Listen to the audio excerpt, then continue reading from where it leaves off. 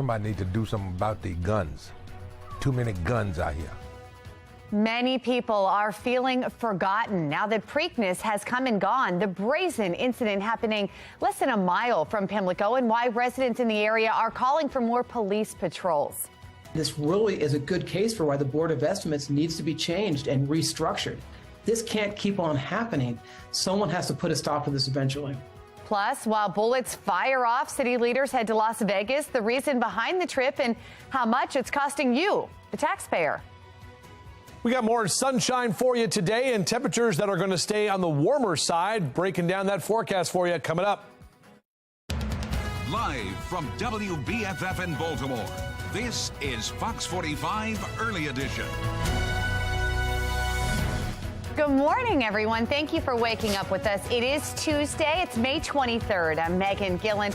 Let's check right in with meteorologist Justin Chambers, see how this Tuesday is looking. It was a great Monday. Yeah, it's my half birthday today. Happy half birthday. Yeah, so 6 months from today is my birthday and Thanksgiving. Did you bring cake? No. No. But maybe we can figure that out. Yeah. Or a half a cake, either way. But yeah, 6 months. My birthday is Thanksgiving this year. So Yay. 6 months from today, we'll all be eating turkey and talking about football and stuff. Looking outside right now, we're talking more spring or even summertime activities. Looking out over the downtown Baltimore camera, you can see the Inner Harbor. Not too bad right now. Mainly clear conditions out there. Temperatures in the mid to upper 50s and lower 60s. Cockeysville at 56, 52 in Rosedale, lower 60s for Baltimore over through Dundalk. So a mix of clouds and sun for today. Another warm afternoon ahead, and we are going to stay pretty dry this week. You'll see those numbers steadily rise through the morning time. We'll get to the mid to upper 60s by about 10 a.m. and on our way to the upper 70s, a little cooler today than what we saw yesterday afternoon. Back with your full forecast. We'll do that in just a few minutes from right now. Sounds good, Justin. Thank you. Out on the roads, Len Stoller Traffic Network pulled up for you. This is our live look from Towson this morning, and looking pretty great out there. No issues to report.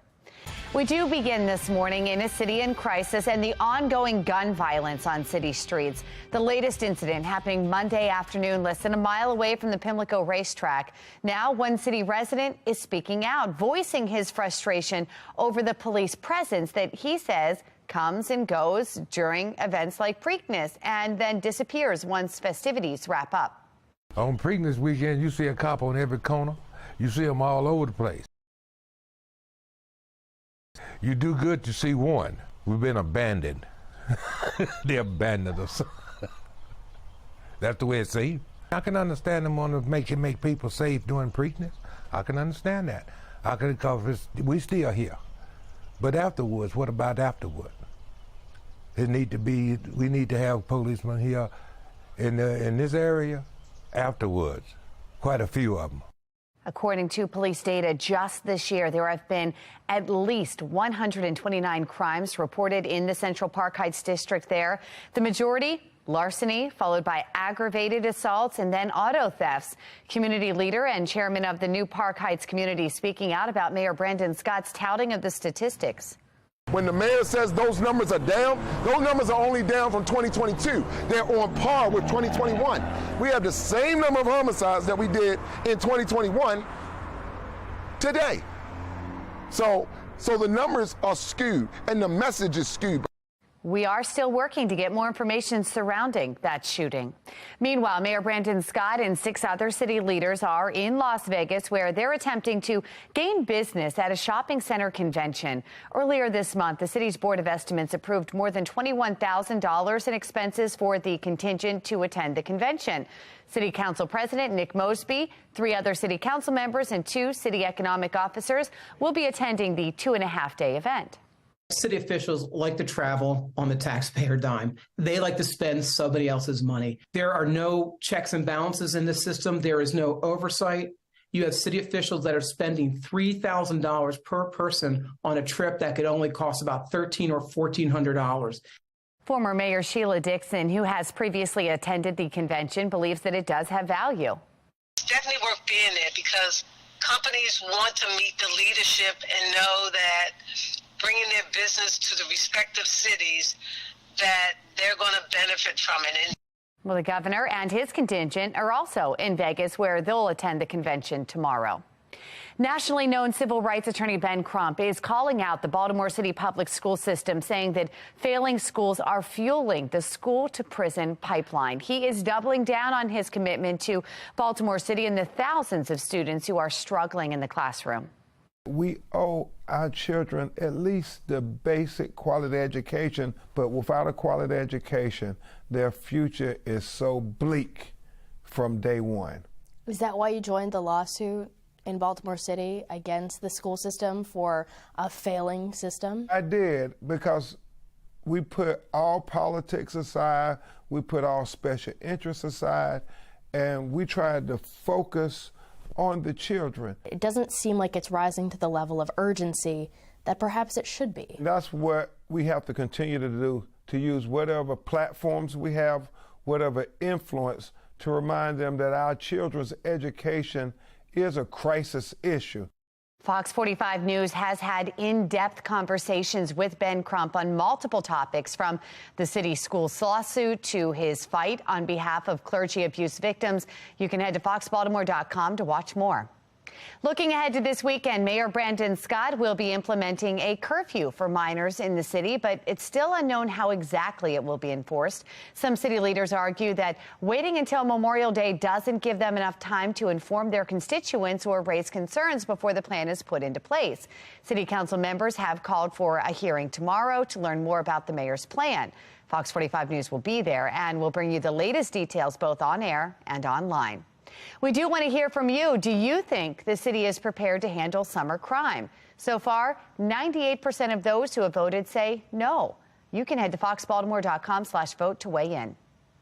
The clock is ticking. Lawmakers have yet to reach an agreement when it comes to the debt ceiling. Still to come, the destruction that could happen if a deal is not reached in time. And a dry and comfortable start to your Tuesday. After the break, meteorologist Justin Chambers letting us know how the rest of the week is shaping up. It is 4:37 and you're watching Fox 45 Early Edition, all local, all morning.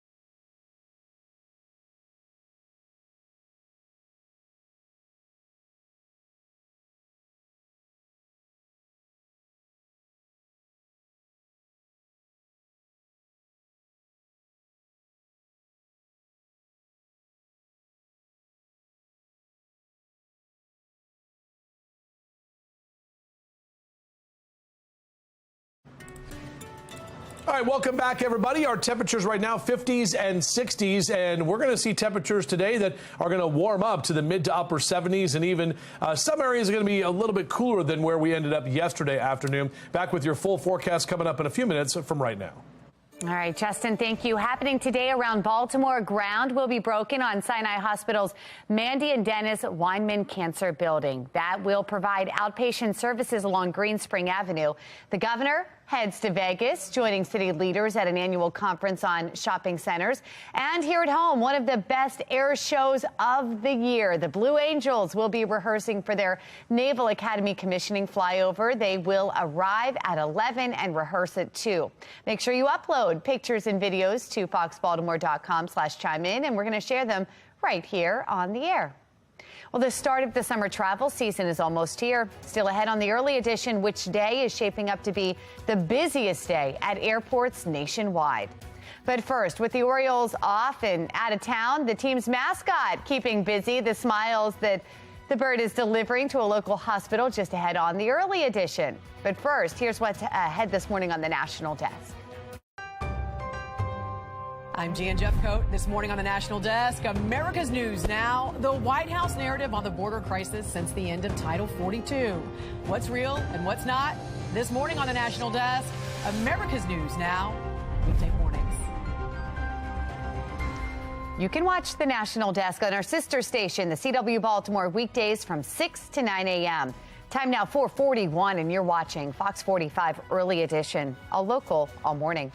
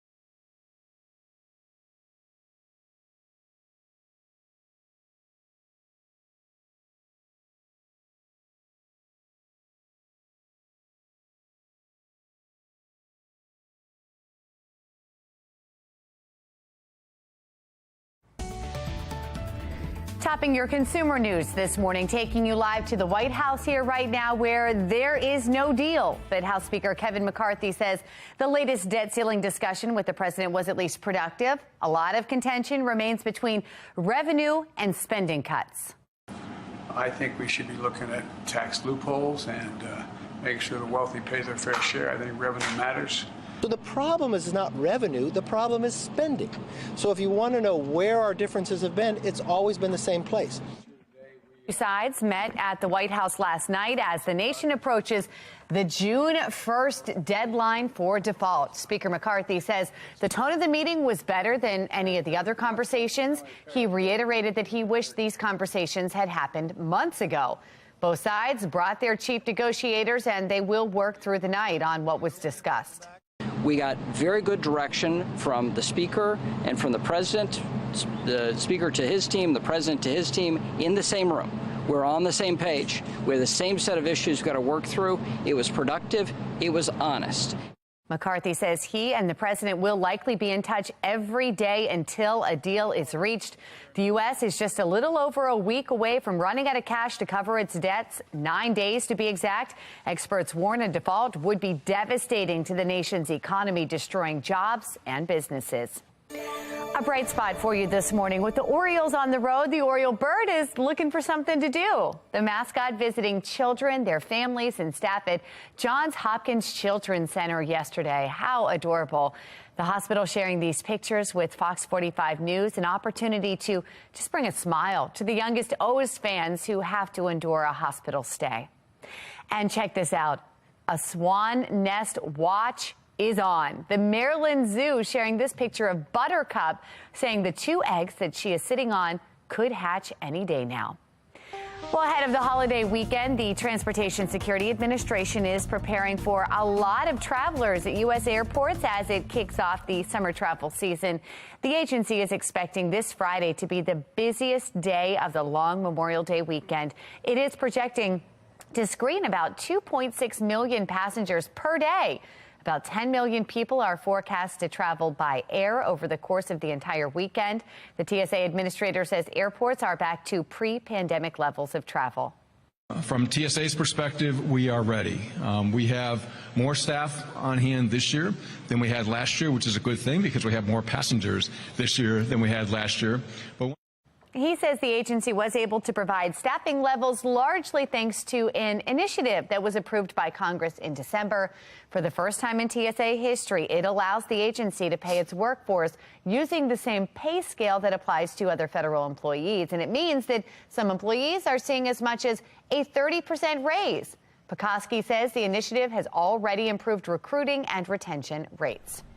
All right, 4:47. We want to check back in now with meteorologist Justin Chambers, who has a look at our forecast. And looking pretty nice out there this week. Yeah, not too bad. Maybe a little cooler today, more of an onshore flow. So overall, nice. Not too bad. Yeah, definitely good times to play some lacrosse. I know we got some big games coming up this week, right? Huge. Yeah, big ones for sure. State finals. I know, right? And that's a Thursday for you? Yep, Is that Thursday. Right? All right, very cool.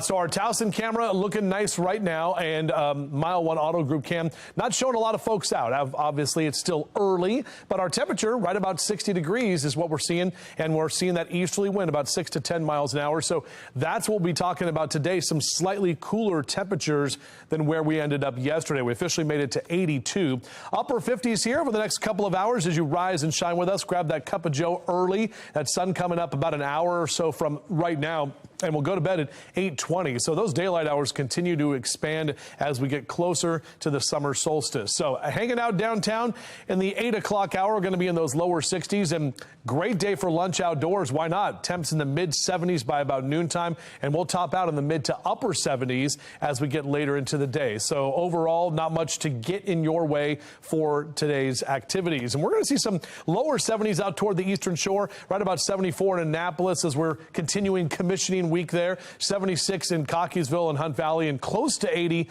in Baltimore City. Low to mid 70s for Philly and D.C., and 62 down the ocean there with temps close to 70 in New York City up the 95 corridor. All right, so here's our future scan. This is Tuesday afternoon. Getting ahead of myself. Tuesday afternoon, we're seeing kind of a mix of clouds and sun and more of that onshore flow. Now, tomorrow will be a little bit warmer ahead of a cold front. You can see that guy trying to sneak in from the north here, coming in Wednesday, late afternoon into the evening time. And Wednesday night, you're going to see a little bit more cloud cover, possibly a stray shower. It's not looking like much in terms of precipitation. Behind the cold front on Thursday, we'll see breezy conditions and even windy conditions and cooler temperatures. That northerly wind coming in. Now, that's going to set us up for a good start to the weekend. Friday looks great. Saturday doesn't look too bad. We are tracking a cutoff low that is going to be close to the area, and that's going to bring us a little bit more cloud cover on Saturday, maybe a stray shower into parts of the weekend. Just 6 6 days from today is Memorial Day. We're 26 days out from Father's Day, Juneteenth in 27 days, and that summer solstice just a couple of days later in 29 days from right now. 6 weeks from today, Independence Day. Yeah. Can smell those hot dogs and fireworks and all those fun things we love to do in the summertime. So here we go, our 7-day forecast. Upper 70s and lower 80s for the next couple of days. Notice that drop in numbers into Thursday through Saturday with mid 70s. Then we steadily start warming up with that stray shower possible Sunday, possibly even a shower on Monday for Memorial Day, but temperatures back to the lower 80s. Meg? All right, Justin, thank you. We have your Len Stoller traffic network now, and actually looks a little foggy from this shot right here. Check this out. This is a live look over 895 and 95 there. We've got volume picking up, but we're moving along just fine here. Let's get a check now on mass transit. Mark Jones with the MTA joining us. How's it going, Mark? Well, good morning, Megan, and good morning, everyone. Going pretty well for travel out there on Metro Subway Link. It's operating on time from end to end between Owings Mills and Hopkins Station, but Light Rail Link has a delay. It's running 15 minutes late in both directions there. Allow time for travel on Light Rail Link. Out there on the MARC train system, we've got 10 train 505 with a 5-minute delay for the start. The other trains and lines of MARC look good for travel. For the MTA Transit team, I'm Mark Jones. All right, Mark, thank you. An estimated 65,000 people attended Preakness, but what happens after everyone leaves? In our next half hour, neighbors share their fears as police take over a block to search for a gunman in Park Heights. But first, we are approaching the 1-year anniversary of one of America's deadliest mass shootings. Coming up, how parents and family members in Uvalde continue to press for accountability. Your time now is 4:51, and you're watching Fox 45 Early Edition. All local, all morning.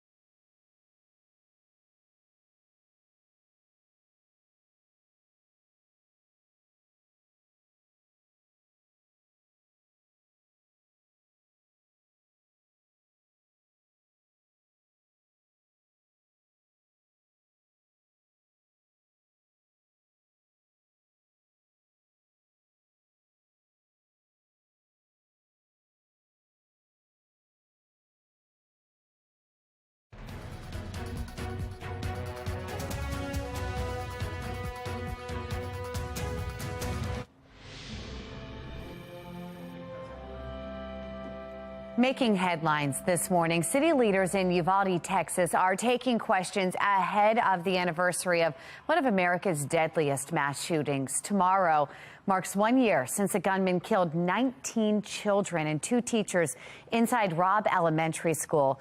Many parents and family members are still pressing for accountability as the criminal investigation into the police response that day continues. A report from Texas lawmakers released last year says officers waited more than an hour to enter the classroom and confront the shooter. The mayor of Uvalde says that he shares the frustration over the lack of answers. We can't even imagine the pain that they felt. In a year's time, they still don't have answers to simple questions that they should have gotten. I mean, I'm the mayor. I've been 1 year. I haven't got one briefing from anybody from day one. Not one. Nor has the county judge. That's very frustrating. There will be no city-sanctioned events tomorrow for the anniversary of the shooting. Schools in the city will also be closed. The debate over releasing documents linked to the Nashville Covenant school shooting is intensifying. Several groups are suing to get access to the shooter's manifesto and emails between city officials. They argue the public politicians and news outlets have the right to know. The school and parents are asking the court to block that request. The police department argues they are still collecting data, and it's part of an ongoing investigation. The judge will look over the documents before making a decision later this week. Another hearing is scheduled for early June. Turning now to your election 2024 coverage. Talk of former President Trump potentially winning the GOP nomination for president again is spooking would-be Republican candidates. According to Politico, recruiters are struggling to convince potential down-ballot candidates to enter the fray. They worry about having to answer for Trump's unpredictability, according to the report. This as the GOP primary heats up and as Democrats and Republicans alike wrestle with what Trump means for the future. I think we've seen Ron DeSantis, try to hit him with some kid gloves. But if you're gonna go take down Donald Trump, you're gonna have to play on his level. One of the reasons I think he can't come back is he failed us. He failed us as president based upon what he himself told us in 2015 and 2016 he would do if he became president. While recruiters believe many of those potential candidates will enter their races, any one flop could mean the difference between a GOP majority in the Senate or the House. Republicans hold a razor-thin majority in the House and are in the minority in the Senate. Meanwhile, swing state voters are not pleased with their potential options for president next year. That is based on a recent focus group conducted for the Washington Post among those who voted for former President Trump in 2016, but switched to then candidate Biden in 2020. 9 of the 15 participants say that they would vote again for Biden. 3 say they'd go back to Trump, and 3 others say they'd either not vote or find a third-party candidate. Turning to the crisis in the classroom now, a federal office of civil rights has finished its investigation into a Georgia school district. The probe stems from Forsyth County Schools' restrictions on more than a dozen library books. OCR says the district may have violated student civil rights by targeting certain groups, such as the LGBTQ+ community. However, one critic is supporting the parents who raised concerns over the books. A decision like this one certainly is going to make parents feel powerless. And I worry that that may be, at least in part, some of the intention behind it. The district told Sinclair Broadcast Group that it's committed to providing a safe community for students. It says it plans to continue its mission to provide an unparalleled education. The district will have to survey students about the school environment and disclose the reasons the books were removed. Just days after Preakness, violence in that same area. Just ahead, why some in the community say they feel abandoned. And city leaders are waking up in Vegas. We'll tell you about the convention they're at and what it's costing you, the taxpayer. Just ahead. Our temperatures are starting off mild once again this morning. We'll talk about how much warmer we get as we head toward the afternoon. It's all coming up on the early edition. Live from WBFF in Baltimore, this is Fox 45 Early Edition. Good morning. On this Tuesday, May 23rd, I'm Patrice Sanders. I'm Tom Rogers, and we want to find out exactly how warm it is going to get today.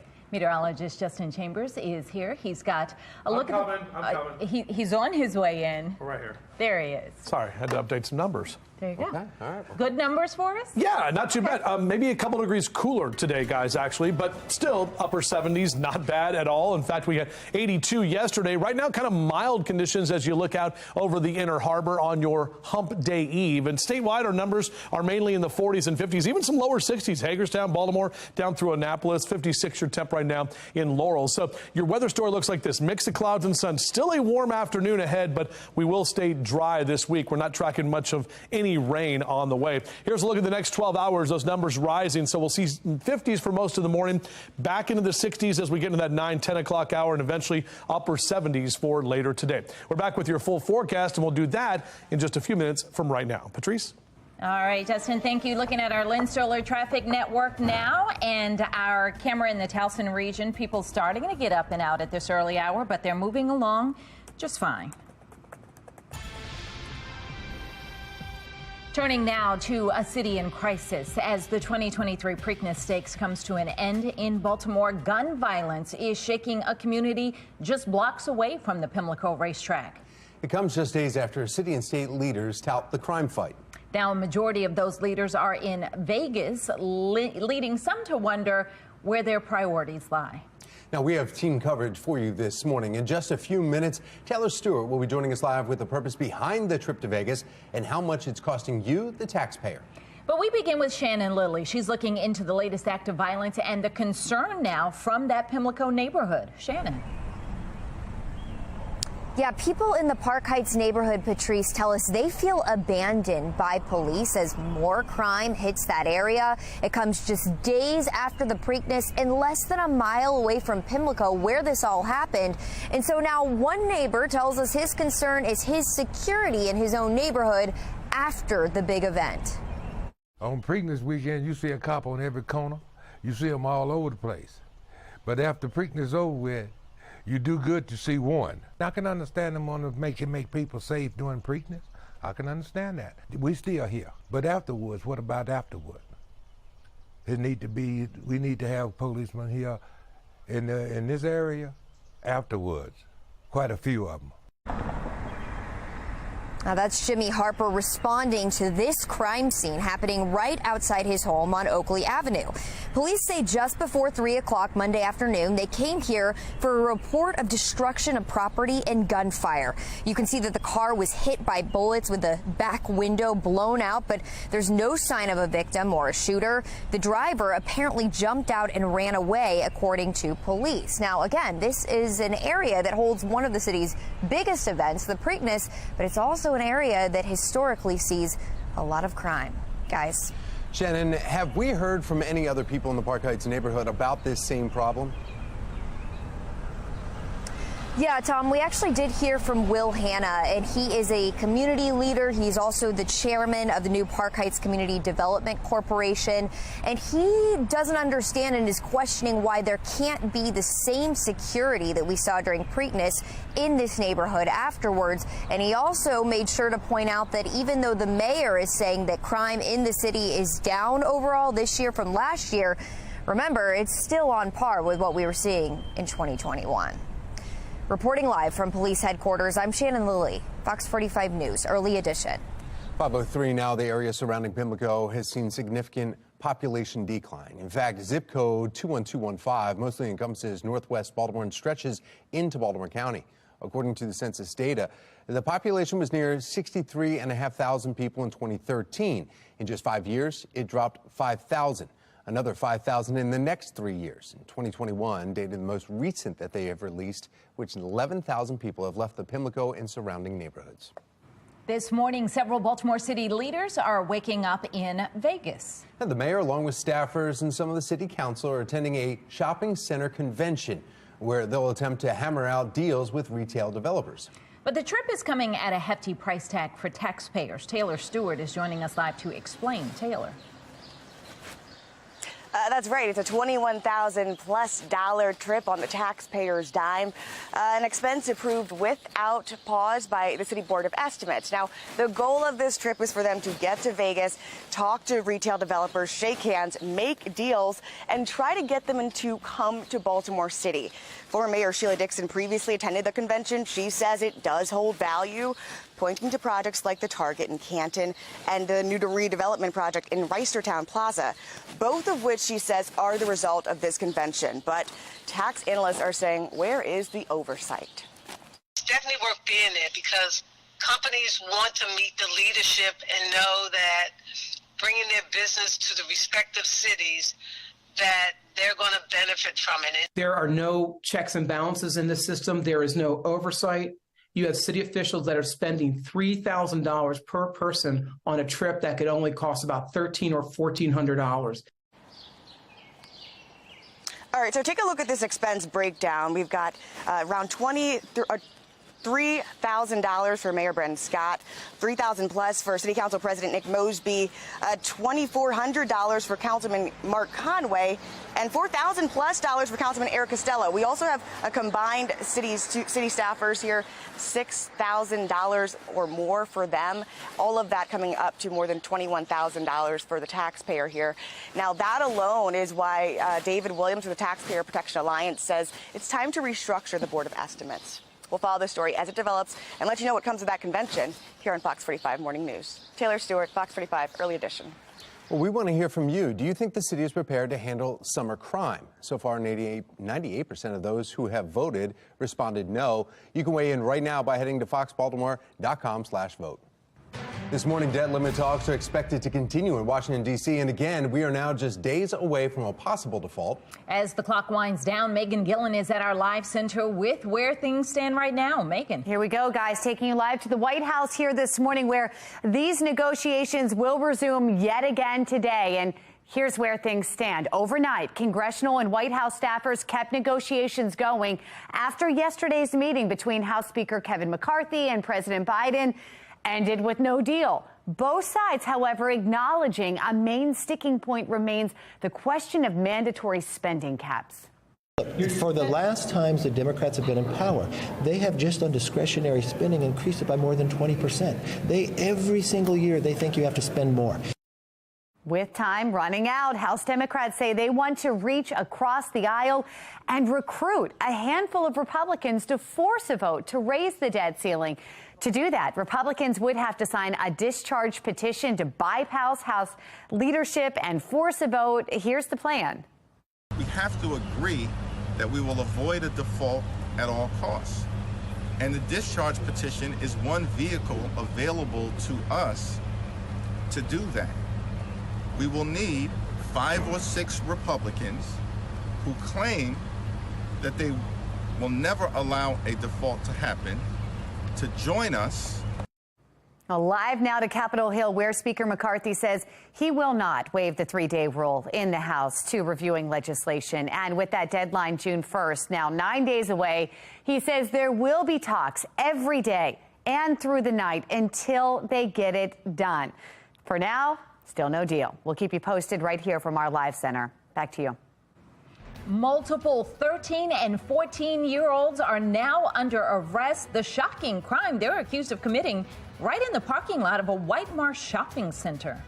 But first, silence from the man accused of killing 4 University of Idaho students.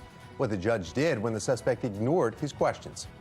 We're starting off mild once again for your Tuesday morning, 40s, 50s, and 60s across the old line state. We'll have another look at your forecast and what we can expect with your Memorial Day weekend forecast. That's all coming up. Stay with us.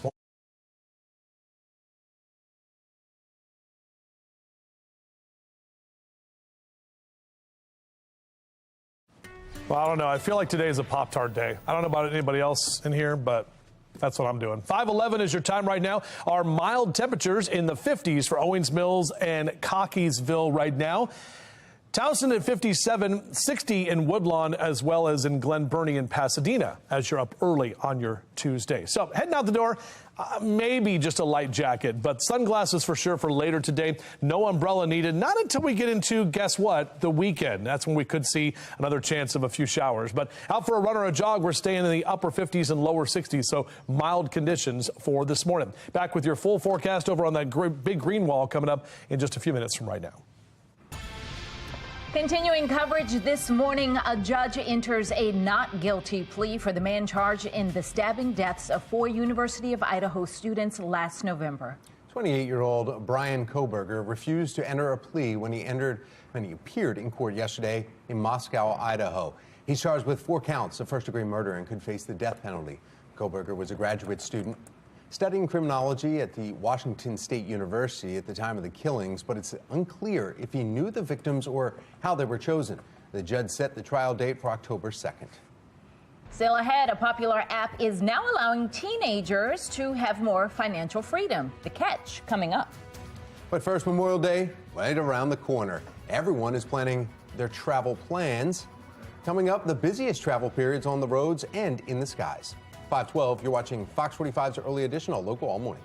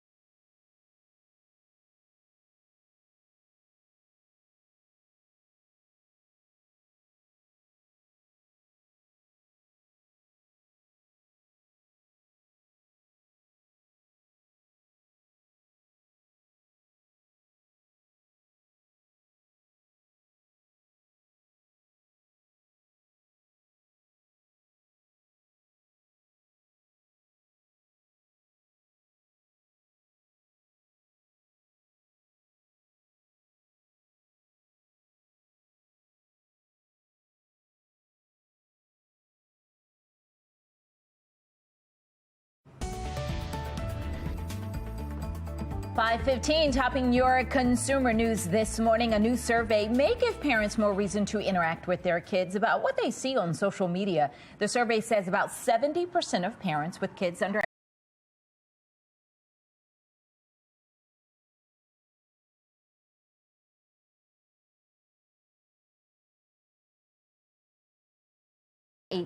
think social media image editing apps and filters are having a negative influence on their child's body image. On Our Sleeves, which provides child mental health resources, advises parents to have conversations with their children about their mental health and their self-esteem. Well, speaking of teenagers, they will now officially be allowed to open a Venmo account with their parents' permission. The company is owned by PayPal and expanded the popular social payments app to a demographic that will likely embrace it. Venmo Teen account will be available for 13 to 17-year-olds and comes with a debit card. Now, parents will be able to monitor transactions and adjust privacy settings, as well as move money to their teenager. Well, no use putting those Venmo accounts to work just yet. Teens can save their money because one local business wants to give them a sweet treat for free. Krispy Kreme is offering a free dozen of its original glazed donuts to members of the class of 2023. Any high school or college senior who wears their class of 2023 shirt, graduation cap or gown is eligible for the free dozen. The offer is good this Wednesday, May 24th. Be aware and prepare with lots of patience. That's what Travel Service AAA is saying that you need for this Memorial Day travel weekend. AAA says this may be the third busiest Memorial Day weekend since 2000. Projects 42.3 million people will be traveling at least 50 miles or more from their home. If you plan on driving, well, leave as early in the morning as possible. AAA advises the worst time to be on the road Friday between 3 and 6 in the afternoon. If you are traveling by air, expect packed airports and have backup plans in place.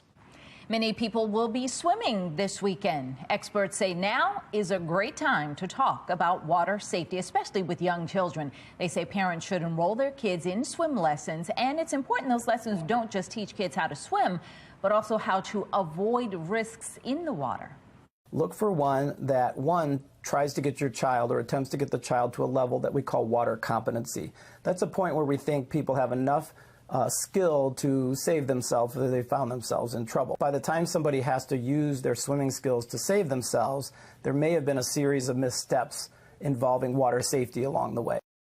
Even if you go to a beach or a pool that has a lifeguard on duty, parents, you still need to be on high alert and constantly supervising. You know, also reapplying sunscreen. We got to start talking about that, where, you know, you think, oh, it's waterproof and it's fine. It's like, no, it doesn't work. Got to put it back on. I think Sun Safety Week is coming up if it's not already here. So very good point. And I guess I have to get my pool cast back. You do. Right? Yes. Because I already have the Mo cast, I got the boating cast, now I got to get the pool cast. What sound effect goes with that? So that's the thing, Patrice. It's funny you say that because I was driving in this morning going, what is the sound effect? We got to come up with a sound effect for the. Meg said, cannonball. I love that one. All right, that's a strong contender. We'll get to that pool cast. I have to go back and make it, but right now I just made Pop-Tarts, so can't wait to get this forecast done with. Our live cam over downtown Baltimore, overall not too bad right now over the Inner Harbor. And as the kids head out to the bus stop, beep beep. There's a sound effect for you. Numbers here in the 50s and 60s over the next couple of hours. We'll be to the mid 70s for noontime and recess for the kiddos, and upper 70s when you pick them up this afternoon. Should be a very nice afternoon as well. Maybe playing some golf on our forecast. 65 by 9 a.m. and back to the 70s through midday. So any outdoor activities you have today, maybe a couple of degrees cooler than where we ended up yesterday, but still mid to upper 70s is not bad at all, my friends. We're talking 76 in Westminster, mid 70s for the Hereford zone over to Cockeysville and Hunt Valley, 76 Perry Hall and White Marsh, 79 your temp in downtown Baltimore this afternoon. Howard and Anne Arundel counties in those mid to upper 70s as well, as folks are here for commissioning week there in Annapolis, right about 74 in the capital this afternoon. So here's a look at our temperature tracker. Upper 70s and lower 80s, so we stay in the above average category through Wednesday. But notice what happens. Thursday, Friday, Saturday, dropping a little bit below average. So you're going to feel the cooler air that's coming in behind that next weather maker, which is a cold front. Cleaning up the cars, no issues, because that cold front is kind of moisture starved. Watch what happens on our future scan. A few clouds kind of hanging out today. Here comes the cold front to the north, or from the north, I should say, by Wednesday afternoon. It's going to push through Wednesday night. And look right there, you can see a couple of those little green blobs, but it is really not much at all. I think that's even overdone. Probably a few clouds will be all we will see. And then there's that cooler and drier air back in behind the cold front by the time we get into Thursday. And there's the cooler temperatures that I was talking about. A bit windy at times, too, on Thursday. So we'll watch for that. But sliding into Memorial Day weekend, not bad. We've been a lot hotter than 70s for sure. We'll be to about 80 on Sunday. And for Memorial Day, looks like we'll see temps in the lower 80s. We do have a slight chance, however, of seeing a couple of showers for your holiday weekend. Back to you. All right, Justin, thank you. It's been a beautiful start to the work week, and many of you have been getting outside to soak up the sun. Thomas from Odenton shared this picture with us. This is Hootie. Hootie wanted to take a little rest during his morning walk. Whether you're taking the dog for a walk or maybe heading out to see the Blue Angels this weekend, we want to see how you are enjoying spring. Scan the QR code on your screen. That will take you to foxbaltimore.com/chime-in, where you can upload your pictures and videos. It's powered by Stackla.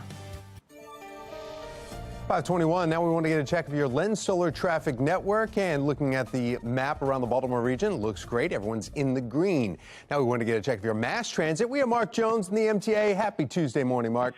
Happy Tuesday morning. Out there right now, you'll find Tom on the light rail link system, a 15-minute delay. So allow a little extra time for travel there. Metro subway link off and running on time in both directions of that service. No delays.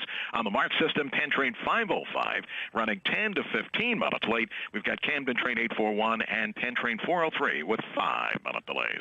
For the MTA Transit team, I'm Mark Jones. Thank you, Mark.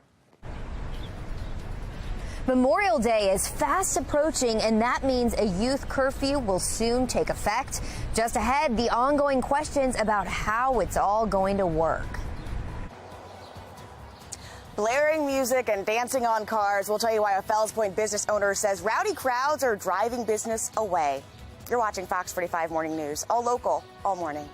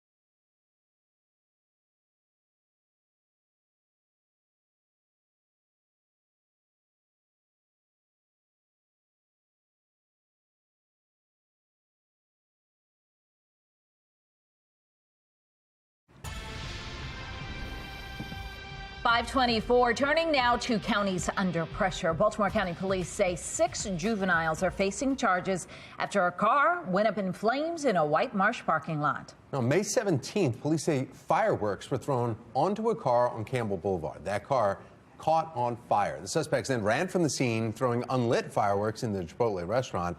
We're now learning all 6 of the suspects are 13 or 14 years old. They got out of school around 3 o'clock. I don't know which school they went to, but why are they in a shopping center at 3:45 with fireworks? Where are their parents? Why aren't they doing homework, playing sports, doing something positive? Well, police say a witness helped officers track down and arrest the teens. They're now facing charges of destruction of property and disturbing the peace. A 14-year-old girl is in custody accused of planning an attack on a school bus with 3 other teens in Prince George's County. She is being held without bond. Police are still searching for a 15-year-old boy. Detectives say he held a gun to a middle school student's head and pulled the trigger 3 times, but the gun malfunctioned. 2 other teens are charged with attempted murder in the case. They are also being held without bond. Baltimore County Police are asking for your help this morning identifying the suspects in a recent burglary. Take a look at your screen here. These 2 suspects broke into a business right on Falls Road last weekend. Anyone with information is asked to call the number. You see it on the bottom corner of your screens, 410-307-2020. You could be eligible for a $2,000 reward. We are learning more about 2 deadly road crashes in Anne Arundel County. Sunday night, a motorcyclist was killed after crashing head-on with a vehicle. It happened in Galesville. Investigators say it appears the 34-year-old woman on the motorcycle from Glen Burnie was attempting to pass a car when she crashed into the other car. Then in Woodlawn, a 52-year-old motorcyclist was also killed after crashing with a vehicle. It happened on Dogwood Road, not far from Woodlawn High School. Both crashes remain under investigation. Still ahead this morning, temperatures will be slightly cooler today. Meteorologist Justin Chambers lets us know if the sunshine will stick around for our Memorial Day weekend. 527, you're watching Fox 45 Early Edition.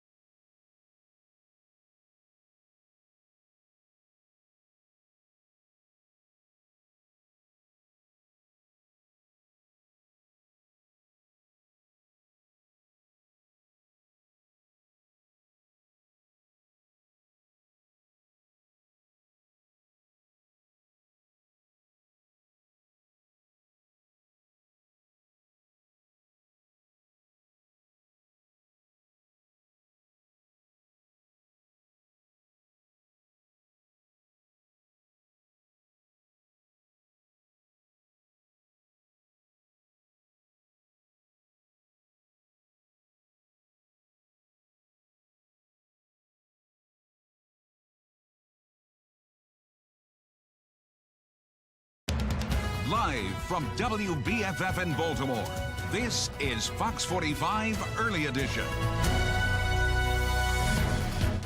Welcome back on this Tuesday morning. Coming up on 5:30, I'm Patrice Sanders. I'm Tom Rogers, and we have a meteorologist who is now on a sugar high.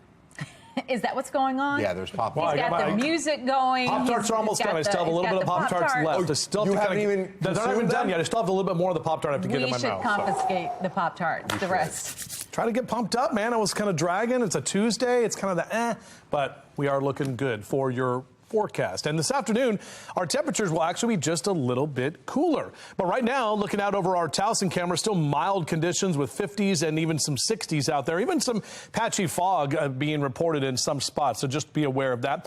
54 Chestertown, 57 Stevensville, lower 60s in Baltimore down through Annapolis. So partly cloudy skies today, temperatures slightly cooler, and we do stay dry this week. Not really tracking rain until we get to the weekend. Upper 70s today, lower 80s tomorrow. Look at that big temperature drop on Thursday. We'll be back to the low and mid 70s, so definitely cooler as we head toward the end of the week. Breaking that down a bit further for you coming up in just a few. Tom?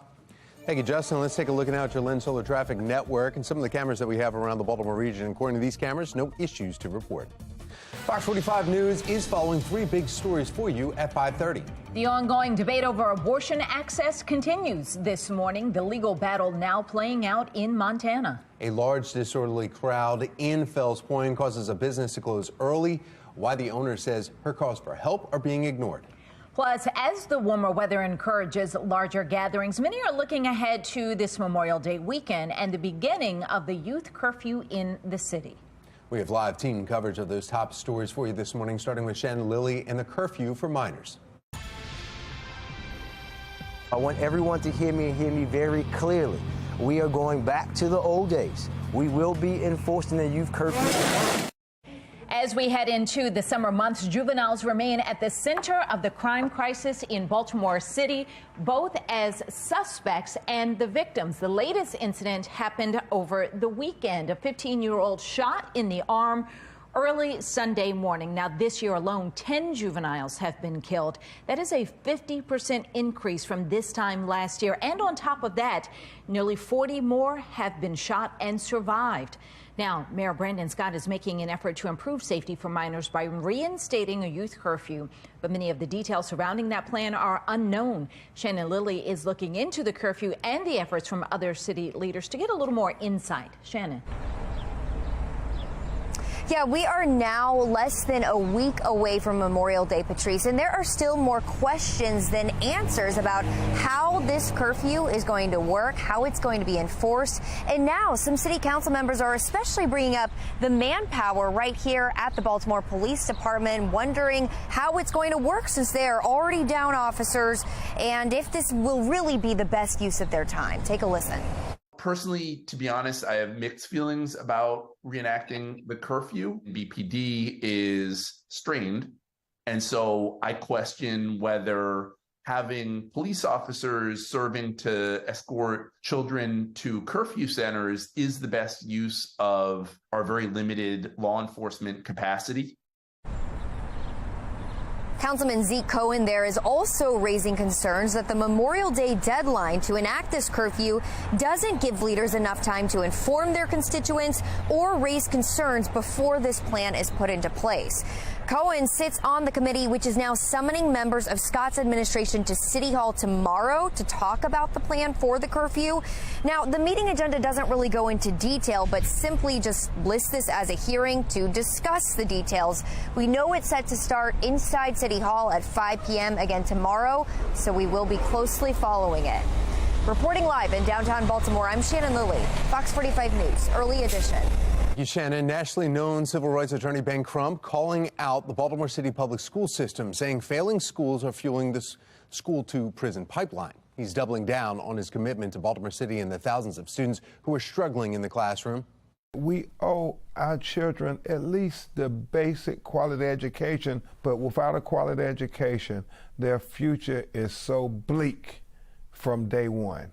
Is that why you joined the lawsuit in Baltimore City against the school system for a failing system? I did, because we put all politics aside, we put all special interests aside, and we tried to focus on the children. It doesn't seem like it's rising to the level of urgency that perhaps it should be. That's what we have to continue to do, to use whatever platforms we have, whatever influence, to remind them that our children's education is a crisis issue.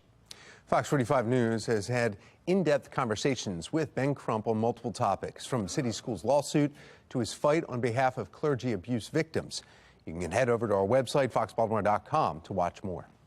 Elsewhere in a city in crisis, a Fells Point business owner tells us crowds of rowdy young people are driving businesses away. Taylor Stewart joins us with more on that business owner's concerns. Taylor. Well, guys, these barricades were set up in part to kind of keep crowds under control, but to no avail for the owners of Broadway Liquors here in Fells Point. I want you to take a look at this cell phone video of a large crowd that gathered near Broadway Market in Fells Point just this Friday night. They were blasting large music, dancing on the car. You can see one girl twerking on the car. The owner of Broadway Liquors, Muna Karki, says this has kept customers away. It's made her employees feel weary about their own safety. And now she's speaking out because it's impacting her bottom line. They try to, make them to move from outside, but they're still there. The other people, like our regular customer, they are scared to come in because of the big crowd outside. Now, Karki says this weekend she felt the need to close the storefront early due to safety concerns and lack of business. But she says this is not a new issue. She wants to see it addressed as they head into their busy summer months, and she's calling on city leaders to do just that. For now, we're live in Baltimore. I'm Taylor Stewart, Fox 45 Morning News. 5:36 now. Today, a Montana judge will hear arguments both for and against a ban on most abortions in the state after 15 weeks. Let's get right over to Megan Gillen in our live center with how this is expected to play out. Megan? Here's what we know, guys. We know a temporary block was issued last week to ban the use of dilation and evacuation abortions, which is a common procedure for abortions in the second trimester of pregnancy. Planned Parenthood of Montana filing a legal complaint just hours after that temporary block was signed by the governor. At today's hearing, we are told the judge will also hear arguments against a law that requires a woman to undergo an ultrasound before having an abortion, and also a new rule that requires prior authorization before Medicaid will pay for abortions. Obviously, other states, no doubt, watching how this all plays out in court today, as cases like this are now being brought up all over the country in the aftermath of Roe v. Wade being overturned in June. That's the latest from our live center. Somebody need to do something about the guns. Too many guns out here. Many people feeling forgotten now that Preakness has come and gone. The brazen incident happening less than a mile away from Pimlico Racetrack, and why residents in the area are calling for more police patrols. This really is a good case for why the Board of Estimates needs to be changed and restructured. This can't keep on happening. Someone has to put a stop to this eventually. Plus, city leaders head to Las Vegas, the reason behind the trip and how much it is costing you, the taxpayer. Another warm and sunny day ahead. Our weather authority team letting us know when we will see a cool down. 5:38, you're watching Fox 45's Early Edition, all local.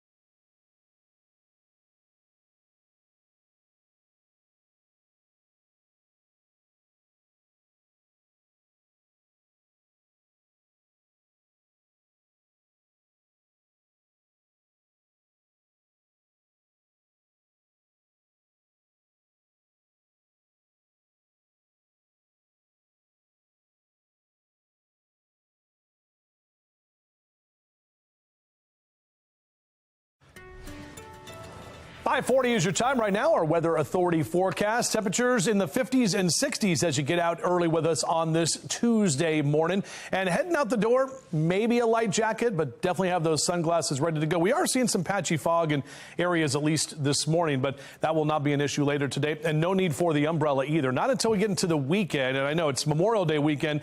It's not a large chance for rain, but the chance is there. Our morning drive, Mr. Bose says next couple of hours we are good to go. Upper 50s and lower 60s as you head out the door and onto the roads. Back to you. Happening today, a former security guard is set to appear in court in connection with the shooting death of a soccer team president back in November. The Baltimore Police Department arresting 39-year-old Keith Lucky shortly after the shooting. A preliminary investigation revealing Lucky told police at the scene of the shooting the victim threw a brick at him, which caused him to discharge his weapon, striking the victim, 35-year-old Kevin Torres. Torres died at the scene. Lucky is expected to appear in court via Zoom at 9 this morning. 10-time NBA All-Star Carmelo Anthony has called it quits after 19 seasons in the league. Coming up in our 7 o'clock hour, what's next for the former Baltimore resident?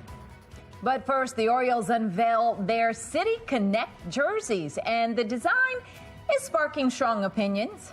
5:42, you're watching Fox 45 Early Edition, all local, all morning.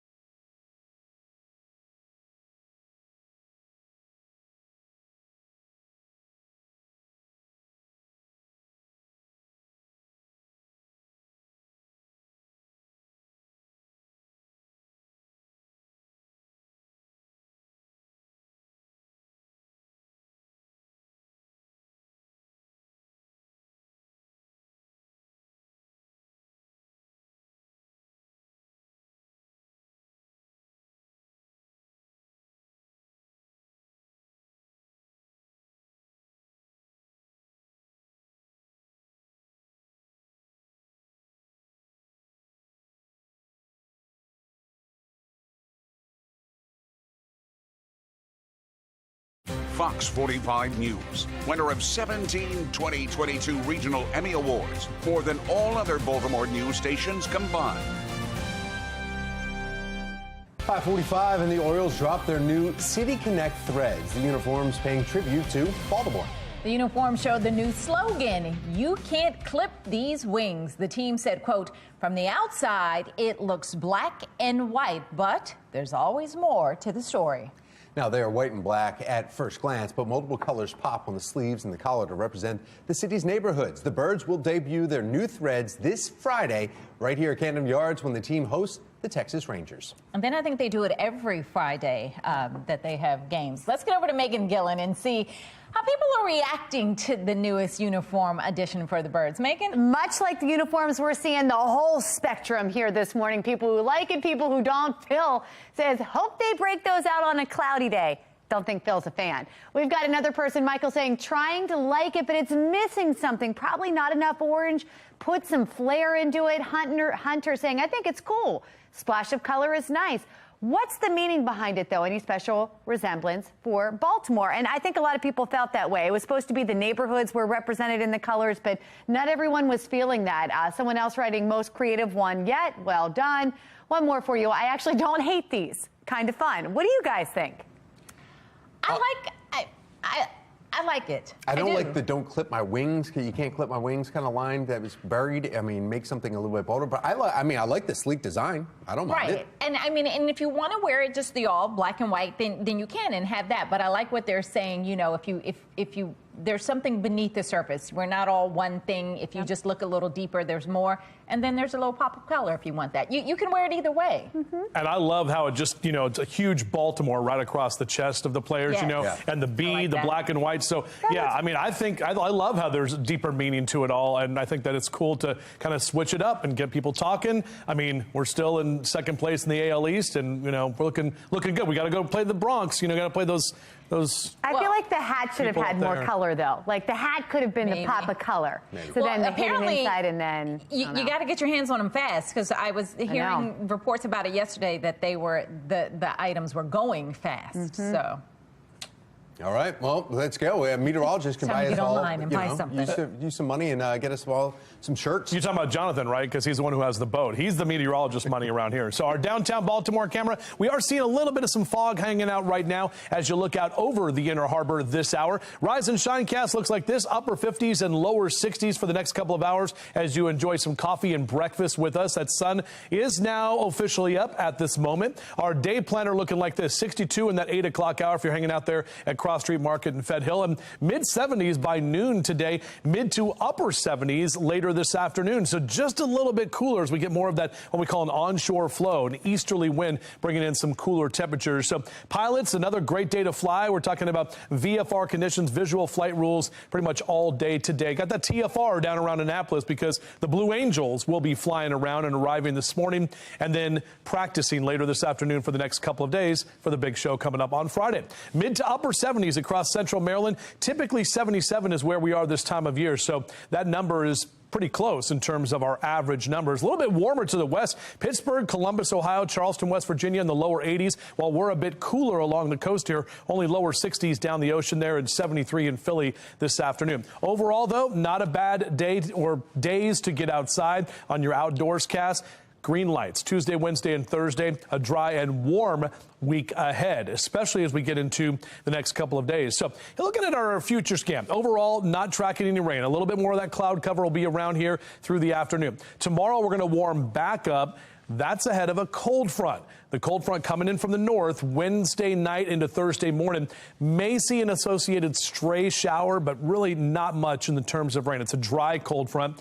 Behind the front, Thursday, drier and cooler air, and that wind is going to pick up on Thursday afternoon as well, and that's when those temperatures start going back down. So upper 70s today, lower 80s tomorrow in your 7-day forecast, mid 70s as we take you into Memorial Day weekend. That extends from Friday into Saturday. A little bit warmer on Sunday. Now, we are going to have more cloud cover around through the weekend. Some of the models want to paint at least a few showers around possibly by Sunday and into Monday, but that forecast is still a little bit unsettled. Either way, just know a few more clouds, temperatures warmer by Sunday and into Monday for any activities you have planned this upcoming weekend. Tom? Thank you, Justin. Let's take a look now at your Lens Solar Traffic Network. And your drive time says we are in the green at just about 5:50 on this Tuesday morning. Here's a live look from our traffic photojournalist, Graham. He's cruising along the inner loop in the Towson area. Now we want to get an update for your mass transit. We have Mark Jones in the MTA. Good morning, Mark. Well, good morning, Tom. Good morning, everyone. Out there on the MARC train system, you'll find 10 train 511, 10 407, and 843 on the Camden line, operating with 5-minute delays. The other trains of MARC are on time for the start. Out there on Light Rail Link, you'll find a 20-minute delay from end to end. Certainly allow time for travel out there on Light Rail Link this morning. Metro Subway Link, a different story. No delays or issues between Owings Mills and Hopkins Station for travel. For the MTA Transit team, I'm Mark Jones. Thank you, Mark. The good, bad, and future of artificial intelligence. In a series of reports, we're looking at all angles. Coming up, we start with the ways AI is having a positive impact. Schools statewide struggling to meet Kerwin funding demands. Coming up in our 7 o'clock hour, Project Baltimore has a look at what it could mean for your wallet. 5:50 is the time. You're watching Fox 45's Early Edition, all local, all morning.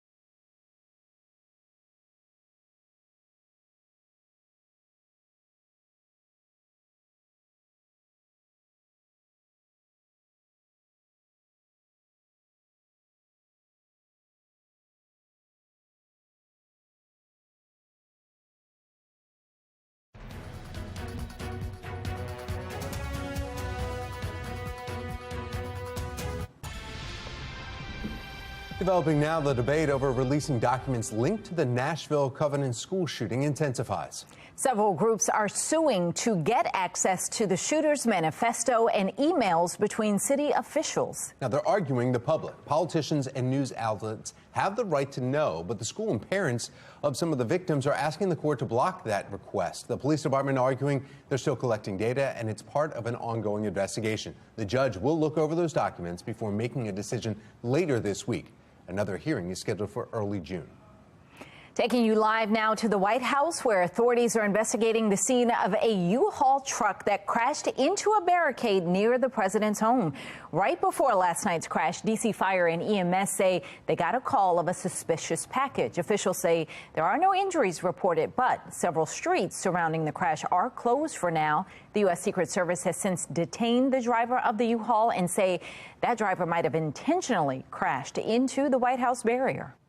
Well, TikTok, owned by the Chinese tech company ByteDance, files a lawsuit aiming to overturn Montana's ban on their popular video sharing app. The governor signing off on that law and amid concerns that China could use the app to collect user data for espionage operations. TikTok argues the law is an unconstitutional violation of free speech rights based on, quote, unfounded speculation. Last week, 5 content creators filed a lawsuit making similar arguments. They contend the state of Montana has no authority to take action on matters of national security. With rapidly developing artificial intelligence technologies, many are questioning if the benefits outweigh the risks. Now, we are looking at multiple angles of this controversial topic in a series of reports. Dee Dee Gatton from our national desk taking a closer look at how AI could be used for good. Artificial intelligence, or AI, is becoming ever more prevalent in society. Its capabilities are already changing the way we live and interact, and these are some of the good ways AI is impacting our world.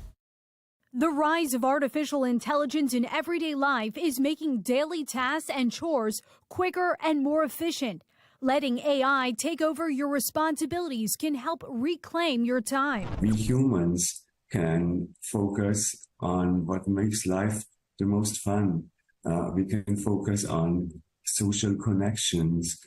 We can focus on the activities that give us the most meaning. A survey of 65 experts published in the journal PLOS ONE finds that AI could automate up to 40% of domestic tasks within 10 years. That includes daily activities like cleaning, cooking, even gardening. Alexa, remind me to take out the trash Sunday at 8 p.m. Okay, I'll remind you Sunday at 8 p.m. Virtual assistants like Apple's Siri, Amazon's Alexa, and Google Assistant have been answering questions, keeping calendars, and setting reminders for us for years.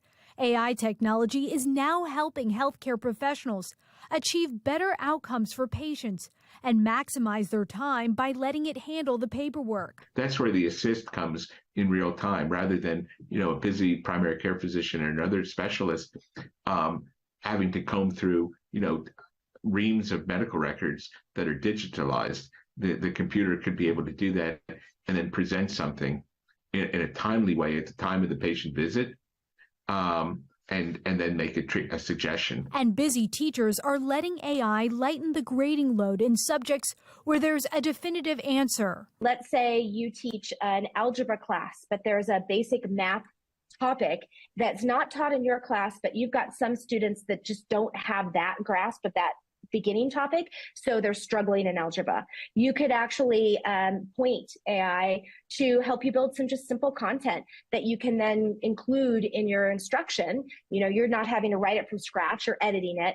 And some are modeling artificial intelligence to predict crime. Researchers at the University of Chicago developed an algorithm to forecast crime by learning patterns in time and geographic locations. It predicted future crimes 1 week in advance with 90% accuracy in one study. Those are the benefits experts are pointing to. Coming up in part 2 of our series, we look at how and why some say AI can also be harmful. Reporting for the National Desk, I'm Dee Dee Gatton. Just days after the Preakness gunfire in that same neighborhood. Just ahead, why some in the community say they feel abandoned. Baltimore City leaders are in Vegas today. We'll tell you about the convention they're at and how much it's costing you. Just ahead. I've got counties on the Eastern Shore that have said for the entire time since Kerwin has been passed that they cannot afford it. Local governments across the state are scrambling to pay for the Kerwin education plan. Still to come this morning, Project Baltimore takes a look at what this could mean for your wallet. Our temperatures are mild right now. We'll actually be a little bit cooler for this afternoon. We'll be tracking the weather this weekend, of course, the upcoming holiday weekend. It's all coming up on Fox 45 Morning News. Let's go. Live from WBFF in Baltimore, this is Fox 45 Morning News.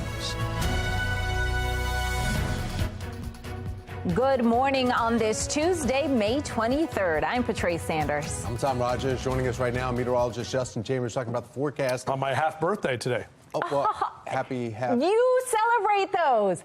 I think that's awesome. I was telling my daughter we need to start doing those. Well, and this year my birthday is on Thanksgiving, so that means 6 months from today is Thanksgiving. Wow. There's a little tip for you. I love that you just threw that out there. Yeah. Do you get yourself anything? No, I don't. And nobody gets me anything. It's literally between my sister and my mom. That's it. And we all text each other. And if no one says anything to each other, we go, and then, oh, yeah, it's your happy birthday. So, all right, here's a look outside. Good morning to all of you. Our Towson camera, a little bit foggy right now.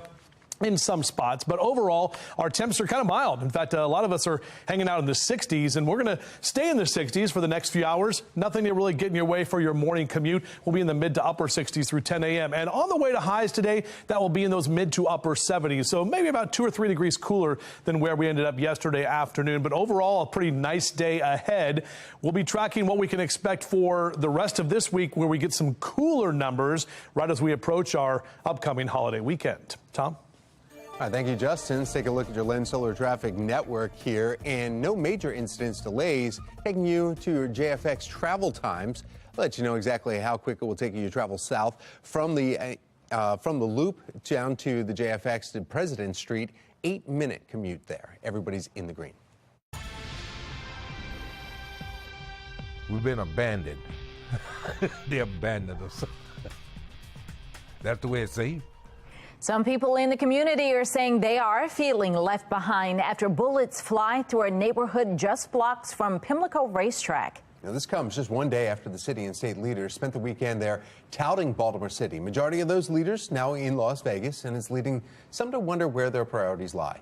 This morning, we have live team coverage of a city in crisis. In just a few minutes, Taylor Stewart will join us live with the purpose behind the Las Vegas trip and how much it is costing you. But first, we begin with Shannon Lilly. She's looking into the latest act of violence and the concerns from the Pimlico neighborhood. Shannon. Well, people in the Park Heights neighborhood, Tom, tell us they feel abandoned as more crime hits that area. Remember, this is coming just days after the Preakness and less than a mile away from Pimlico. And so now one neighbor in that community says his concern is his security in his own neighborhood after the big event. On Preakness weekend, you see a cop on every corner. You see them all over the place. But after Preakness over with, you do good to see one. I can understand them on to make people safe during Preakness. I can understand that. We still here. But afterwards, what about afterward? We need to have policemen here in this area afterwards. Quite a few of them. Now that's Jimmy Harper responding to this crime scene happening right outside his home on Oakley Avenue. Police say just before 3 o'clock Monday afternoon, they came here for a report of destruction of property and gunfire. You can see there that the car was hit by bullets with the back window blown out, but there's no sign of a victim or a shooter. The driver apparently jumped out and ran away, according to police. And this is in an area that holds one of our city's biggest events, the Preakness, but it's also, Tom and Patrice, an area that historically sees a lot of crime. Shannon, have we heard from any other people in the Park Heights neighborhood about this similar problem? Yeah, in fact, Tom, we heard from a man by the name of Will Hanna. He's a community leader in that area. He is also the chairman of the new Park Heights Community Development Corporation.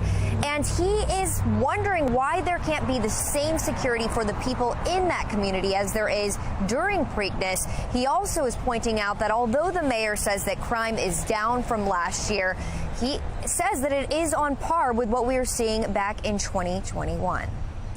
Reporting live in downtown Baltimore, I'm Shannon Lilly, Fox 45 Morning News. Thank you, Shannon. The area surrounding Pimlico has seen significant population decline. Zip code 21215 mostly encompasses northwest Baltimore and stretches into Baltimore County. You see the map there. According to census data, the population was near 63,500 people in 2013. In just 5 years, it's dropped 5,000. Another 5,000 the next 3 years. 2021, the data is most recently released. There's 11,000 people have left Pimlico and surrounding neighborhoods. We are taking you live now to Las Vegas, where several Baltimore City leaders are waking up this morning. Yeah, the mayor, along with some staffers and some of the city council members, are attending a shopping center convention where they're attempting to try and hammer out some deals with retail developers. But the trip is coming at a hefty price tag for taxpayers. Taylor Stewart is joining us to explain. Taylor? That's right. This trip costs $21,000 or more. And city leaders are going to Vegas to shake hands, do deals with retail developers to try to get them to come to Baltimore. Former Mayor Sheila Dixon says this trip does hold value. In fact, she's been to it before. She says the projects in Canton, the Target that was there, the redevelopment project in Racertown Plaza are all a result of the convention. However, tax analysts are asking, where is the oversight? It's definitely worth being there because companies want to meet the leadership and know that bringing their business to the respective cities, that they're going to benefit from it. There are no checks and balances in this system. There is no oversight. You have city officials that are spending $3,000 per person on a trip that could only cost about $1,300 or $1,400. All right, take a look at this expense breakdown. It's $2,900 for Mayor Brandon Scott's trip, $3,000+ for City Council President Nick Mosby, $2,400 for Councilman Mark Conway, and $4,000+ for Councilman Eric Costello.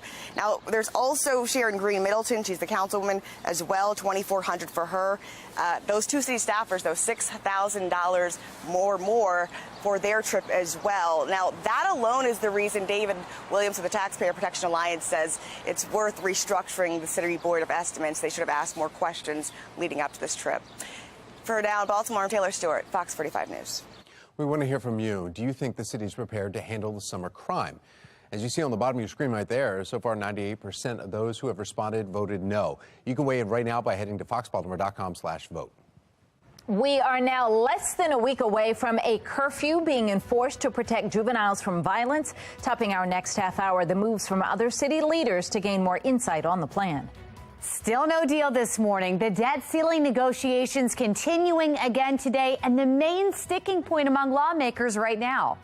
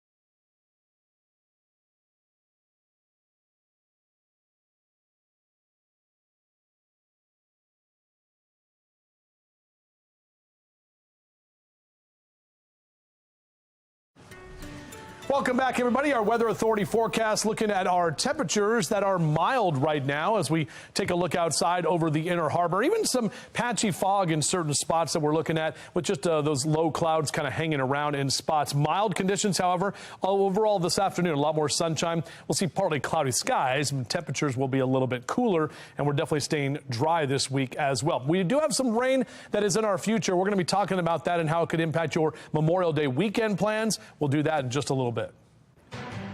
Thank you, Justin. 6:10, and this morning, debt limit talks expected to continue in Washington, D.C. And again, we are now just days away from a possible default.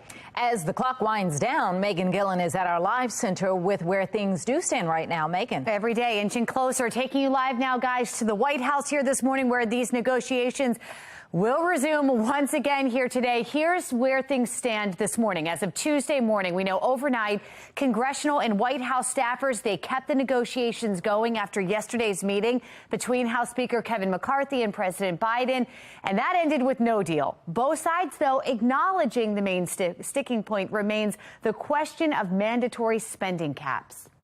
For the last times the Democrats have been in power, they have just on discretionary spending increased it by more than 20%. Every single year they think you have to spend more. With time running out, though, guys, House Democrats say they would like to reach across the aisle, maybe recruit a handful of Republicans to force a vote to raise the debt ceiling. To do that, Republicans would have to sign a discharge petition to bypass House leadership and force a vote. Here's how that could work. We have to agree that we will avoid a default at all costs.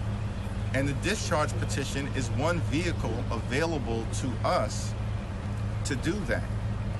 We will need 5 or 6 Republicans who claim that they will never allow a default to happen to join us. Live now to Capitol Hill, where Speaker McCarthy says he will not waive the 3-day rule in the House to reviewing legislation. And the deadline, June 1st, guys, now 9 days away. He says that there will be talks every day and through the night until they get this done. There's been a little bit of optimism that that could happen. For now, still no deal. We'll keep you posted right here from our live center as this continues. Tom. Thank you, Megan. A Fells Point business owner speaking on the area's impacts caused by rowdy young people. Coming up in our next half hour, the extreme measures that she went to this weekend. Families are frustrated in Texas almost a year after the mass shooting at a Uvalde school. After the break, the heartbreaking memorial that is taking place tomorrow to honor the victims. 6:12, you're watching Fox 45 Morning News, all local, all morning.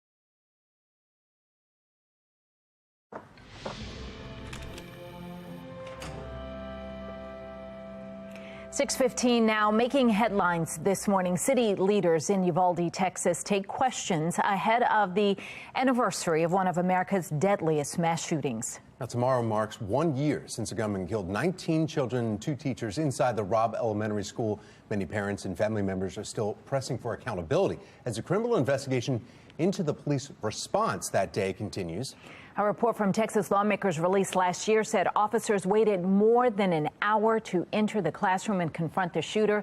The mayor of Uvalde saying he shares the frustration over the lack of answers. We can't even imagine the pain that they felt. In a year's time, they still don't have answers to simple questions that they should have gotten. I mean, I'm the mayor. I've been 1 year. I haven't got one briefing from anybody from day one. Not one. Nor has the county judge. That's very frustrating. There will be no city-sanctioned events tomorrow for the anniversary of the shooting. Cities in the school will also be closed. The former deputy asked questions about if he holds responsibility for not stopping the 2018 mass shooting there. Scott Peterson appeared in court yesterday for a pretrial hearing related to the massacre. His attorneys requested to delay the trial, but that was denied. Now, the defense says the witnesses they are not needed and they are not available.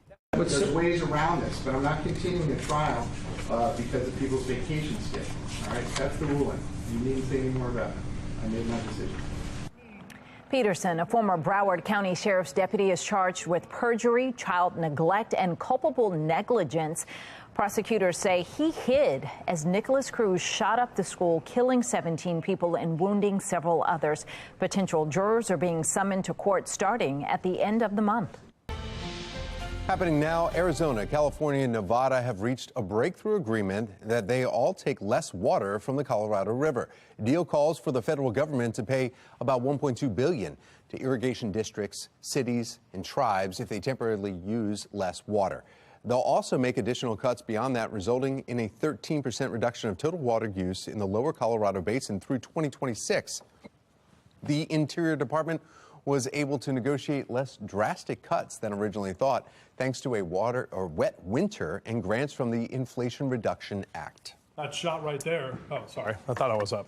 Now you're here. No. That shot right there is Lake Mead. That's right by Hoover Dam, where I grew up. And when you see that water that low, it's, kind of disheartening to see. I mean, because it doesn't need to drop very much more to get to the point of like where they won't be able to get water in and create hydroelectric power from Hoover Dam. But as we said, we had a really great winter in the Colorado Rockies, and that hopefully will help those basins fill up a little bit. 2 years ago, they were finding like artifacts because the water levels were so low. I remember talking about that. Old cars and everything. More than artifacts. Well, I was being nice. It's a morning news show. It is a morning news show. Don't want to have the parents explaining things as they're pushing the kids off to the school You've bus. seen the movie Casino. You see what happens. Yeah. So, anyway. Good morning to all of you. Yeah, my dad and I used to take the boat out. We had a boat called Trivia out there on Lake Mead. That was the name of the boat. And we would take it out, and he would scare the bejesus out of me by keeling over. And anyway. All right, our Towson camera, good morning to all of you. Looking at a nice start. I'm an East Coast guy now. So we got a lot of the cloud cover, even some patchy fog out there in parts of Towson at this hour. Right at 60 in Towson. A little northeast wind, about 7 to 10 miles an hour. The easterly wind is what we're going to see today, some more of an onshore flow, which will help to bring us just slightly cooler temperatures. As we head out to the bus stop this morning, beep, beep, 61 your temp next hour. Mid-70s for the kids right around noontime and recess. And when you pick the kids up today, we're talking about a great afternoon, any kind of outdoor activities, getting close to finals for a lot of the kids. We've got lacrosse. We've got big state finals coming up right there. Hereford, going up against somebody. Kent Island. Okay. All right. Hereford against Kent Island. So Tom has a stake in that. We're hoping Justin and his team does well. 65 here in the 9 o'clock hour, and your bird is the wordcast. There's Hank. Thanks. Keeping those 70s around through the middle part of the day, and even upper 70s for some of us this afternoon. Here's a look at your numbers. Carroll County, Westminster, down to Eldersburg in those mid-70s. Right about 75 in Reisterstown and Catonsville. 79 Towson over through Lutherville and Timonium. Even mid-70s for Perry Hall and White Marsh. In Hartford and Cecil counties. Bel Air over to Aberdeen and Perryman. afternoon. We'll keep those 70s going all the way up into Rising Sun and into Elkton at 76 this afternoon. Great afternoon or evening to throw some stuff on the grill, maybe eat outdoors tonight. We're talking about those temps hanging in the 70s, and it's going to be a little bit warmer today. So tomorrow, I should say. So enjoy today's slightly cooler temperatures. Maybe get out there and get the grass cut on your mowcast here. We've got 3 greens, a dry week ahead for sure. Here's a look at our future scan, talking about the lack of rain.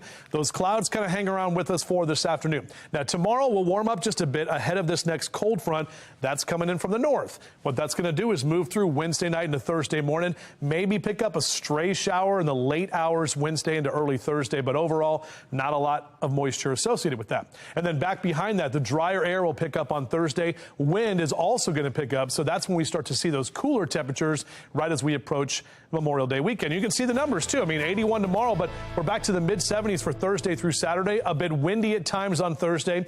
Right now, it does look like we have at least the chance of a few showers for Saturday, Sunday, and Monday. Not going to be all weekend, a washout or anything like that, but guys, we're definitely keeping our eyes on that forecast as it is ever changing. Tom? Thank you, Justin. Let's take a look at your Lens Solar Traffic Network. And we are getting, as you see the flashing lights right here, the reports of the incident happening in Elkton. This is 95 North, right past Elkton Road. 2 of the 3 northbound lanes, they are causing some delays. You see 1 lane getting by right there, so some major slowdowns. If you're heading into Delaware this morning and you're taking 95, this will greet you here when you reach Elkton. Here's a live look now from our traffic photojournalist Graham. He's cruising along Joppatown, heading north on 95. And you can see the construction zone that he's traveling through now, where there's typically a slowdown about this time of the morning, but it looks pretty wide open right now. So we want to get a check of your mass transit. We have Mark Jones in the MTA. Good morning, Mark.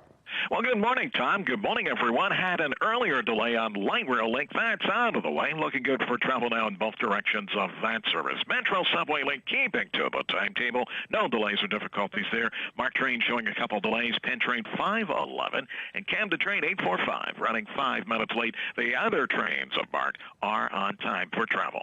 For the MTA Transit team, I'm Mark Jones. Thank you, Mark. Speaking of the roads, Baltimore City is taking pride in its pothole repairs. The Department of Transportation tweeting that its crews have repaired close to 12,000 potholes in the city, which is well beyond its goal of 9,000. It has reset its goal now to 19,000. If you want to call about a pothole not yet fixed on your street, call 311. We saw potholes on the ramp coming off of 83 fixed, and it was a happy day. Yes, it's nice and so smooth. Good job. Now. Right, very good job. Did that overnight. It was great. Countdown to one of the busiest travel days of the year is on. After the break, how you can avoid the crowds and be prepared. And speaking of crowds, there were some large, rowdy ones here in Fells Point. We'll tell you why one business owner says she wants city leaders to step in and solve the problem. We're live right now on Fox Baltimore. You're watching all morning, all local.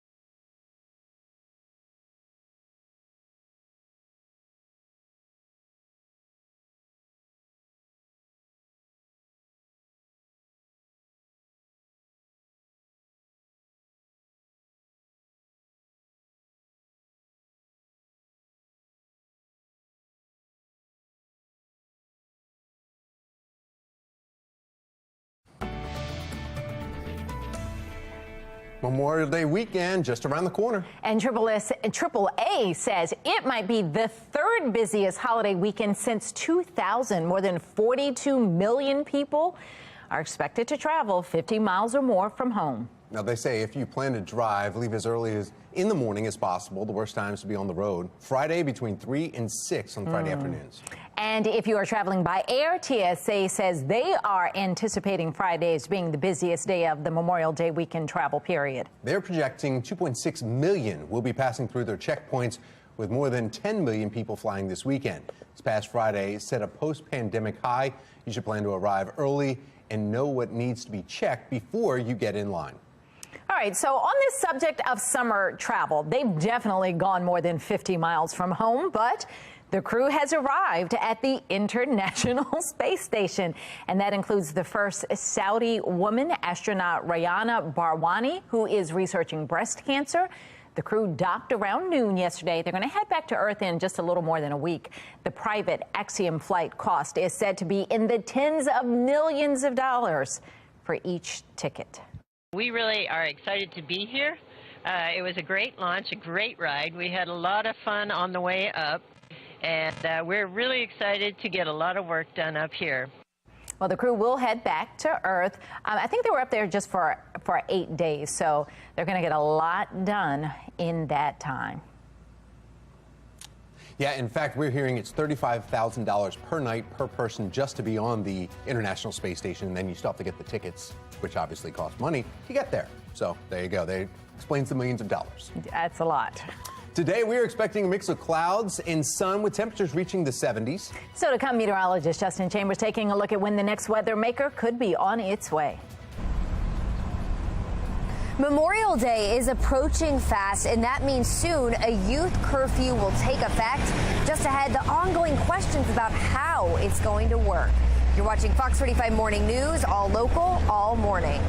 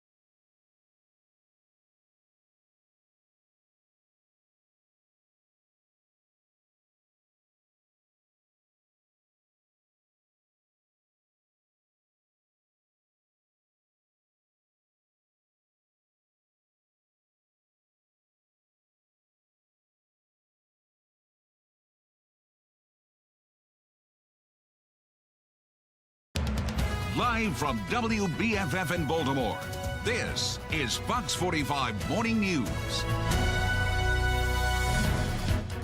Welcome back on this Tuesday morning. 6:30 is the time. I'm Patrice Sanders.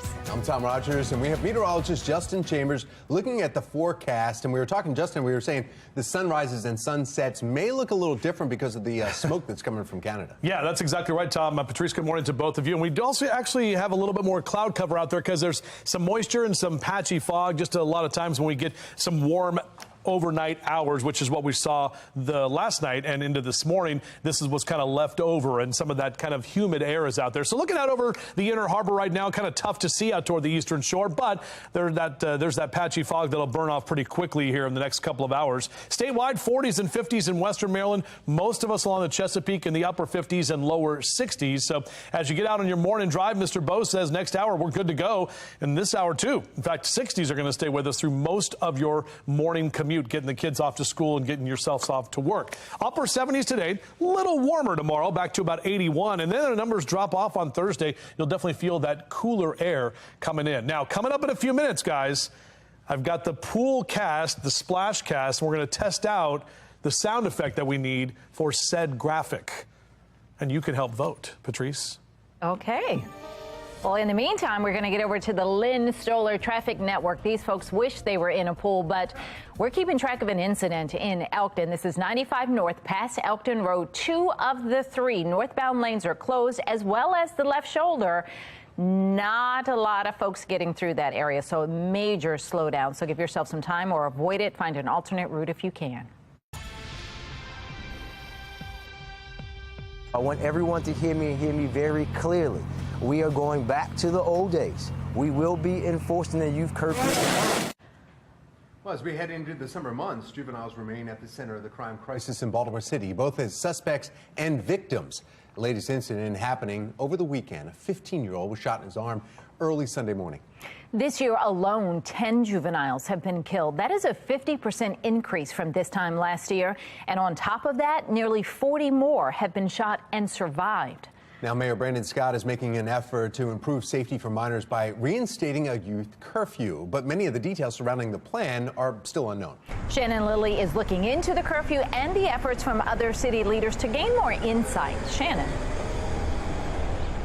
Yeah, we are now less than a week away from Memorial Day, Patrice, and still there are more questions than answers about that looming youth curfew and how exactly it's going to be enforced. And so now some council members are questioning the manpower right here at the Baltimore Police Department. We already know that they are short officers, and so they're wondering if this will truly be the best use of their time. Take a listen.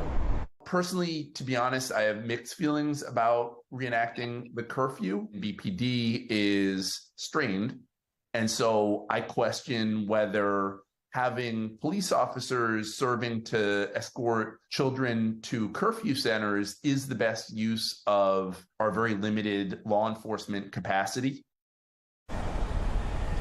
Councilman Zeke Cohen there is also raising concerns that the Memorial Day deadline to enact this curfew just doesn't give leaders enough time to inform their constituents or even raise concerns before this plan is put into place.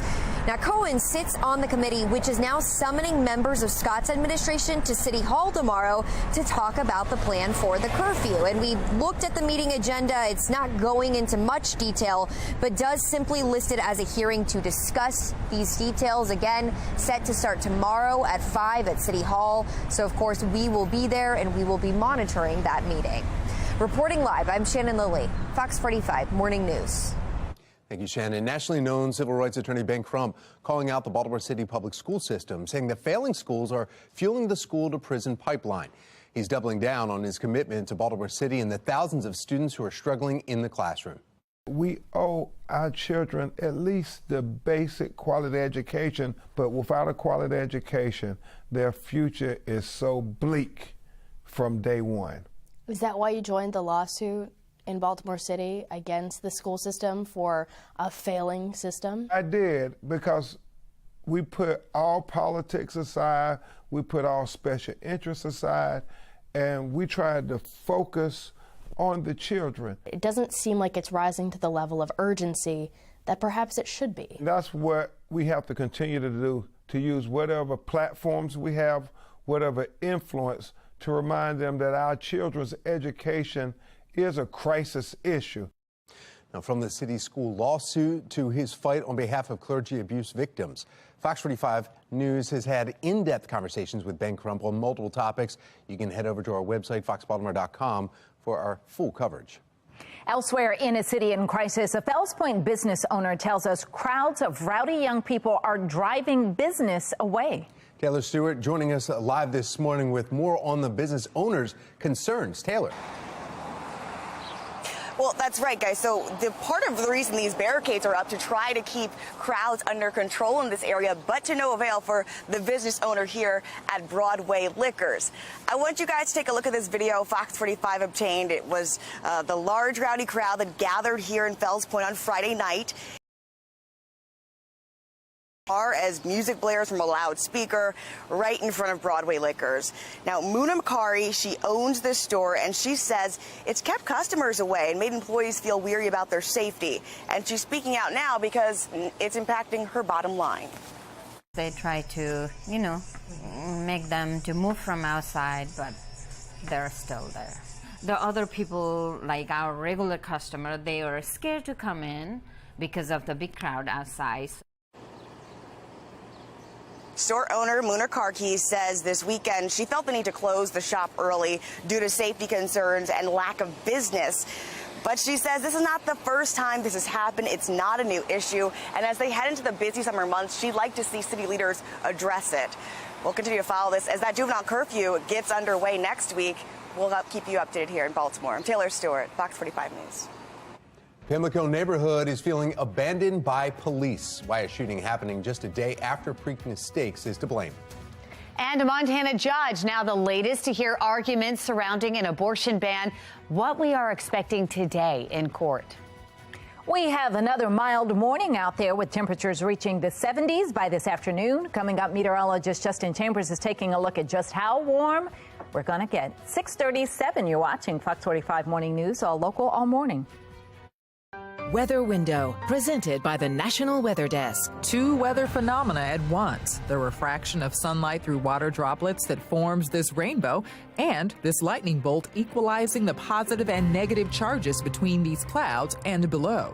And this security camera provides a fox's eye view of this mama and her kits outside their den, and the curious coyotes who want to check things out. For more content like this, like the National Weather Desk on Facebook.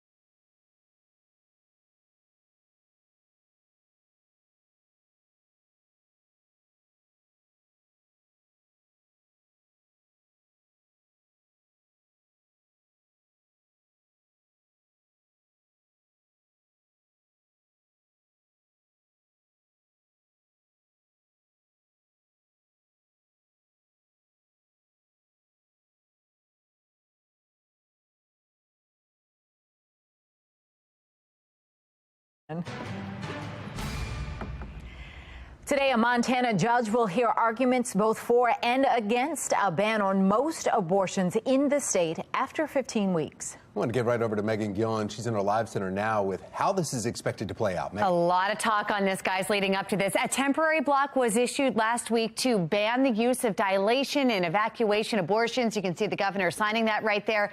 Guys, this is a common procedure for abortion. Planned Parenthood of Montana filing a legal complaint just hours after that temporary block was signed by the governor there. At today's hearing, we are told the judge will also hear arguments against the law that requires a woman to undergo an ultrasound before having an abortion, and also a new rule that requires prior authorization before Medicaid will pay for abortions. Other states, no doubt, watching to see how this is going to play out in court today. We've seen a lot of cases recently being brought up all over the country in the aftermath of Roe v. Wade being overturned last June. We'll keep you posted. That's the latest from our live center. Patrice? Former President Donald Trump is preparing for his second hearing in a Manhattan criminal case. Still to come, what is expected from court. The bills are adding up when it comes to Kerwin education spending. Just ahead in today's Project Baltimore report, the toll it's now taking on local governments. 6:42, you're watching Fox 45 Morning News, all local, all morning.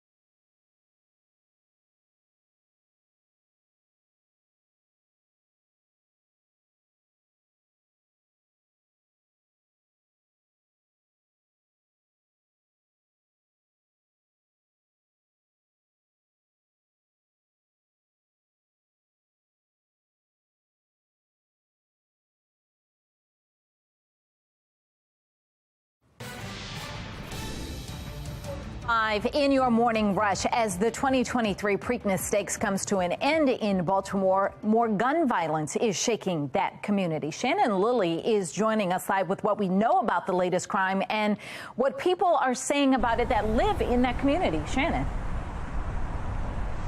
Well, this was a case of destruction of property, Patrice, and gunfire. Right now, police don't have any idea of who the victim was or even who the shooter was, but they do confirm to us that shots were fired yesterday afternoon less than a mile away from Pimlico in a neighborhood there. And so now people in that area tell us they feel abandoned by police because they say during the Preakness, security is high, police are out, but as the crowds leave, so do the cops. So stay with us because in 15 minutes, we're going to hear directly from those residents. We're going to hear their concerns and what they want to see change.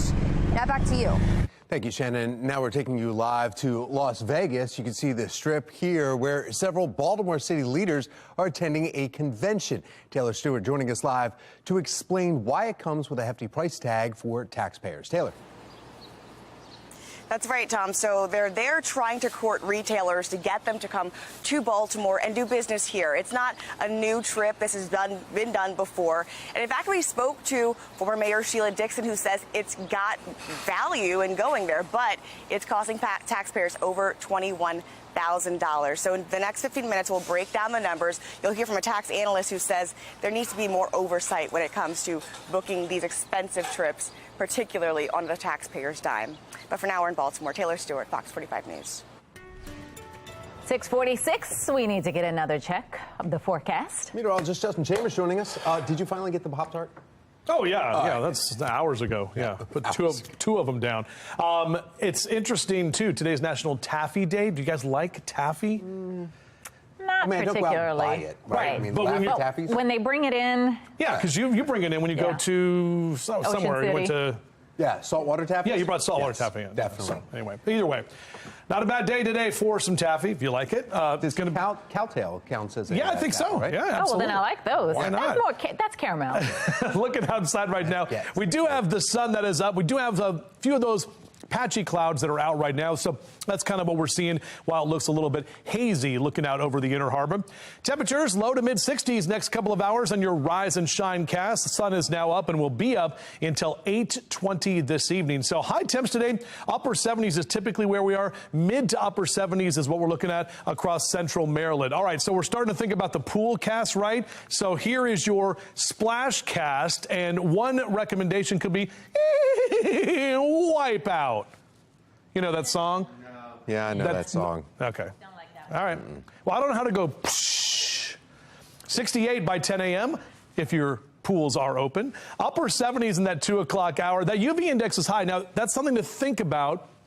Even though we're not in summertime yet, we have Memorial Day weekend. A lot of pools open this weekend, and so you have that high UV index where you got to start thinking about the sunblock if you're going to be outside for any amount of time, especially hanging out by the pool. Low to mid 70s across the eastern shore for your highs today, and up and down the 95 corridor, close to 80 in Baltimore, 76 in D.C., 73 in Philly, and down the ocean looking at numbers in the lower 60s. Now, pollen numbers are still off the charts, and we're not going to get any rain to help us out. Trees and grass, especially, even mold in that moderate to high category. Good news is if you want to get the cars cleaned up, Tuesday, Wednesday, and Thursday, you got 3 greens across the board there. Future scan looking pretty good. We have a few clouds hanging out around, but not much to get in your way. Tomorrow, we're tracking that cold front that's coming in from the north, and behind the cold front, we'll see cooler and drier air by Thursday afternoon. Good day for Lulu the cat to hang out in her chair in Hamden. So if you see Lulu out there, thank Amy for sending this picture in. Lulu is a good-looking kitty. And we love your pet pics, too. jcchambers@foxbaltimore.com. That's my email. We'll put your pets on TV. All right, here's that 7-day forecast. So a little warmer tomorrow. Then we're back to the cooler temperatures both Thursday and Friday. We stay in the mid-70s through Saturday. We do have at least a chance for some showers this upcoming Memorial Day weekend. We'll try to push that rain away, but obviously we'll keep an eye on it, and we'll let you know as we get closer. The Orioles released their new City Connect uniforms. Team tweeting a breakdown of the uniform, saying this is what it means to wear Baltimore on your chest.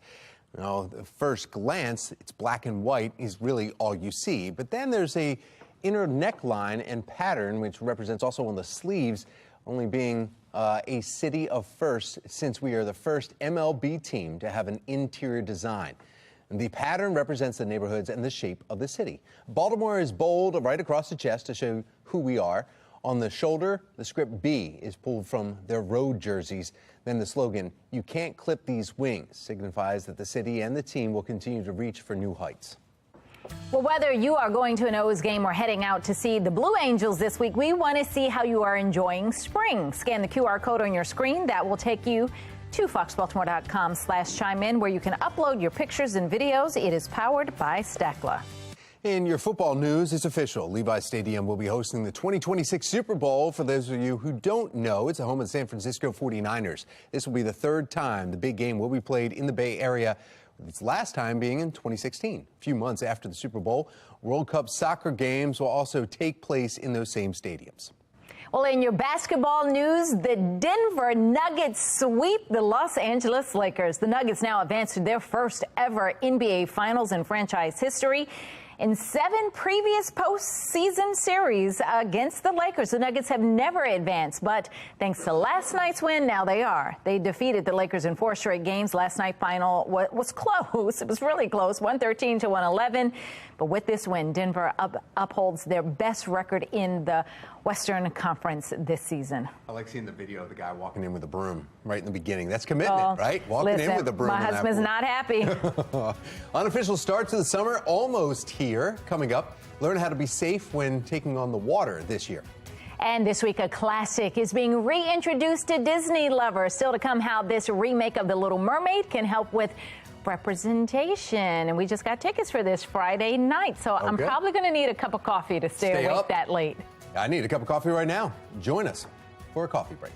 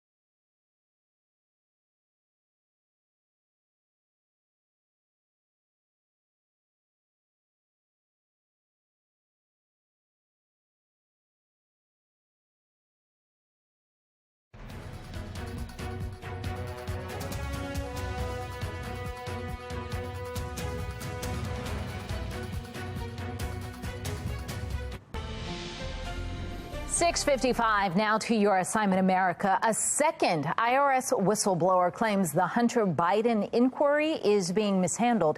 The IRS agent says the agency ignored his warnings about years of improprieties by Justice Department officials supervising the Hunter Biden tax probe.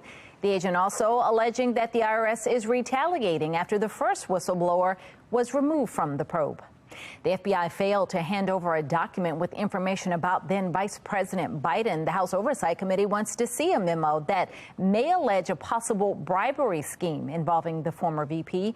Yesterday was the deadline. House Oversight Chair James Comer said the committee will announce its next steps soon. Live look now over New York City ahead of former President Trump's second hearing in a Manhattan criminal case. And like last month's hearing, the former president will appear in person. but instead he will be attending virtually. So he will not be in person. The judge is expected to explain the terms of a protective order for much of the evidence that prosecutors will hand over to the defense. The order stops short of a gag order, allowing the 2024 presidential hopeful freedom to speak about the case during this campaign. The former president has pleaded not guilty to all 34 felony counts of falsifying business records. Prosecutors say the Air National Guardsman charged with leaking classified documents online got several warnings about mishandling classified information. According to prosecutors, Jack Teixeira was warned at least 2 times last fall not to take notes or ask specific questions on intel that he was given. A third incident report says a superior saw him looking at intelligence not related to his primary duty, but he was not punished. This information comes as a judge is set to decide soon if Teixeira will stay in jail while he awaits trial. Accused killer Brian Kohberger didn't say a word when he was asked to enter a plea in the University of Idaho murders case. One that could result in a death penalty if convicted. Lynn Ann Wynn from our Sinclair sister station takes you inside the courtroom. After Brian Kohberger stood silent, a judge entered not guilty pleas on his behalf. Now the case moves forward to trial, set for later this fall, nearly 1 year since the murders happened. With classes now wrapped up for the spring, University of Idaho students Kaylee Gonsalves, Madison Mogan, Xana Kernodle, and Ethan Chapin should have been enjoying their summer with their fellow classmates. Instead, their families bracing for yet another court date in the murder case. Their accused killer, Brian Kohberger, saying little in court, briefly answering the judge's questions. Do you understand the charge in count 4, murder in the first degree? Yes. Do you understand the maximum penalty? Yes. And standing silent when asked to enter a plea. Is Mr. Kohberger prepared to plead to these charges? Your Honor, we will be standing silent. Just feet behind Kohberger, the victim's families closely watching today's proceedings, along with an overflow courtroom of observers. It was a real eerie feeling. First of all, I don't know, it just like something eerie feeling came over me. And I said, we don't know like if it was him or not, so I can't like assume that he's guilty, but it was definitely an eerie feeling. Charlene Lichty lives nearby. Like many others across the country, she's been following this case closely. I was like surprised that they stayed silent. I don't know. I feel like it was not the right thing to do, like at least have the decency to put in a plea, whether it be guilty or not guilty. Others in the community say the intense media scrutiny in the immediate days after the murders has quieted down since, but it's still very much on their minds. I think it's calmed down in the sense that, there's obviously not as much media constantly coming through town when we come in to do grocery shopping or whatnot, but it's still something that's talked about through the community and everybody's, have you heard anything else? Have you heard this? Have you heard that? The trial is now tentatively set for October 2nd. Kohberger, meanwhile, is due back in court on June 9th, where a judge will hear arguments over the motions over a gag order in this case and whether cameras should be allowed in the court during trial. Reporting in Moscow, Idaho, Lynn Ann Wynn. Just days after Preakness, gunfire in that same neighborhood. Just ahead, why some people in that community say they feel abandoned. And Baltimore City leaders waking up in Las Vegas. We'll tell you about the convention they're at and how much it's costing taxpayers. Our temperatures are going to be just a little bit cooler today, but we've got some nice numbers as we head into Memorial Day weekend. We're going to break down that forecast right here on Fox 45 Morning News. Let's go. Live from WBFF in Baltimore, this is Fox 45 Morning News. Welcome back on this Tuesday, May 23rd. I'm Patrice Sanders. Tom Rogers, a beautiful start to your morning, especially if you're bringing the kids or maybe walking the dog or bringing the kids down to the bus stop. Let's get over to meteorologist Justin Chambers and see a lot of kids are doing like field days and that kind of stuff as we get to the end of the year. Would you say Justin has finals like today? State championship tonight. Well, yeah, I know we know that, the lacrosse thing, but also didn't you say finals for papers and stuff? It's coming up soon. Oh, yeah, they're all starting. Yep. Yeah. Right, and summer break is right around the corner. Yeah, they're like colleges are done like May season. 1st. Yeah, and we've got commissioning week going on, of course, for all the folks over there at the Naval Academy. Blue Angels making their appearance, coming into town a little bit later this morning. Practice practicing this afternoon. A beautiful shot over downtown Baltimore. Yeah, it's a little bit hazy right now. O's will be back at home on Friday night for a Memorial Day weekend set of games right there at Camden Yards. So partly cloudy skies. Temperatures are slightly cooler today, but we are staying dry this week. If you're out for a run or a jog in the next couple of hours, not bad. Low to mid 60s, kind of mild conditions for your morning run. Your 3 TCAS today, tonight, tomorrow, 79, 56, and then 81. So a little bit warmer tomorrow before we'll have another cool down later this week. And we'll talk more about that coming up in a few. Tom. Thank you, Justin. Let's take a look now at your Lens Solar Traffic Network here. And the incident in Elkton, as you still see the flashing lights and the arrows there, still one lane getting by, causing some major slowdowns. 95 north, right past Elkton Road. 2 of the 3 northbound lanes, they are closed, as well as that left shoulder you see there. And it's causing some delays. You see it in the red right behind that camera on the top of your screen. So if you're headed to Delaware this morning, you'd just be ready to add a little bit more time to your commute. 7:01 and turning now to a city in crisis as the 2023 Preakness Stakes comes to an end in Baltimore. More gun violence is shaking a community just blocks away from the Pimlico racetrack. Now, this comes just days after the city and state leaders touted the crime fight. Well, now a majority of those leaders are in Las Vegas, leading some to wonder where their priorities lie. Well, we have live team coverage for you this morning. In just a few minutes, Taylor Stewart will be joining us live with the purpose behind their trip and how much it's costing you, the taxpayer. But we begin with Shannon Lilly. She's looking into the latest act of violence and the concern now from the Pimlico neighborhood. Shannon. Well, people in the Park Heights neighborhood, Patrice, tell us they feel abandoned by police as more crime hits. This comes just days after the Preakness and less than a mile away from Pimlico. And now not one neighbor that we spoke with says his biggest concern is security in his own neighborhood after the big event. On Preakness weekend, you see a cop on every corner. You see them all over the place. But after Preakness over with, you do good to see one. I can understand them on make people safe during Preakness. I can understand that. We still here. But afterwards, what about afterward? We need to have policemen here in this area afterwards. Quite a few of them.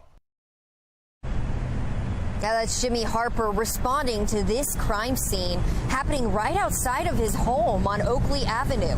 Police say just before 3 o'clock Monday afternoon, they came here for a report of destruction of property and gunfire. And you can see that that car was hit by bullets with a back window blown out, but there's no sign of a victim or a shooter. Well, the driver apparently jumped out and ran away. That is according to police. But this is an area that holds one of our biggest events in the city, the Preakness. It's also an area, Tom and Patrice, that historically sees a lot of crime. Shannon, have we heard from any other people in the Park Heights neighborhood about this same problem? Yeah, in fact, Tom, we did speak with Will Hanna. He is a community leader there. He is also the chairman of the new Park Heights Community Development Corporation. And he is questioning why there cannot be the same security for the people who actually live there as there is for the people who visit for Preakness. And he is also pointing out that when the mayor says that crime is down from last year citywide, we are still on par with crime numbers that we saw back in 2021. Reporting live in downtown Baltimore, I'm Shannon Lilly, Fox 45 Morning News. And the area surrounding Pimlico has seen significant population decline. In fact, zip code 21215 mostly encompasses northwest Baltimore, stretching into Baltimore County, as you see on that map. But according to census data, the population was near 63,500 people in 2013. In just 5 years, it dropped by 5,000, and then another 5,000 in the next 3 years. The 2021 data, it's the most recent released, shows nearly 11,000 people left that area of Pimlico and the surrounding neighborhoods. In Fells Point, exclusive video shows a large crowd gathered near Broadway Market on Friday night.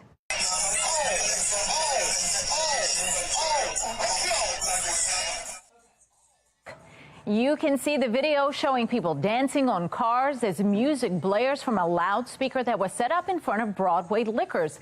The owner of the business says the crowd kept customers away. She said it felt unsafe and it forced her to close early. It's been happening for a long time. It's every weekend, let's say, after the COVID.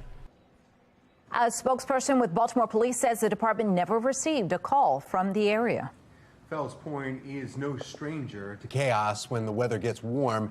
In 2021, large crowds and violence forced the city to take action, including putting barricades around the square. Last year, a bouncer was shot and killed right near a bar. Rowdy crowds trashed the neighborhood, and looters stole food and other items right from a store. We want to hear from you. Do you think the city is prepared to handle summer crime? So far, 97% of those who have voted responded no. You can weigh in right now by heading to foxbaltimore.com/vote. This morning, several Baltimore City leaders are waking up in Vegas. The mayor, along with staffers and some on the city council, are attending a shopping center convention where they will attempt to hammer out deals with retail developers. But the trip is coming at a hefty price tag for taxpayers. Taylor Stewart is joining us live now to explain that part of it. Taylor? That's right, Patrice. They are in Vegas today, and this trip is costing over $21,000 on the taxpayer's dime, an expense that was approved by the City Board of Estimates without question. But let's talk about the goal of it. So they're there to shake hands and make deals with retailers and try to encourage them to bring business here to Baltimore. Now, Mayor Sheila Dixon, former mayor rather, she says there's value in this trip, pointing to projects like the Target in Canton and new development at the Reisterstown Plaza, which she says are the result of this convention. However, tax analysts are asking, where is the oversight? It's definitely worth being there because companies want to meet the leadership and know that bringing their business to the respective cities, that they're going to benefit from it. There are no checks and balances in this system. There is no oversight. You have city officials that are spending $3,000 per person on a trip that could only cost about $1,300 or $1,400. And some spending more than that. Take a look at this breakdown of how much it is costing. $2,900 for Mayor Brandon Scott, over $3,000 for City Council President Nick Mosby, $24,000 for Councilman Mark Conway, $4,000+ for Councilman Eric Costello, and $2,400 for Councilwoman Sharon Green Middleton. Two city staffers are also along with this trip. Combined, that's over $6,000 for them, hitting you at that total of over $21,000. Now, David Williams with the Taxpayer Protection Alliance says it's time for more oversight as the city continues this trip. We're live in Baltimore. Taylor Stewart, FOX45 News. Thank you, Taylor. Elsewhere in a city in crisis, former Baltimore police officer is charged with child sex abuse. 56-year-old Larry Tucker is facing 9 counts of sex abuse of a minor, multiple child pornography charges, and more. The alleged abuse took place between 2011 and 2013. Tucker was arrested yesterday afternoon. Turning now to counties under pressure. Baltimore County Police say 6 juveniles are facing charges after a car went up in flames in a White Marsh parking lot. Now, May 17th, police say fireworks were thrown onto a car on Campbell Boulevard. That car eventually caught fire. The suspects then ran from the scene, throwing unlit fireworks into the Chipotle restaurant there. And we are now learning all 6 of the suspects are 13 and 14 years of age. They got out of school around 3 o'clock. I don't know which school they went to, but why are they in a shopping center at 3:45 with fireworks? Where are their parents? Why aren't they doing homework, playing sports, doing something positive? Police say that it was a witness that helped officers track down the arrest and help them arrest the teens, track down the teens and make the arrest. They are now facing charges of destruction of property and disturbing the peace. This morning, debt limit talks are expected to continue in Washington, D.C. And again, we are now just days away from a possible default. As the clock winds down, Megan Gillen is in our live center with where things stand right now. Megan. Kind of like deja vu, guys. Taking you live once again to the White House here this morning, where these negotiations will resume today. Here's where things stand here at this hour. Overnight, congressional and White House staffers, they kept the negotiations going after yesterday's meeting between House Speaker Kevin McCarthy and President Biden ended with no deal. Both sides acknowledging a main sticking point remains the question of mandatory spending caps. For the last times the Democrats have been in power, they have just on discretionary spending increased it by more than 20%. Every single year they think you have to spend more. With time running out, House Democrats say they want to reach across the aisle and recruit a handful of Republicans to force a vote to raise the debt ceiling. Now, to do that, Republicans would have to sign a discharge petition to bypass House leadership and force a vote. Here's how that would work. We have to agree that we will avoid a default at all costs. And the discharge petition is one vehicle available to us to do that.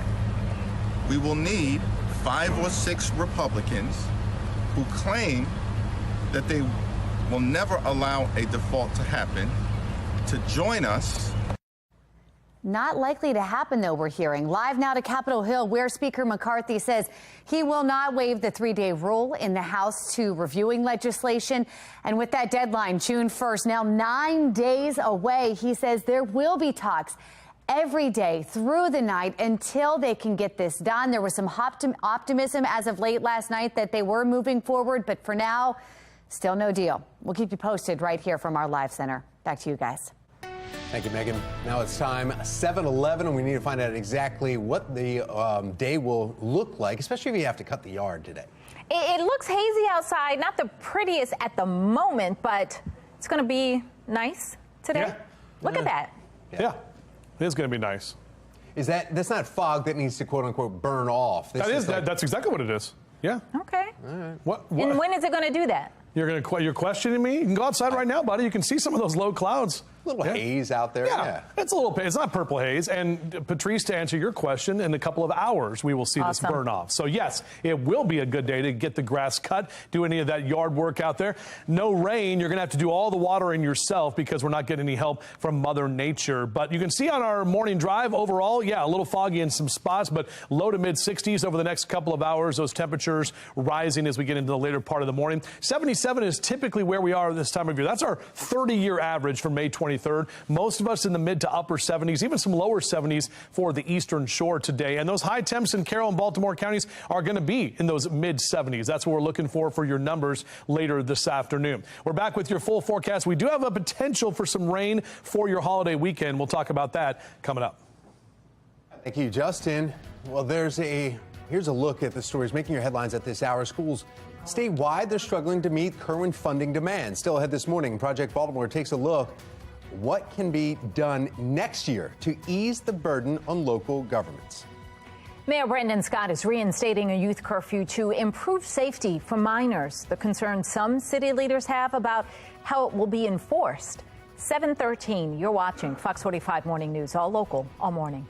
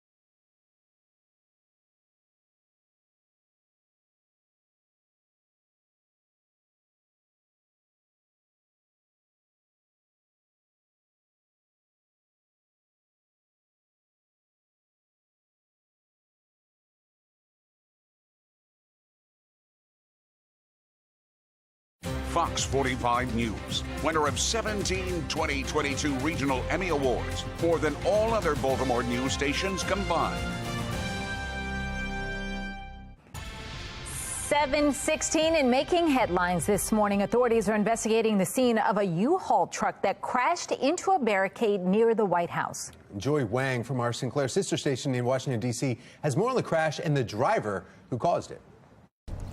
We are standing just yards away from the White House. And so even though all of this happened late last night, just before 10 o'clock, there's a good amount of people out here. And so we also saw a lot of videos and photos circulating on social media from those witnesses. Now, we do want to mention that some of those witnesses said that investigators found a Nazi flag on scene that appeared to come from inside the truck. And even though we are no longer seeing that truck out here this morning, we are seeing, though, some tire marks. You can see them on the ground right here, and then just to the right of it, you're also seeing on the curb some of those markings as well. And then just above, you're seeing again the barriers that we were mentioning earlier. Investigators saying they believe the driver may have intentionally struck those barriers here on the north side of Lafayette Square. The driver now in custody and is facing charges.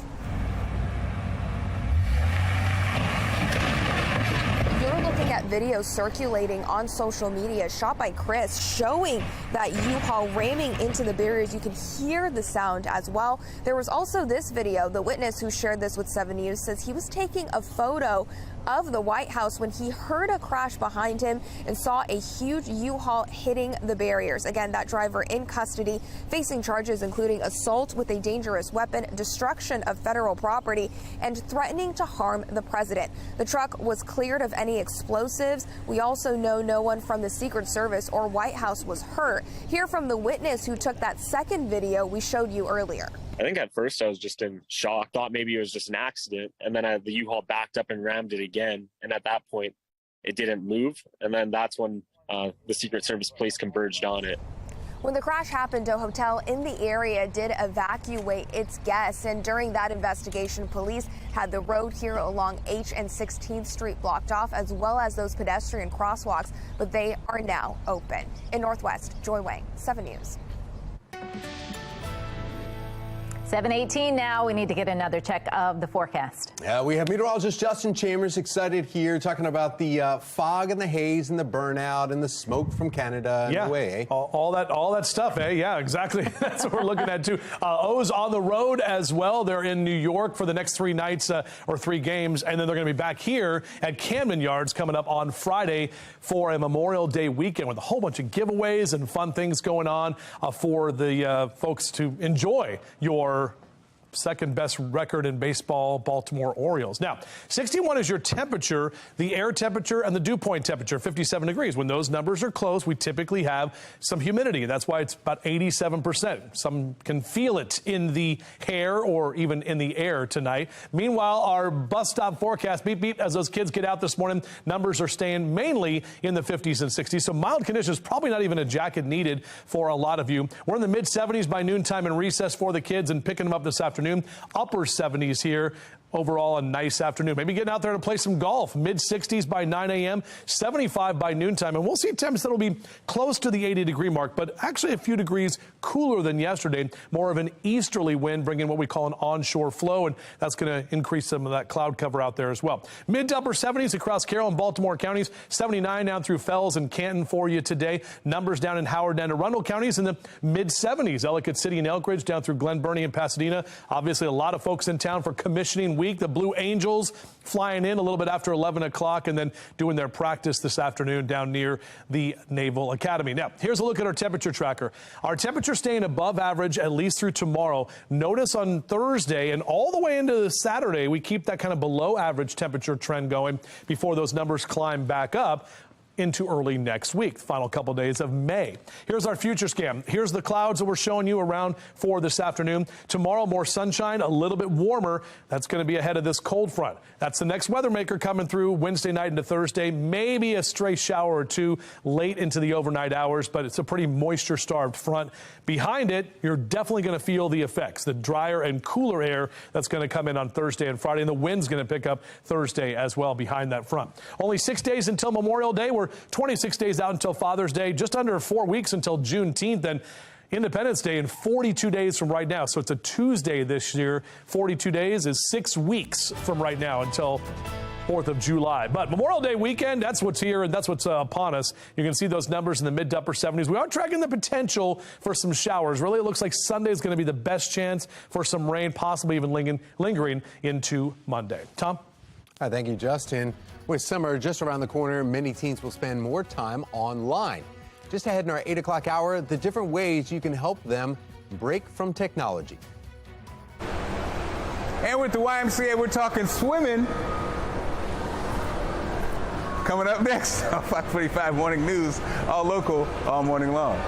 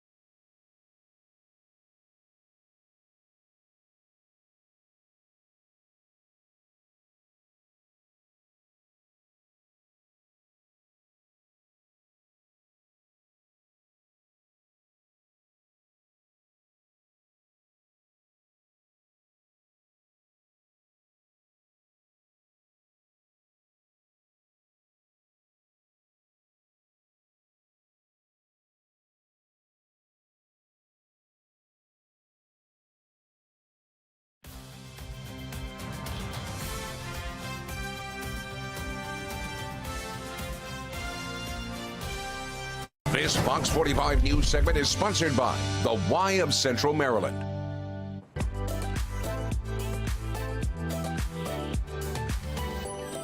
It's So Baltimore, the unofficial start to summer happening this weekend. I'm ready. Memorial Day plans may involve some fun in the sun, or maybe you're going to the pool. Be More Lifestyle host Mark Clark is live at the Y learning some swimming safety tips. Mark?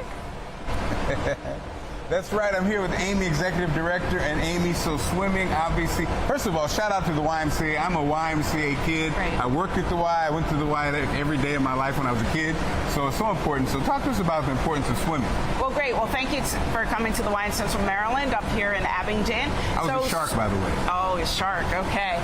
So great. Thank you so much. So swimming is so important, and it is Water Safety Month, and it is important that our members who are swimming are safe with our staff and our lifeguards, but we do offer swim lessons, which is a great opportunity for children in our community to learn how to swim so they can be safe around water, which is really important, as we know, especially going into our summer months. Are we seeing more people? This conversation, I think, has been had. Back in the old days, we really didn't talk about it. Are we seeing more and more people learning how to swim, even grown-ups? We are. We see children from the age of 6 months all the way through adults that participate participate in our group swim lessons and our individual swim lessons as well. And are we back outside after COVID and everything? I guess outside was the place to go, but are we seeing the numbers up at the pool? So our numbers are up. We are continuously looking for lifeguards. So if anybody is looking for a job, we do have jobs throughout our 11 family centers. And again, I know it's not always about me, but I was also a lifeguard at the YMCA coming up. So if you need me to come into action, do you need me to come into action? We do. We're ready. Okay, I'll hop into action, guys. So I got a new job, and we're going to talk about more things at the YMCA coming up. I mean, you're not leaving us, though. You got to do 2 jobs. All the So Baltimore will be from a lifeguard stand. Okay, 2 jobs. You can have 2 jobs. You can't leave us, though. Yeah, all right. No food in the pool, though, Mark, so that may interrupt with the So Baltimore. If you'd like some more information about how you can go to the Y and either get a job with Mark or you can go swimming, head over to our website, foxbaltimore.com/newslinks. We have another sunny day with temperatures in the 70s. Meteorologist Justin Chambers letting us know when we can expect the next weather maker to arrive. Memorial Day is approaching fast, and that means a youth curfew will soon take effect citywide. Just ahead, the ongoing questions about how exactly it's going to work. You're watching Fox 45 Morning News, all local, all morning.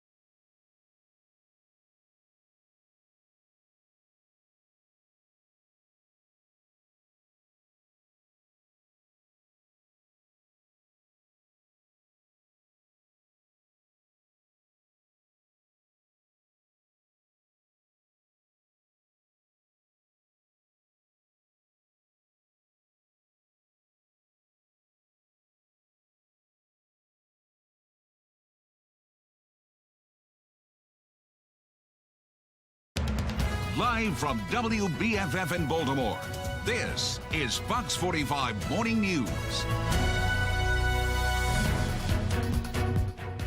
Welcome back on this Tuesday morning. 7:30 is the time. I'm Patrice Sanders. I'm Tom Rogers, and we have great weather ahead for multiple days, apparently. I can't believe we're coming up on Memorial Day weekend. That just seemed to have happened so fast, but it's going to be a nice-ish one. Yeah, that's the whole thing. I like that. Nice-ish. And our temperatures, I mean, we could be a lot hotter for a Memorial Day weekend, but we're not going to be, and that's actually a good thing. We just may have to deal with at least some rain. But we'll talk about that as we get into our forecast. We're dealing with some haze and some patchy fog right now. You can actually see that from our Mile 1 Auto Group cam with our temperatures that are hanging out in the 60s for most of us. You can see those numbers on the right side of your screen.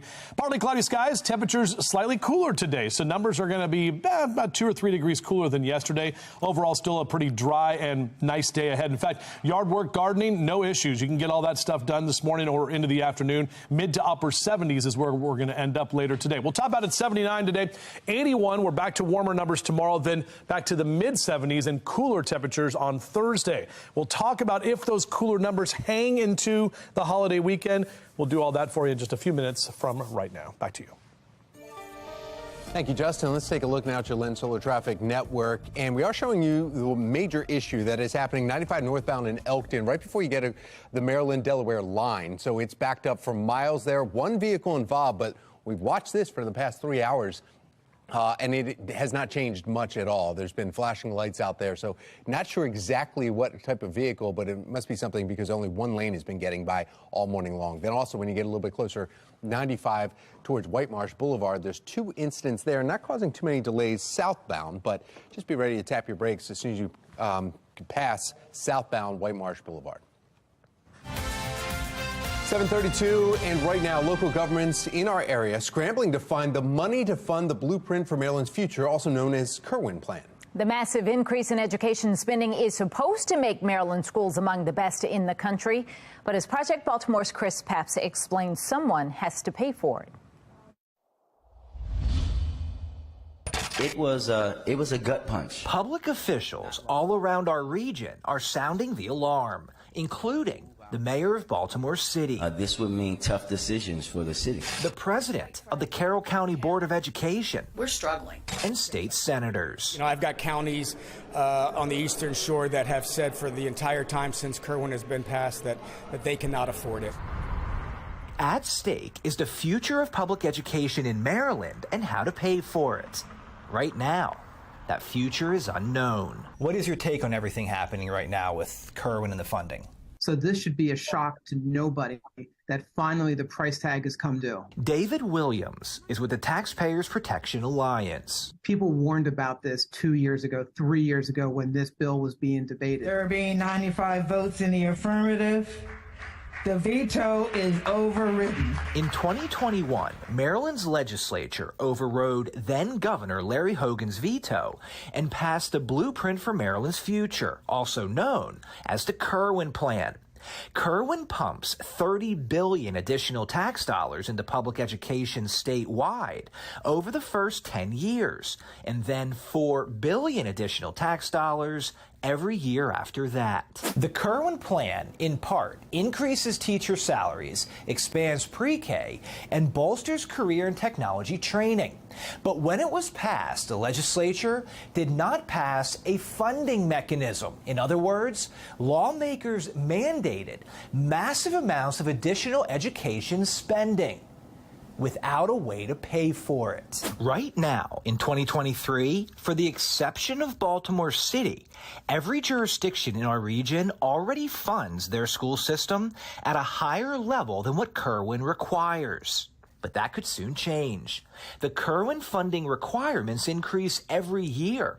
And in 2024, federal COVID relief money, known as ESSER or ARPA funds, runs out. That combination has many local governments scrambling to find more money. The ARPA and ESSER money, basically that was just a Band-Aid. That was not a long-term fix, and no one thought it was. But it helped for a couple of years, and now the reality is setting in, and the hangover of receiving this federal money is happening. Baltimore City Schools, for example, says it received 29 federal COVID grants, totaling $799 million, by far the most in the state. Of that total amount, $388 million remains. City Schools has until September.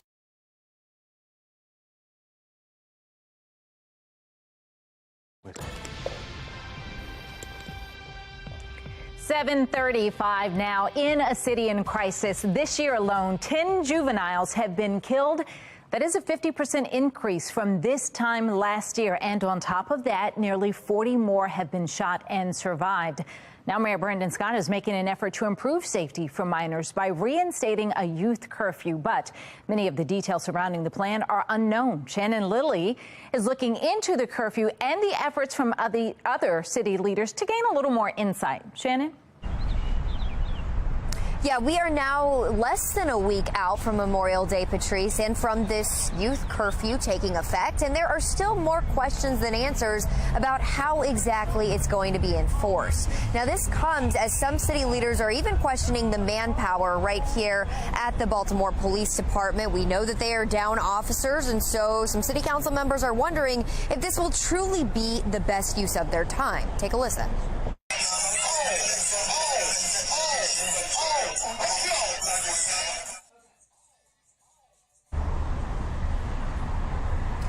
Well, Councilman Zeke Cohen is also raising concerns that the Memorial Day deadline to enact this curfew doesn't give leaders enough time to inform their constituents or raise concerns before the plan is put into place. And Cohen also sits on the committee, which is now summoning members of Scott's administration to City Hall tomorrow to talk about the plan for the curfew. Now, the meeting agenda doesn't go into much detail, but simply listed as a hearing to discuss the details. Of course, we will plan to be there. It's taking place tomorrow at City Hall, beginning at 5 in the evening.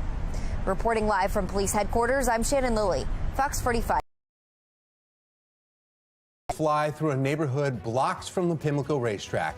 Why some residents there are saying they feel abandoned by police. And we are staying dry this week, just ahead when we can expect a few showers to come through our region. 7:37, you're watching Fox 45 Morning News, all local, all morning.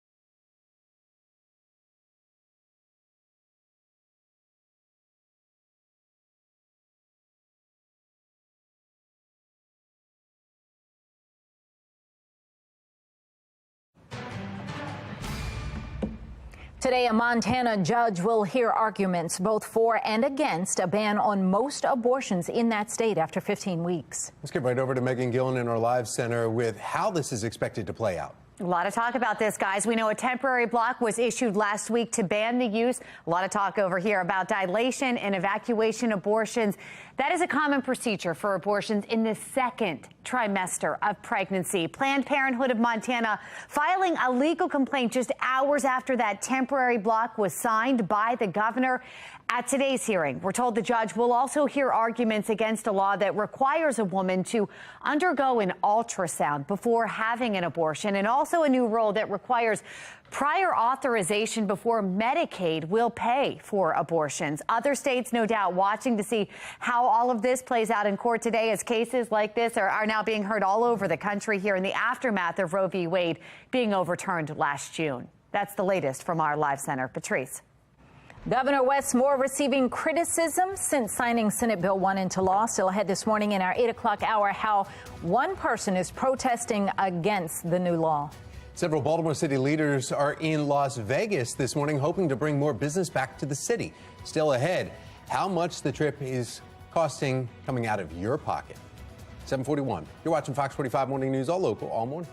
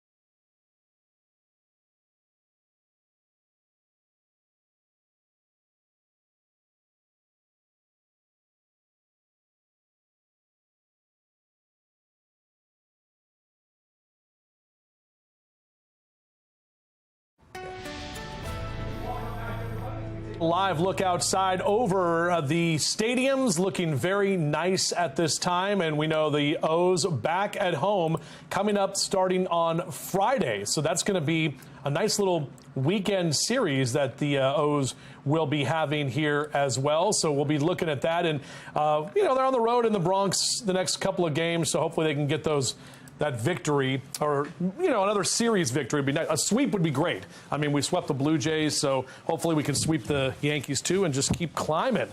Great May so far, 12-7. All right, I could talk about the O's all day. I do have to talk about traffic and weather and all the other good things that go along with it. And looking at it, Hank the Bird right there.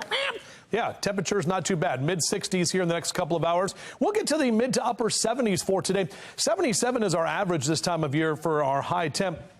A lot of us will be closer to that number today and a little bit cooler than where we ended up yesterday afternoon. 74 in Annapolis for commissioning week continuing. Our Splash Cast Cannonball. What about that one? There you go. That's You think that's a better one? Yeah, like, Ron Burgundy. Can opener, cannonball. Yeah. You can go a lot. Cannonball. Yeah, that's a good one. Can opener. Wow, that's a throwback.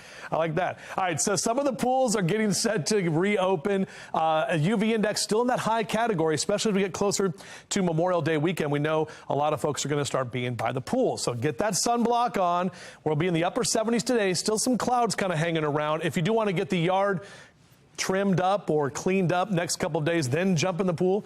Tuesday, Wednesday, and Thursday, green lights for you. Overall, a dry week ahead. We're really not tracking much in the way of rain, so you'll definitely have to get your manual sprinklers on. So Tuesday afternoon, again, a little bit of cloud cover hanging around for the afternoon. Heading into Wednesday, it will be a bit warmer. You can see that cold front coming. That's what the blue line is with those triangles. That's coming through Wednesday night into Thursday. May get a stray shower or two late in the overnight hours, but overall drier and cooler on Thursday and breezier as well. Shout out to Amy in Hamden. That is Lulu the cat, just kind of chilling in Lulu's chair. I love that picture of your kitty, Amy. So thanks for sending that picture in. And I love getting your pet pics too. JC Chambers at foxbaltimore.com. Try to make it a JPEG file. That's the easiest one for me, so I can not have to fiddle around and try to figure out how to transfer PNGs and PDFs and blah, blah, blah. All right, so mid-70s into Thursday, Friday, and Saturday. A bit warmer into Sunday and Monday, but we are tracking at least some rain as we head into Memorial Day weekend. All right, let's take a look at what's happening on the roads in our Lynn Stoller traffic network. That incident that we talked about in Elkton much earlier this morning is still causing major slowdowns. This is 95 north past Elkton Road. 2 of the 3 northbound lanes are closed. So is the left shoulder. And take a look. It is causing major delays in that area. Find an alternate. 747, it was a breach in Baltimore City's water supply in positive E. coli test in September, which led to a boil advisory and then bottled water distribution for days. Now the EPA has cited the city for noncompliance under the Safe Drinking Water Act. Joining us now to explain the general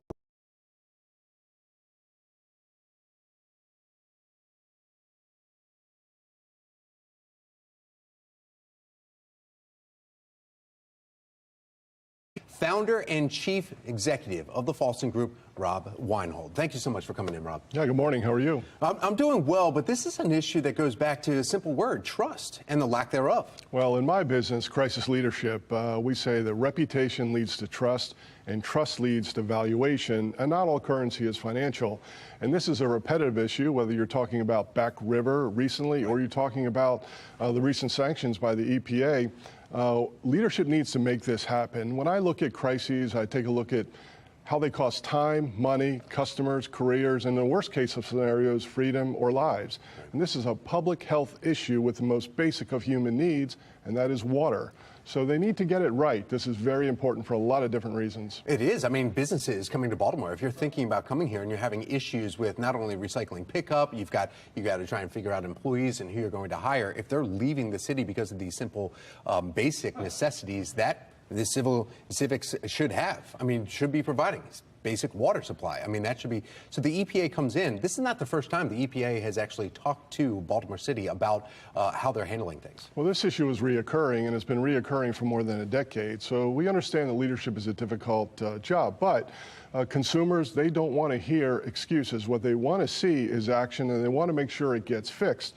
It was interesting when I read the EPA's language on this, and they basically said that they thought it was time to put some teeth into the order for more than a decade, which makes me scratch my head again, is what's happening with the EPA, and why aren't we tightening down on leaders in cities across the country, again, to get drinking water clean and healthy under the Safe Water Act, vitally important. Office is up in Philadelphia, so they have major cities that they are dealing with for the EPA. When we talk about this, though, how does Baltimore City then regain that trust? We're saying generational issues are going on here when you start looking at all the different, there was townhomes that came down, a row of homes that came down on North Avenue because of infrastructure. How does the city leadership then gain that trust back? Progress. Okay. Coaches are hired to win games. Police chiefs are hired to reduce crime and improve the quality of life. Chief executives are hired to increase valuation, nonprofits to advance their mission. Nothing says trust or displays a sense of trust like getting it done. And so you have to be open, you have to be transparent, you have to identify the leadership strategy and communications intersection and communicate openly with people. And if you don't hit the mark, at least let them know where you are. but silence is deadly in this business, and you have to make sure you get the most basic of needs right. And again, in this case, it's drinking water, but it's infrastructure that's been going on for a long time. We saw Southwestern Airlines last year. They had infrastructure breakdowns which prevented reservation systems from working properly. You had Ticketmaster, right, where the Taylor Swift tickets and millions of people were impacted. Now, this isn't Taylor Swift, it's drinking water. But at the end of the day, it's infrastructure. And sadly, a lot of leaders don't pay attention to infrastructure until there's a catastrophic issue. And you don't need someone getting gravely sick or tragically die as a result of bacteria-filled water. Right, another lawsuit in order for something to happen here. It is secondary, it seems like, to crime hitting the headlines, but how important is it when you look at this? Okay, the violence in the city versus the infrastructure and the lack of leadership in taking care of these issues. As I said before, I mean, whether you're president of the United States or the mayor of a city, the bottom line is it's a really difficult job. Crime, public works, education, the list goes on and on and on, public health. But you do have a responsibility to marshal the resources and make sure the job gets done. And so when you're thinking about whether or not you want to live in the city, or you're thinking about whether you want to move a business to the city, or whether or not you want to stay in the city, these kinds of issues matter because it rolls up into quality of life. Rob Weinhold, thank you so much for your expertise here with the Falston Group. We appreciate it. My pleasure. Have a good day. You too. The Maryland Lottery is celebrating its 50th anniversary. Still ahead in our 9 o'clock hour, the special lottery tickets that could make you a millionaire. And with the YMCA talking fitness, we'll tell you what's going on coming up next on Fox 45 Morning News. One more set, Kenny. I'm impressed. I thought he was swimming, and here he is lifting weights. Raise a glass to Mark. I mean, it's not what you would normally raise a glass with, but... Yeah, but either way, it's time for a coffee break. Cheers.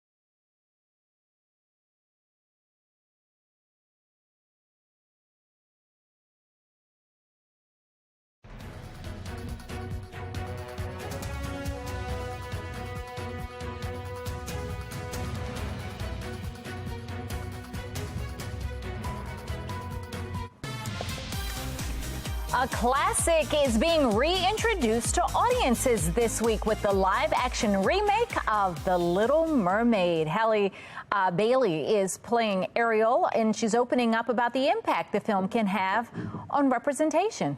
I just think of the princesses that I had, like Brandy's version of Cinderella and Anika Rose as Princess Tiana. Like, she was absolutely iconic in that role, and it means so much to be able to see yourself on a big screen, to see somebody who has the color of your skin and know that you are worthy. You deserve to be in big spaces like this and take up spaces.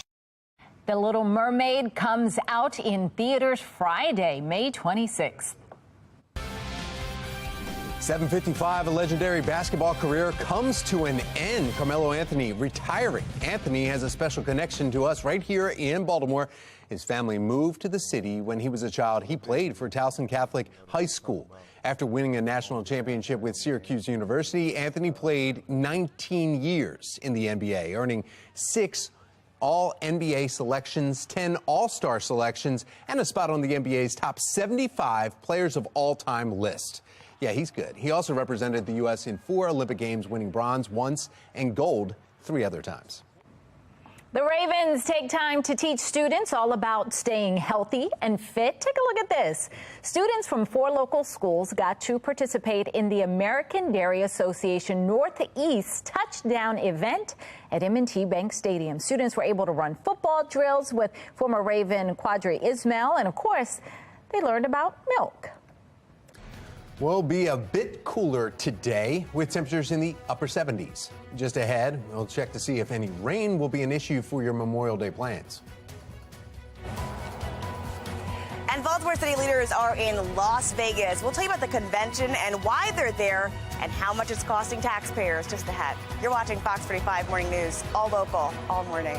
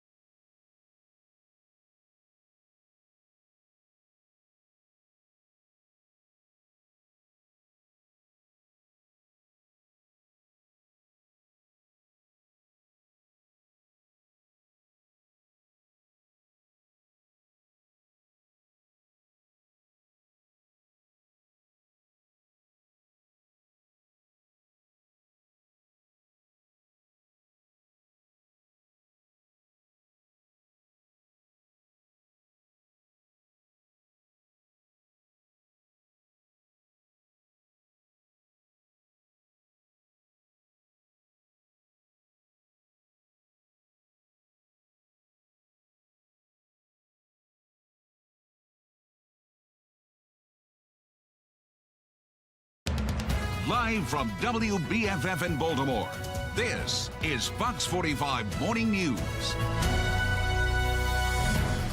Good morning on this Tuesday, May 23rd. I'm Patrice Sanders. I'm Megan Gilland.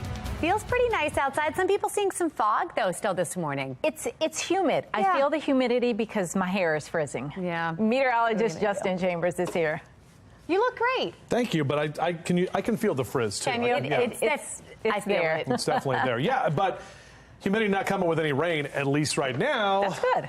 Weekend. Not for the garden. Huh? I've been having to water. You said self-water. Self-watering, Yep. absolutely. Yeah, Mother Nature not helping out. And guess what? Possible rain on a weekend again for like the 75th time. So our Towson camera, yeah, a little bit hazy out there, but we are dealing with some of those temperatures that are not bad. In fact, the right side of your screen, a lot of us are in the 60s right now. Partly cloudy skies, temperature slightly cooler. We are staying dry this week. So yard and gardening cast, if you do want to get out there and water the garden here, next couple of hours looking good. Mid to upper 70s as we take you into the afternoon. So a little bit cooler than where we ended up yesterday. 79 today. We're back to the lower 80s tomorrow, but mid 70s Thursday. So you'll definitely feel the cooler temperatures by then. We're back with your full forecast, and we'll do that in just a little bit from right now. Meg, I know we've had some issues on the roads. What are we working on right now? Here's the deal. This is your Len Stoller Traffic Network. We've been following that incident there. This is in Elkton, still causing major slowdowns. This is what Justin was making mention of. It's on 95 North past Elkton Road. 2 of the 3 northbound lanes are closed, as well as the left shoulder, again causing major delays in that area. Not pretty. Try to avoid it if you can. We've been abandoned. They abandoned us. That's the way it seems. Some people in the community are saying they are feeling left behind after bullets fly through a neighborhood just blocks from Pimlico Racetrack. This comes one day after city and state leaders spent the weekend there touting Baltimore City. A majority of those leaders are now in Las Vegas, and it's leading some to wonder where their priorities lie. This morning, we have live team coverage in a city in crisis. In just a few minutes, Taylor Stewart will join us with the purpose behind the Las Vegas trip and how much it's costing you. But first, we begin with Shannon Lilly. She's looking into the latest act of violence and the concerns from the Pimlico neighborhood. Shannon.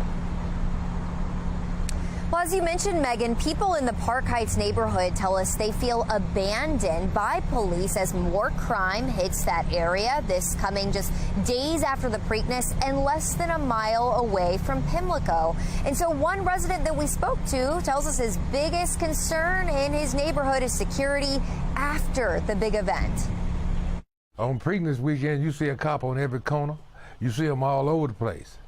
But after Preakness over with, you do good to see one. I can understand them on to make people safe during Preakness. I can understand that. We still here. But afterwards, what about afterward? We need to have policemen here in this area afterwards. Quite a few of them. Yeah, that's Jimmy Harper responding to this crime scene happening right outside his home on Oakley Avenue. Police say just before 3 o'clock Monday afternoon, they came here for a report of destruction of property and gunfire.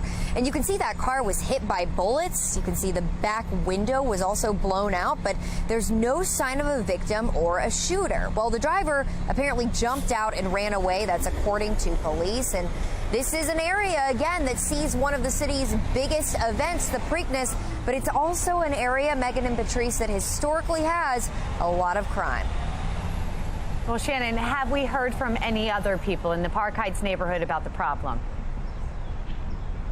We have, Megan. In fact, we spoke with Will Hanna. He is a community leader there. He is also the chairman of the new Park Heights Community Development Corporation. And he is questioning why police can't add the same security for those people who live there as they do for the people who visit for the Preakness. He also called out and mentioned that although the mayor is saying that crime is down citywide this year compared with last year, he's pointing out that we're still on par with our crime numbers from 2021. Reporting live in downtown Baltimore, I'm Shannon Lilly, Fox 45 Morning News. All right, Shannon, thank you. The area surrounding Pimlico has seen significant population decline, mostly zip codes 21215, encompassing northwest Baltimore and stretching into the county. According to census data, the population was near 63,500 people in 2013. In just 5 years, it dropped 5,000 and another 5,000 in the next 3 years. The 2021 data is the most recent in which nearly 11,000 people left the Pimlico and surrounding neighborhoods.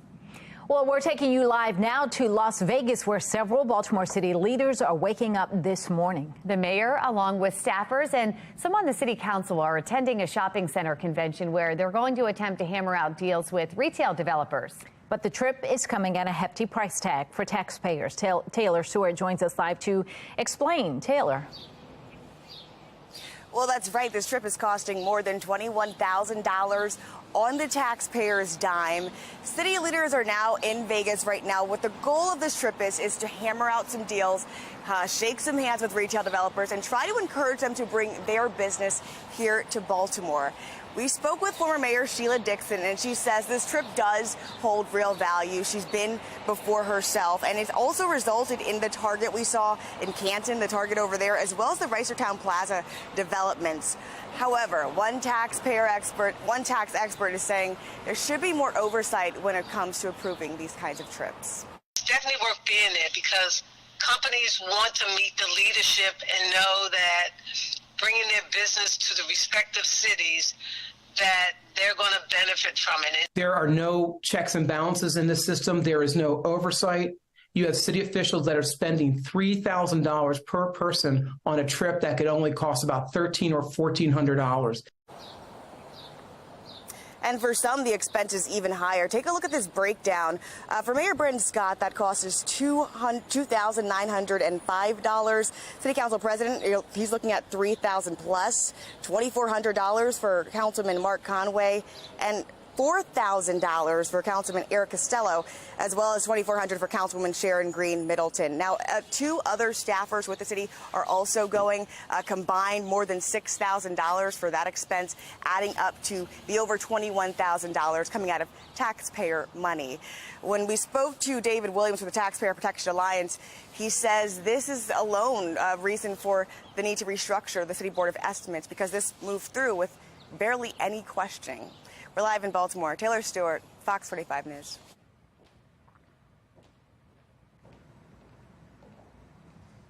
Local governments across the state. You know, I've got counties on the Eastern Shore that have said for the entire time since Kerwin has been passed that they cannot afford it.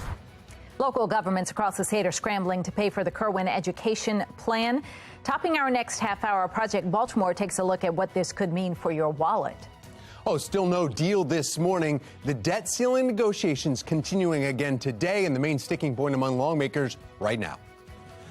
Overall, we are seeing the sun that is peeking through some of those clouds and that haze that's out there this morning. Back to the sunshine for the afternoon and slightly cooler temperatures as well. We'll break that all down for you. Coming up on Fox 45 Morning News, all local, all morning.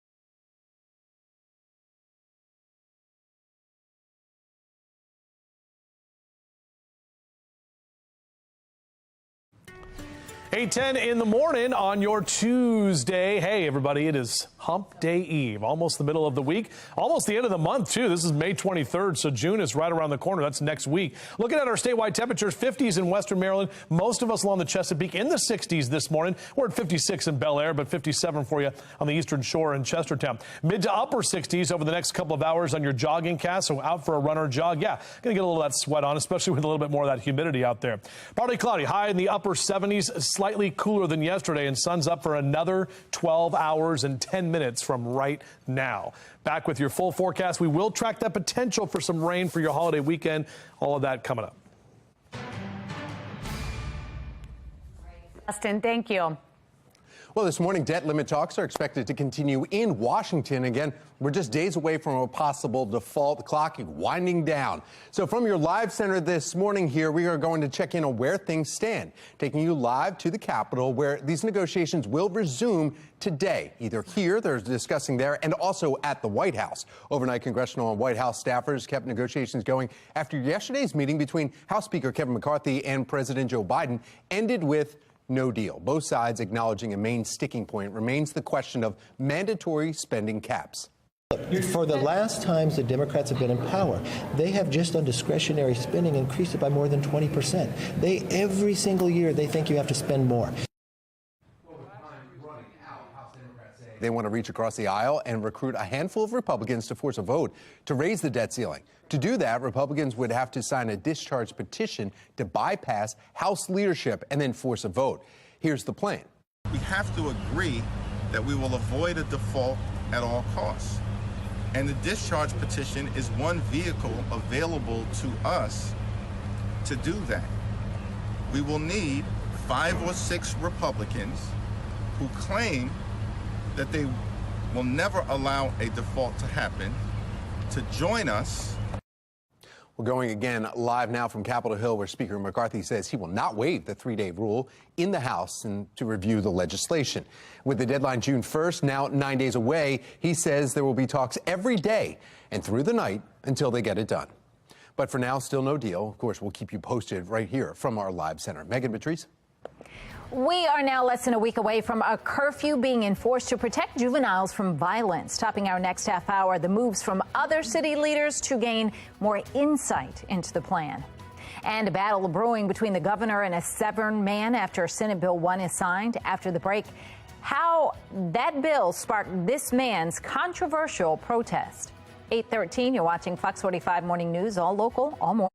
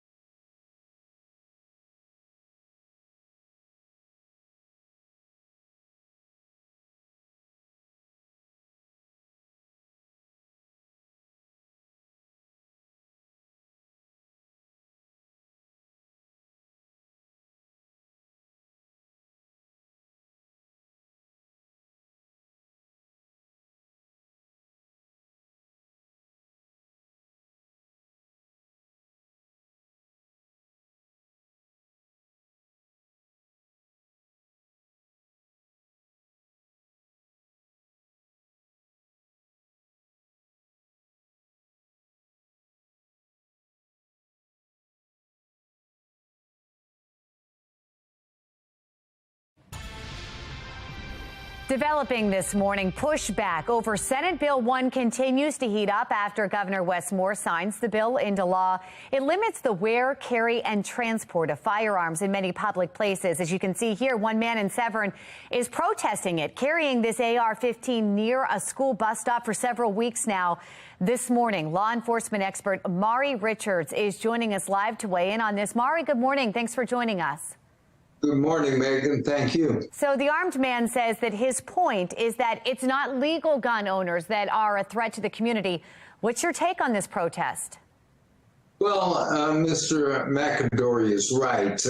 I understand why he's upset, but I think there's a more effective way to protest, and that starts by explaining the facts.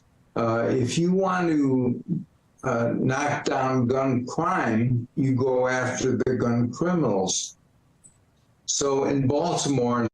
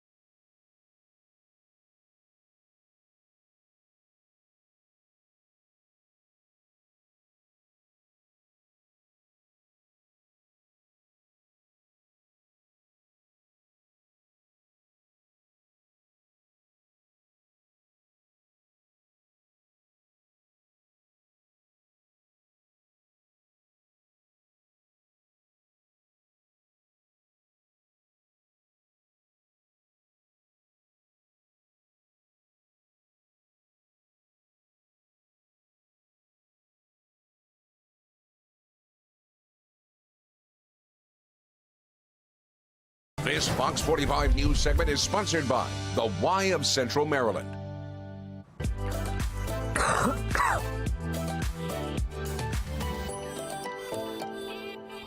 It's so Baltimore. The summer months are heating up. And with Memorial Day weekend coming up, learn some water safety tips. Now is the time. Be More Lifestyle host Mark Clark is at the Y in Abingdon learning more. How's it going, Mark? That's right, guys. Sun's out, guns out, and Amy's all about the guns. We're in the fitness center here. I noticed you got a nice crew that comes in the morning. Are they your regulars? Yeah, they are our regulars that do come in every morning. You'll see a lot of different people starting at 5 a.m. straight through our day until 10 o'clock at night during the week, and 7 a.m., 7 p.m. on the weekends. Great crew, wonderful equipment, functional fitness area, free weight areas, cardio equipment. There's something here for everyone. I love what you said about that. Again, as a YMCA guy, it really is something for everyone. We have, like I say, the swimming, we have the fitness centers, and the different classes. We're going to tap into that coming up. Yeah. But so what's your favorite part? What's your favorite part? Because it's almost like it's a social club, it's a fitness situation. It's like you talked about, a lot of the seniors come, and this is a part of their day as far as they work out, then they go and have a nice cup of coffee here. Yeah, so for me, it's a sense of community. It's our community coming into the Y and really feeling that this is their home and what we do for our community. So the Y in Central Maryland has an array of programs that are outside of health and wellness, including before and after school, Head Start, community schools programs. There's just so much more that the Y does that people don't see. We have food pantries in Baltimore City, Anne Arundel County. We're opening one in Parkville at our Y location. So there is just a lot more than what you see here as our health and wellness centers. Amy's giving us all the information. No reason to ask the question, why? Like that. Why not? I just created that. Yeah, I just a new did that. slogan. And the good thing about the Y, like you were showing us earlier, if you're going to do swimming for the Memorial Day weekend, you can get your swim lessons right there. So it's perfect. All right, Mark, thank you. True, thanks. If you want more information, you just go to foxbaltimore.com/newslinks. Well, today we are expecting a mix of clouds. We've got sun, temperatures in the 70s. So to come, meteorologist Justin Chambers taking a look at when the next weather maker could be on the way. Memorial Day is approaching fast, and that means soon a youth curfew will take effect in the city. Just ahead, the ongoing questions about how exactly it's going to work. You're watching Fox 45 Morning News, all local, all morning.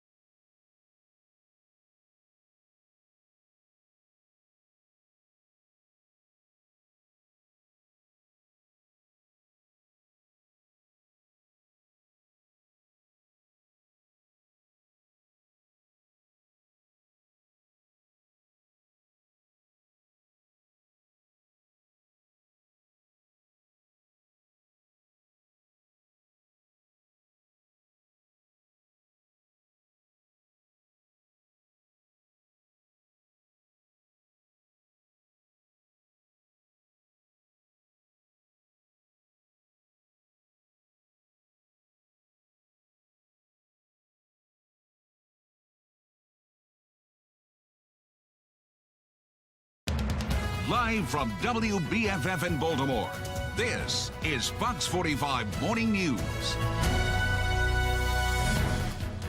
Welcome back to Fox 45 Morning News. It is Tuesday, May 23rd. I'm Megan Gillen. Tom Rogers, look. You have 2 tablets and busy. a phone. I don't look as important now. You look like you're a meteorologist. You know how they always have all those monitors? Like, so much so many to things monitor. going on. I know. I know. I've got computers over here. I've got a keyboard. I have a remote. I've got a clicker. I've got some chapstick in here. But do you have the pool cast? That's coming at 8:45. I also have whatever this is for hair, I think. Yeah. That is the hair time. Okay. Let's take a look outside and see what's going on your forecast here this morning. Our Towson camera, not looking too bad. We still have some of that haze kind of hanging around at this time, and we will see more of that sunshine as we head toward the afternoon with 50s and lower 60s across the area. That's what we're seeing right now. 58 in Woodlawn, 59 in Brooklyn Park, and 62 in Baltimore City. So you're out and about, Cass. We'll keep those mid to upper 60s over the next few hours with low to mid 70s as we take you through the noon hour today, and numbers getting to about 79 for our afternoon high. 81 on Wednesday, and then back to the mid 70s on Thursday, so slightly cooler later this week. We'll break down the potential for some rain showers as we get into your holiday weekend. That's coming up in just a little bit from right now.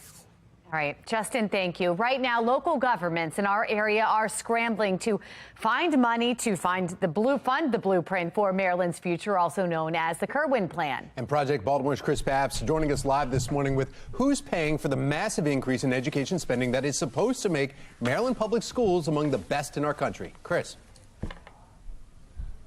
Well, Tom, the quick answer to that is taxpayers. So taxpayers are going to have to pay for this one way or another. We just don't know how yet, because a couple years ago, when the legislature overrode then Governor Larry Hogan's veto and passed the Kerwin Plan, also known as the Blueprint for Maryland's Future, the massive increase in public education funding, when they passed that, they didn't pass a funding mechanism. So in the first 10 years of this plan, we're already into year 3. In those 10 years, an additional $30 billion is going to go into public education over those 10 years, gradually increasing.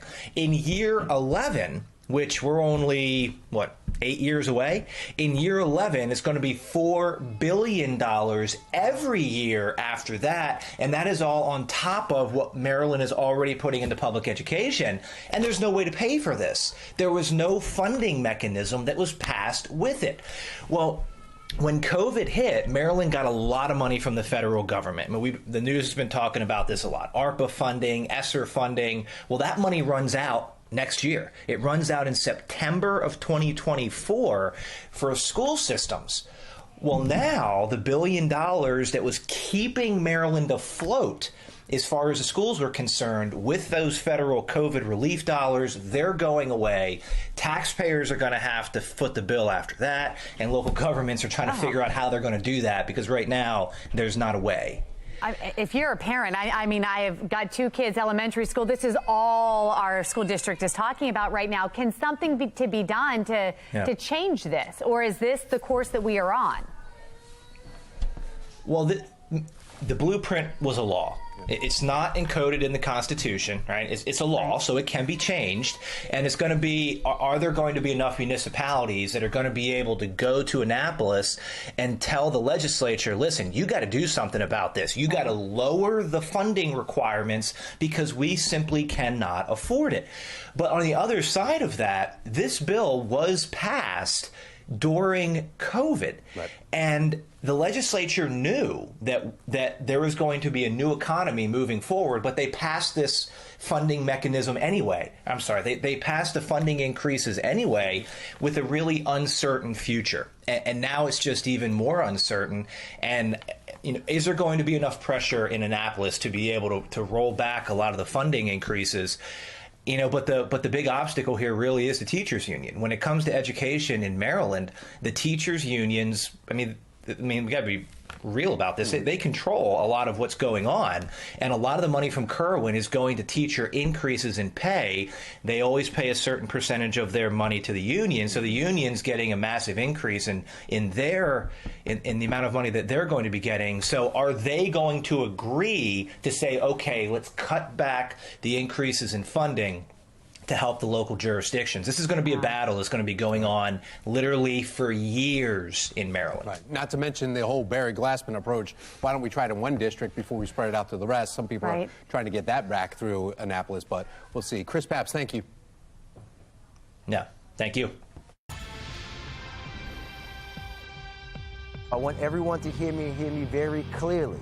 We are going back to the old days. We will be enforcing the youth curfew. Well, as we head into the summer months, juveniles remain at the center of the crime crisis in Baltimore City, both as suspects and as victims. Latest incident happening over the weekend where a 15-year-old was shot in their arm early Sunday morning. Killed. That is a 50% increase from this same time last year. And on top of that, nearly 40 more have been shot and survived. Now, Mayor Brandon Scott making an effort to improve safety for minors by reinstating that youth curfew.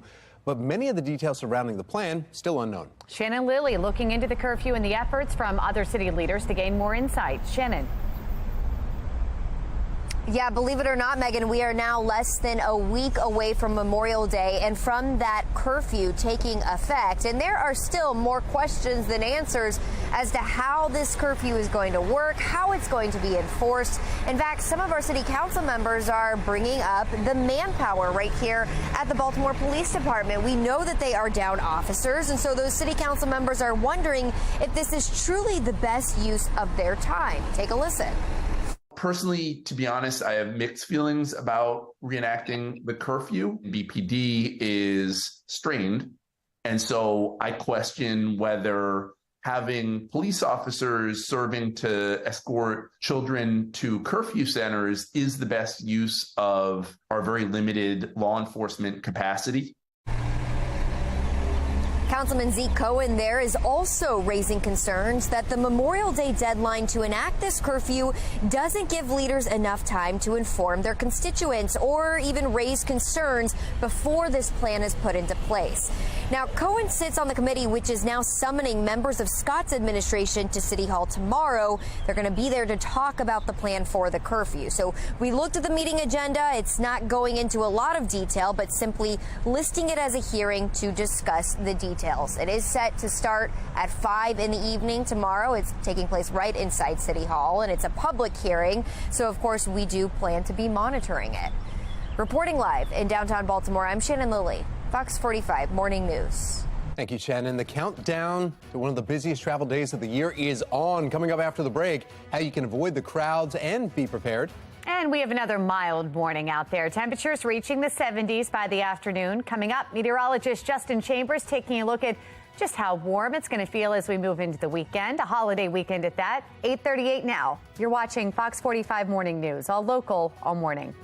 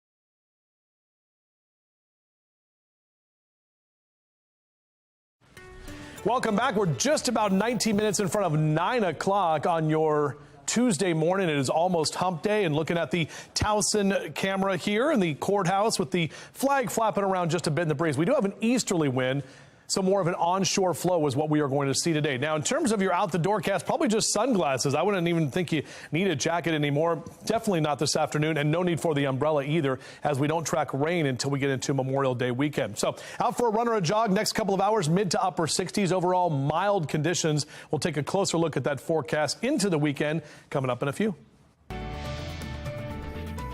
Memorial Day weekend is just around the corner. I can't believe it. This weekend, AAA says it might be the third busiest holiday weekend since 2000.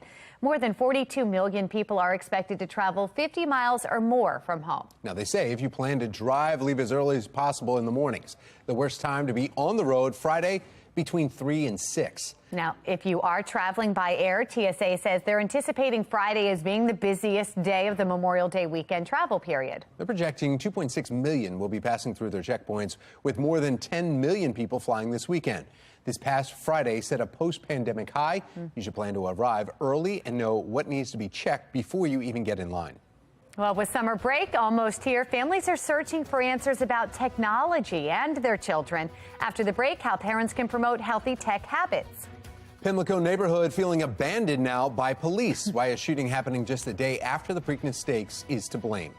8:42, you're watching Fox 45 Morning News, all local, all morning.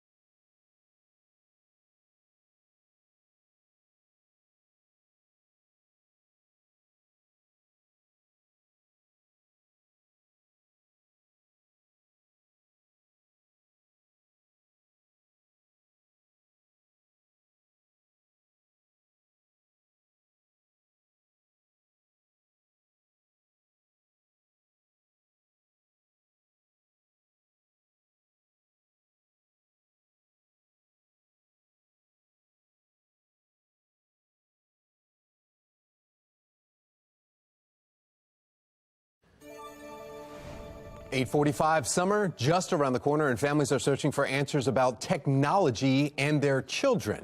On average, children ages, get this, 8 through 12 spend 8.5 hours a day online, adding to a growing concern for their mental health. Google security and technology expert Alex Joseph shares how parents can promote healthy tech habits. Good morning, Alex. Good morning. Thank you for having me. Sure. It is that question. You hear 8.5 hours looking at a screen. I mean, we do that when we're at work as adults. We've been told for years now, keep kids away from the screen, limit the screen time. What are parents supposed to do?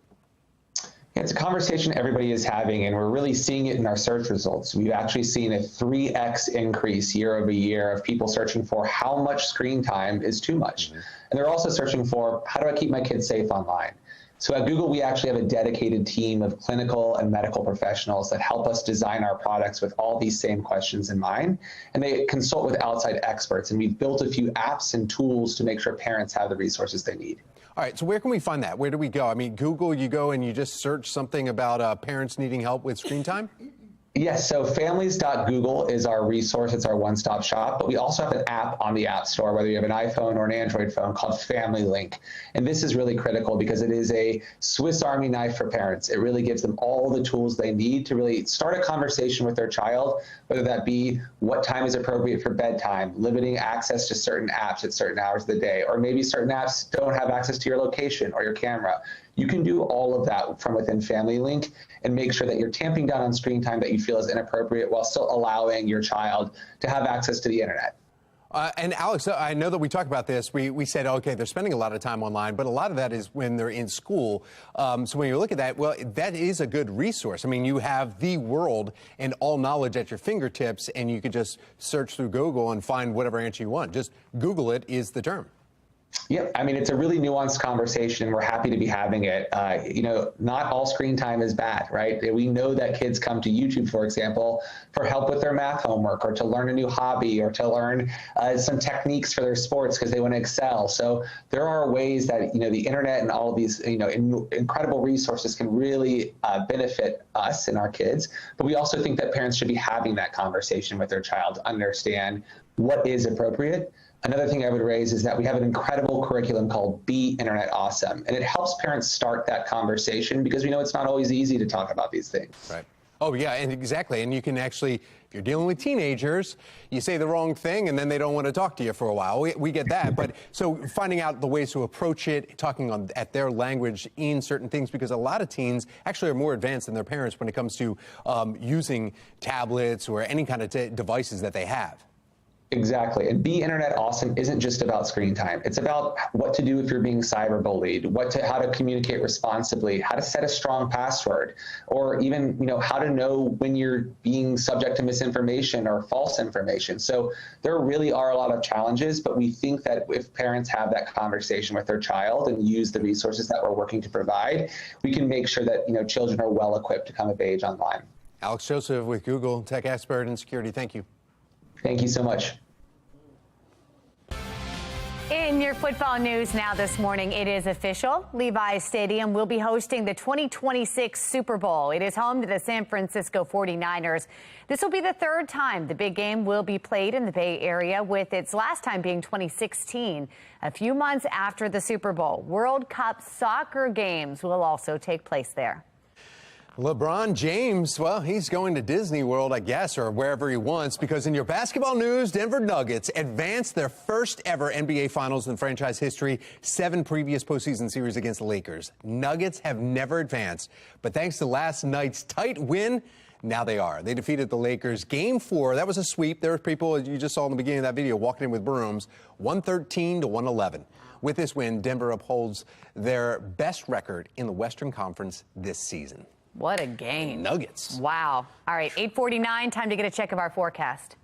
Yeah, we've got an active meteorologist over here. Yep. Yeah, you're busy today. I mean, you've got a little bit of changes, especially with the holiday weekend coming up. Big forecast coming up. And real quick, too, about NFL guys, I also saw that the flexible scheduling, they're going to move, they can use Thursday night's games. That's new this year. So 2 of the games. That was the biggest issue. Yeah, and it's a big issue because it messes up fans and, trying to plan. But they have to plan it out 28 days out. So you have to think like, November, if there's a Thursday night Ravens game, or a Sunday night Ravens game, they could move it to a Thursday. Oh, you can't do that for the fans going to games. That's why they made it 28 days, and that's why people are not happy about it. It's all money. All about the money.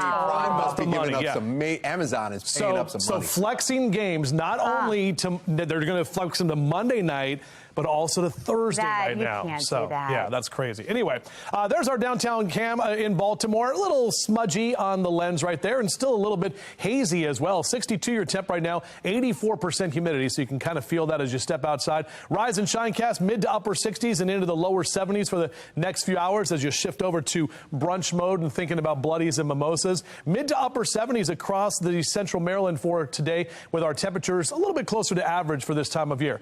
All right, so there's 3 contenders, guys. Are you ready? 3 contenders for the Splashcast sound effects. So here we go. Here's our Splashcast.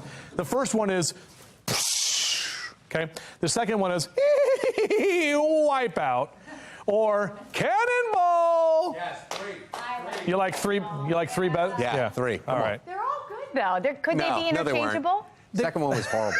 The second one was horrible. Yeah, well, you know what? We'll mix in the cannonball and the split splash. So either way, the reason why I have the splash cast, because pools starting to open as early as this weekend, maybe already open. Our UV index still in that high category, and that is really what I'm talking about, is that, excuse me, now we have the higher sun angles, so you got to make sure, as you and the kids start thinking about pool time, lake time, beach time, whatever, you got to make sure to get that sunblock on. We're still dealing with a bunch of that pollen in the air, trees and grass in that high category. Mold is up there as well. So those pollen numbers not getting any help with the rain, because we're not tracking rain until the weekend, which means you can get the grass cut today, tomorrow, and Thursday. Definitely a dry week ahead. Here's a look at our future scan. Not tracking much here. Next couple of days are going to be dry. We are seeing a cold front that's going to come through late tomorrow night into Thursday. That is going to bring just a slight chance of some overnight showers, but really it's not much. It's the cooler and drier air that'll be here by Thursday. And you can see, in fact,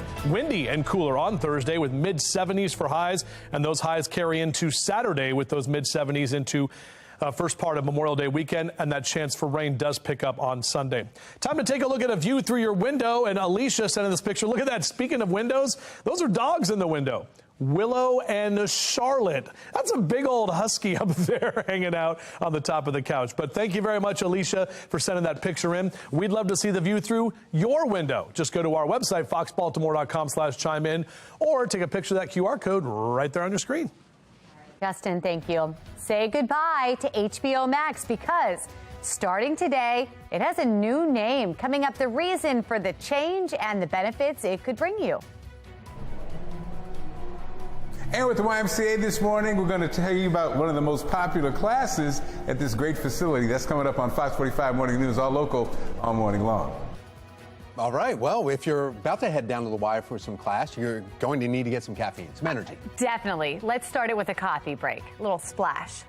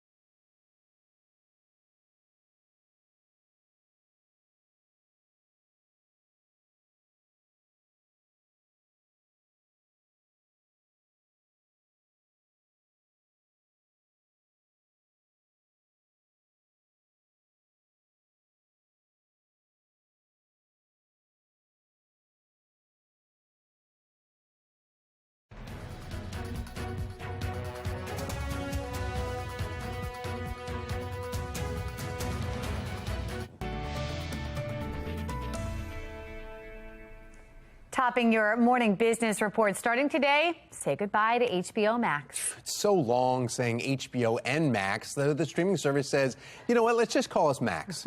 Max combines HBO Max with content from Discovery Plus. You can expect to pay $15.99 for the standard ad-free version. The company says ad breaks will be shorter than other platforms, with breaks lasting about 3 to 4 minutes per hour. Well, according to AAA, the average cost for a gallon of gas in the U.S. is now $3.54. That is the same as the average was on Monday and just 1 cent higher than the average a week ago. AAA is reporting the average cost for a gallon of gas in Maryland is $3.48, which is 5 cents higher than the average just a week ago. According to a new survey from Gas Buddy, the average gas prices in Baltimore have risen 5.7 cents per gallon in the last week. And prices in Baltimore are 12.7 cents per gallon lower than they were just a month ago, and $1.15 per gallon lower than a year ago. Well, according to the Baltimore Sun, some big news here. Flying Dog Brewery, based in Frederick, one of my favorites, is now going to be acquired by New York-based FX Matt Brewing Company, which will take over production of Flying Dog beer by August. Now, FX Matt is looking for a location in Frederick to open a Flying Dog tap room, which would include a, quote, innovation brewery. The acquisition will allow Flying Dog brand to adapt to changing consumer preferences and then give the brewery the resources to improve its current product portfolio. But what does it mean for Bloodline? Oh, I know. Will they keep it? I don't know. All right, it is time now for today's America Steals and Deals.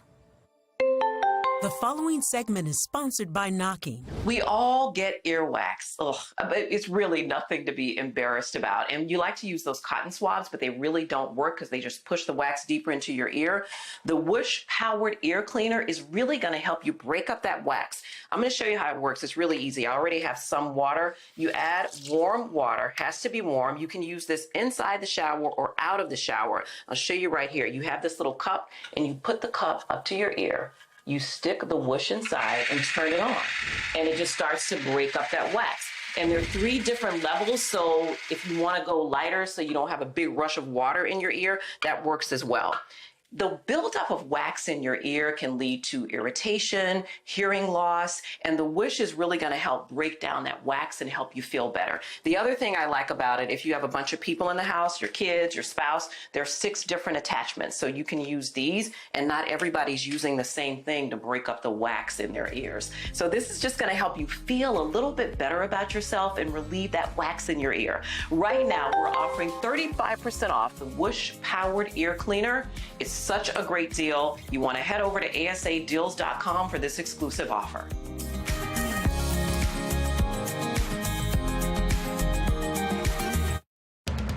Live from WBFF in Baltimore, this is Fox 45 Good Day Baltimore. Good morning on this Tuesday, May 23rd. I'm Patrice Sanders. I'm Megan Gilland. We have meteorologist Justin Chambers here standing by. Yeah, good morning, ladies. And temperatures, you know, they've been mild this morning and a little kind of hazy, foggy. Yeah. Humidity. The hair. Yeah. The hair cast. Yeah. I should probably put that hair cast up because, you know. Would it sound like so a hair dryer? So I want to be on your hair cast because I want a picture of me like this, and that's going to be how people know. Which is funny because mine and the humidity just goes, ugh. No. Send me a picture of both of you, and we'll both get on the hair cast. But I need the picture of the frizzy hair and the really pretty hair. Okay. So, all right, our live cam in downtown Baltimore right now. Sun is poking through some of that humidity at this moment. A little bit of an easterly wind, and that's what's going to be the case throughout the day today. More of an onshore flow coming off of the ocean or off of the eastern shore. Partly cloudy skies. Temperatures will be just a little bit cooler owing to some of that cloud cover and that easterly wind. But we do stay dry this week, so really not tracking any rain, not until we get into the weekend. Mid to upper 50s, Cumberland and Oakland right now. We're in the 60s for Hagerstown, Westminster, Bel Air, down to Baltimore, even down through Annapolis, where those Blue Angels coming in a couple of hours from right now. You can see in your out and about cast upper 60s and low to mid 70s over the next few hours. And we'll top out in the upper 70s for the afternoon. We're back with your full forecast in just a few minutes, and I will talk about that potential rain for your holiday weekend. Patrice? All right, we're looking at our Lynn Stoller traffic network, and unfortunately, the accident that happened in Elkton is still causing major slowdowns through that area. You can take a look and see they're just inching by. This is 95 North past Elkton Road. 2 of the 3 northbound lanes are closed, as they have been throughout the morning. The left shoulder also closed. So you're going to need to find a different way to get where you're going. Avoid that area. In a city in crisis, as the 2023 Preakness Stakes comes to an end and more gun violence is shaking a community just blocks away from Pimlico Racecourse. Now, this comes days after the city and state leaders were at Pimlico touting the crime fight. Well, now a majority of those leaders are in Las Vegas, and that is leading some to wonder where their priorities lie. We have live team coverage for you this morning on this. In just a few minutes, Taylor Stewart will join us live with the purpose behind the trip and how much it's costing taxpayers. But we begin with Shannon Lilly. She's looking into the latest act of violence and the concern now from the Pimlico neighborhood. Shannon. Well, people in the Park Heights neighborhood, Megan, that we spoke to say they feel abandoned by police as more crime hits the area. It all comes just days after the Preakness and less than a mile away from Pimlico. And so one resident that we spoke to says his biggest concern is security in his neighborhood after the big event. On Preakness weekend, you see a cop on every corner. You see them all over the place. But after Preakness over with, you do good to see one. I can understand them on to make people safe during Preakness. I can understand that. We still here. But afterwards, what about afterward? We need to have policemen here in this area afterwards. Quite a few of them. Well, that's Jimmy Harper responding to this crime scene happening right outside his home on Oakley Avenue. Police say just before 3 o'clock yesterday afternoon, they came here for a report of destruction of property and gunfire. You can see right there that the car was hit by bullets with the back window just blown out, but there's no sign of a victim or a shooter. Well, the driver apparently jumped out and ran away, and that is according to police. And of course, that area holds one of our biggest events in the city, the Preakness, but it is also an area that historically sees a lot of crime. Guys. Shannon, have we heard from any other people in the Park Heights neighborhood about the problem? We have, Megan. In fact, we spoke with Will Hanna, who is a community leader in that area, and he is also the chairman of the new Park Heights Community Development Corporation. And he is questioning why there can't be as much security for the people who live in that area as there is when the Preakness is going on, or for the people who are coming into the area. He is also pointing out that although the mayor is saying that crime is down from last year, while that may be true, we are still on par citywide with the crime numbers we were seeing back in 2021. Reporting live from police headquarters, I'm Shannon Lilly, Fox 45 News. Good day, Baltimore. The area surrounding Pimlico has seen significant population decline. Zip code 21215 mostly encompasses northwest Baltimore and stretches into Baltimore County. According to census data, the population was near 63,500 people in 2013. In just 5 years, it dropped 5,000 and another 5,000 in the next 3 years. The 2021 data is the most recent, in which nearly 11,000 people left Pimlico and those surrounding neighborhoods. This morning, several Baltimore city leaders are waking up in Vegas. The mayor, along with staffers and some on the city council, are attending a shopping center convention where they will attempt to hammer out deals with retail developers. But the trip is coming at a hefty price tag for taxpayers. Taylor Stewart joins us live to explain that part of it. Taylor. This more than $21,000 trip is at the taxpayer's dime, and it was approved by the City Board of Estimates without question. Now, the goal of this trip is for city leaders to sit down with retail developers, have those conversations, hammer out some deals, and encourage them to bring business here to Baltimore. Now, we spoke to former Mayor Sheila Dixon. She says this trip does hold value. She has gone in the past, and she points to projects like the Target in Canton, as well as the redevelopment in Reister Plaza. And she says it's going to be profitable if the cities can hammer out those deals. But we spoke to one tax expert who says there needs to be more oversight when it comes to approving these kinds of trips with taxpayer dollars for city leaders. definitely worth being there because companies want to meet the leadership and know that bringing their business to the respective cities, that they're going to benefit from it. There are no checks and balances in this system. There is no oversight. You have city officials that are spending $3,000 per person on a trip that could only cost about $1,300 or $1,400. But more than $3,000 for some. Take a look here. For City Council President and Mayor Brandon Scott, they're coming in at about $3,000 for this trip. $2,400 for Councilman Mark Conway, $4,000 plus for Councilman Eric Costello, $2,400 again for Councilwoman Sharon Green Middleton. And then the two city staffers that are accompanying them on this trip combined $6,000 for them to go as well. Now, this alone is reason enough for David Williams with the Taxpayer Protection Alliance. He said this is the reason the city needs to restructure the Board of Estimates. We'll keep you updated on this trip and what comes of it. But for now, we're live in Baltimore. I'm Taylor Stewart. Good day, Baltimore. All right, Taylor, thank you. And we do want to hear from you. Do you think the city is prepared to handle summer crime? So far, 98% of those who have voted say no. You can head to foxbaltimore.com/vote to weigh in. It is 9:07, and we want to get another check of our weather. Meteorologist Justin Chambers here with some news. Good morning, ladies, and good morning to all of you on this Hump Day Eve. And June is right around the corner. Next week, we'll be into the brand new month. We still have May to get through. We still have the Bromo Seltzer Tower with the, well, almost incorrect time. It's almost an hour off. It's like the central time at the Bromo Seltzer Tower right there in our big old clock. But your yard and gardening cast, if you do want to get out there and get the grass cut and get some of the weeds pulled out of the garden, we're talking about mid to upper 70s for your temperatures this afternoon. And average high is 77, so closer to that number than where we were yesterday. Just a bit cooler. We topped out at 82, looking for a high today of 79. We'll be in the mid 50s for you tonight. So another kind of mild evening. And then tomorrow, we're going to warm back up, right back into the lower 80s. But coming up in a few minutes, we're going to talk about how much cooler we get later this week, especially as we head into our holiday weekend. And yes, unfortunately, still tracking the potential for some rain showers again on a weekend. Seems like a broken record. Back to you. It really does. All right, Justin, thank you. Out on the road.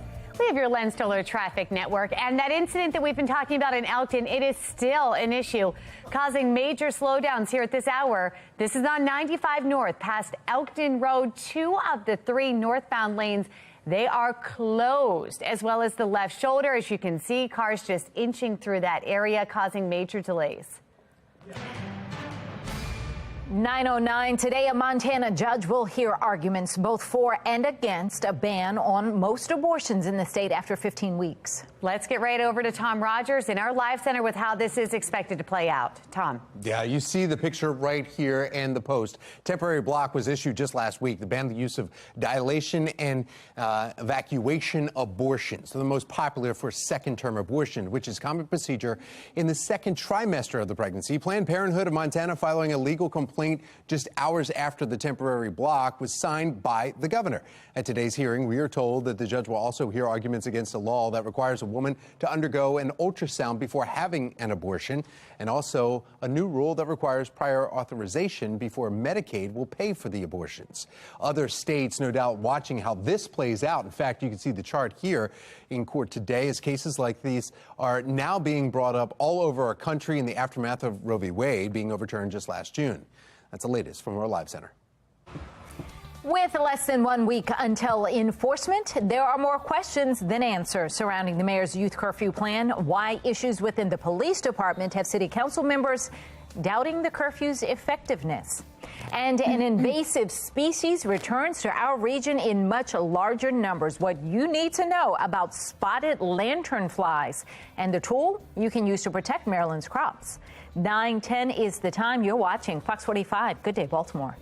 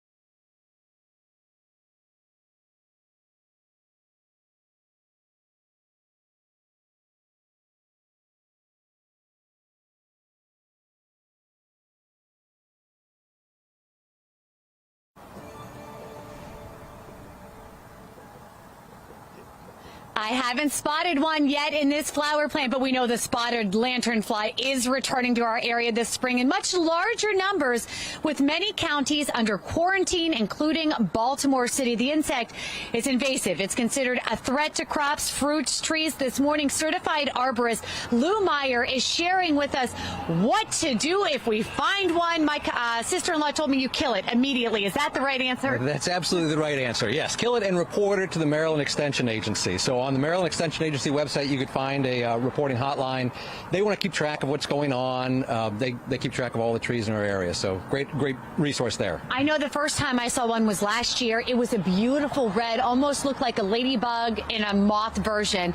That is not a good thing to see, though. I remember thinking how beautiful. No, they're spectacular. Right now, we're seeing them in the nymph stage, which is kind of the babies, and they're this gorgeous red with black spots, and they're going to have about 4 cycles of that, and then they molt into adults later in the fall, and the adults are really pretty. But yeah, as you said, they're just destructive, and frankly, they're kind of gross. They drop sweet honeydew all over anything underneath them, and that attracts sooty mold. So if you have an infested tree over your car or your patio, you're gonna have a black sooty mold covering everywhere. That's what I was going to ask you. What do we do if we have an infestation? Do you just burn them down? Well, yeah, there are treatments that you could use. Certified arborists can use, and licensed pesticide applicators can use specific products to address them directly. Homeowners can use traps to kind of trap them and control it somewhat. The bottom line, though, is that we're not going to stop this. We can slow it. This is something that I would recommend getting more used to for a few years.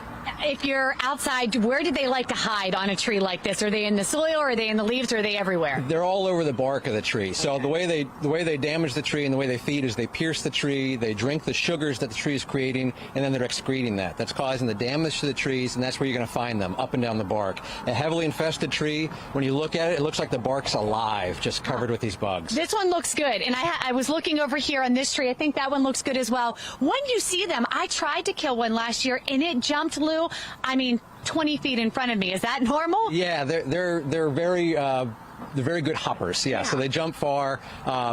Really just try and control them. Right now, before they emerge from their egg masses, it's a good time to scrape the egg masses off the trees. What do the egg masses look like? They're these little gray or brown blotches on the side. Unfortunately, they look a lot like the lichen that you see on trees, and they kind of blend in. We mentioned earlier, as we're looking here in Baltimore City, I don't see anything. Baltimore City's under quarantine, though. What does that mean? Right, so it hasn't emerged in big numbers yet.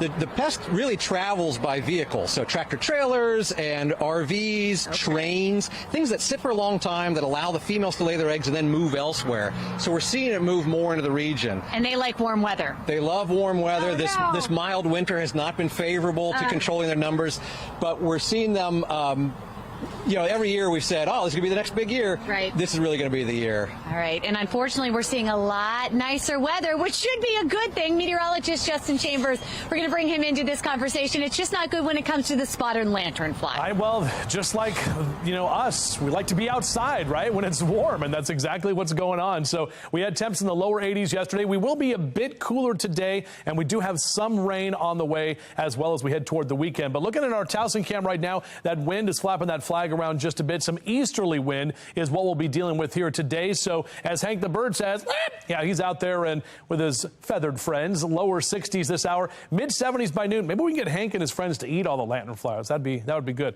Then upper 70s in that 2 and 3 o'clock hour for the afternoon. So across Carroll and northern Baltimore counties, a lot of us in the mid 70s. So the Hereford zone over to Westminster and Manchester, 75 in Eldersburg, out into the mid to upper 70s for Catonsville, Towson, Perry Hall, and White Marsh down through Dundalk, Essex, and Rosedale, also in those 70s today. We'll keep you going through Ellicott City and Columbia this afternoon with about 76 for your high. That extends from Glen Burnie down through Pasadena. Annapolis, mid 70s, commissioning week. The Blue Angels expected to arrive around 11, and then they do some rehearsal into that 2 o'clock hour this afternoon. So should be good weather for that. We're talking about some partly cloudy skies, a little hazy now, but overall pilots, we're talking still a VFR day, visual flight rules. So that's Betty the Butterfly, one of the nicer flies that we're allowed to keep, not the lantern flies, but the butterflies are good. Tuesday, Wednesday, and Thursday.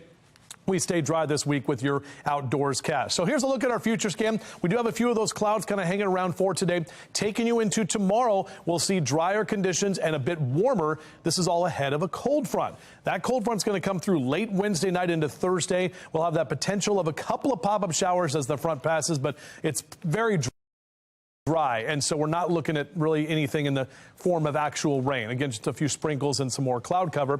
Thursday is going to be breezy but drier and cooler, and we'll keep that trend going all the way into Friday. So weather for graduation day looks good, as well as getting into our Memorial Day weekend. Shout out to Steve Miller. Sent this picture in of Molly, Maggie, and Rosie, all just kind of taking a snooze right there on the couch. So thank you, Steve, for sending that picture in. Always love getting your pet pics, whatever kind of pets you have. JC Chambers at foxbaltimore.com. 79 today, lower 80s tomorrow, windy and cooler on Thursday, carrying those mid 70s through Saturday. It'll be a bit warmer into Sunday and Monday, but that gives us a better chance of some rain showers as well. Not a lot of rain, ladies, we're talking about at least a slight chance, but as we get closer, we'll fine tune that forecast for you. All right, well, let's look at what's happening on the roads in our Lynn Sterler traffic network. We are getting reports now of an incident in Parole. It's on 97 North between US 50 and General's Highway. The accident has been moved to the right shoulder, but our camera's still showing slowdowns through that region. You can see the cars moving, but they're not going anywhere fast. Let's take another look now. This is from our traffic photojournalist, Graham. He is in Windsor Mill heading south on 695 toward Woodlawn, and he is moving along. No issues for him. Looking ahead to this weekend, the TSA is prepared to screen high volumes of passengers at airport security checkpoints this summer travel season, which begins Memorial Day weekend. TSA predicts that Friday, May 26, will be the busiest day of the long weekend, projecting to screen approximately 2.6 million passengers. The agency says teenagers ages 13 to 17 may now accompany TSA PreCheck enrolled parents or guardians through TSA PreCheck screening when traveling on the same reservation. AAA says patience is key when it comes to Memorial Day travel. The travel service sharing some tips that may help ease travel miseries. If you plan to drive, leave as early in the morning as possible. If you are traveling by air, expect packed airports and have a backup plan in place. And finally, remember to be patient and kind while you are traveling. That's good advice. Well, the Maryland Lottery is celebrating their 50th anniversary, and they're giving you a chance to win up to $5 million. Like that. In our next half hour, how you can play to win. And with the YMCA Central Maryland this morning, where there's something for everyone, we'll talk about an amazing class coming up next. Fox 45 News, winner of 17 2022 Regional Emmy Awards, more than all other Baltimore news stations combined.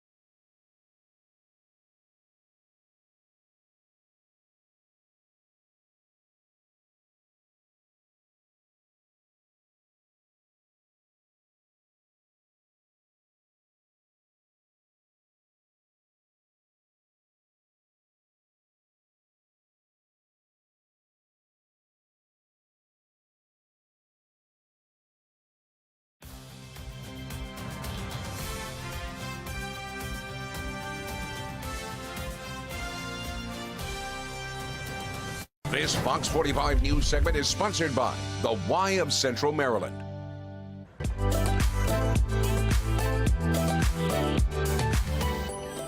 It is so Baltimore. Cool off this weekend as the unofficial start to summer begins. I'm excited about this. As you head to the pool or maybe to the beach, it is always best to practice water safety. One place you can do that is at the Y. Be More Lifestyle host Mark Clark is at the Y in Abingdon. He's got more. Hey, Mark. That's right. We've been hanging out with Amy all morning long. As you can hear, it's a very lively class. Amy, you said this is one of the most popular classes you have here, right? It's one of our most popular classes with our senior members. So as you can see, this was chair yoga this morning, and it's much more than just yoga. Great group of people. As you can see, part of this is being part of our community and the community that our members built amongst themselves and in our classes. But this is only a sample of one of our many classes. We offer over 50 group exercise classes, land-based and water, for all levels. So children with parents ages 12 and up can participate in our group exercise classes. We have specialty classes. We have the Rock Steady boxing program, which has helped us and been subsidized by Rally for Parkinson's, which is an organization right here in the Bel Air area. So we offer that program. We have Rock Steady boxing, body pump, Les Mills, all different types of programs for our members. I love it. And again, what I love about the YMCA, it really is a family experience, something for everyone. Absolutely. And again, it's more than just working out. It's more than just the classes. As you can hear, This is after the class. Everybody's like, these are their girlfriends. They're like getting caught up, And so again, thank you for allowing us to come and hang out this morning. It's been great. Thank you so much. We look forward to it. Hopefully we'll see you again soon. Definitely. All right, Mark, thank you. We're going to put more information on our website, foxbaltimore.com/newslinks. A mix of clouds and sun with temperatures in the 70s this afternoon. Meteorologist Justin Chambers is tracking our next chance for rain, and that's happening this weekend. He's going to have it all in his full Weather Authority forecast. Memorial Day is approaching fast, and that means a youth curfew will soon take effect citywide. Just ahead, the ongoing questions about how exactly it's going to work. You're watching Fox 45 News. Good day, Baltimore.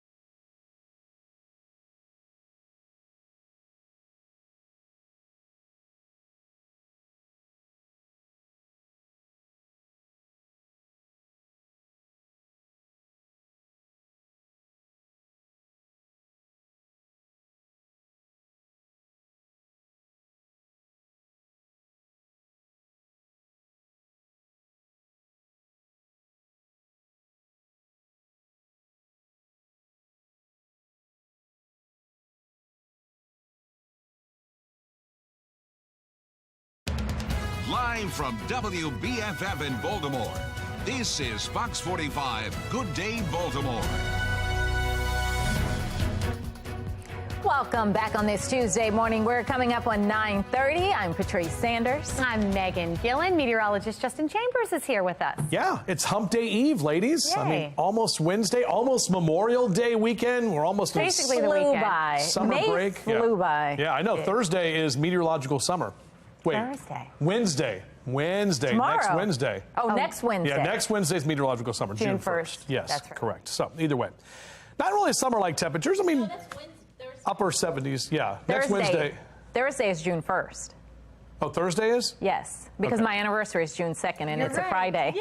I apologize. I know then. these things. All right, I know my calendars. I got to get them straight. Looking outside right now, not going to feel like summer today, but it will be in the upper 70s and actually a little bit cooler than where we ended up yesterday. So under partly cloudy skies, we are going to stay dry this week. We're really not tracking rain, not until we get to the weekend. So if you want to get out for a run or a jog, upper 60s, lower 70s, next couple of hours, outside exercise, no problem today. We will slide back to the lower 80s tomorrow. Then Thursday, we're back to the mid 70s. That's going to be a cooler day, and that starts a trend temperature-wise as we head into our holiday weekend. More on that coming up in a few minutes from right now. Meg? All right, Justin, thank you. Looking at our Len Stoller traffic network, we are getting reports of an incident in Parole. This is on 97 North between US 50 and Generals Highway. That crash has been moved to the right shoulder, but our cameras are still showing some major slowdowns, in fact, in that region there. So be mindful of that as you head out. I want everyone to hear me and hear me very clearly. We are going back to the old days. We will be enforcing the youth curfew. In a city in crisis, as we head into summer months, juveniles remain at the center of the crime crisis in Baltimore, both as suspects and victims. The latest incident happening over the weekend, a 15-year-old shot in the arm early Sunday morning.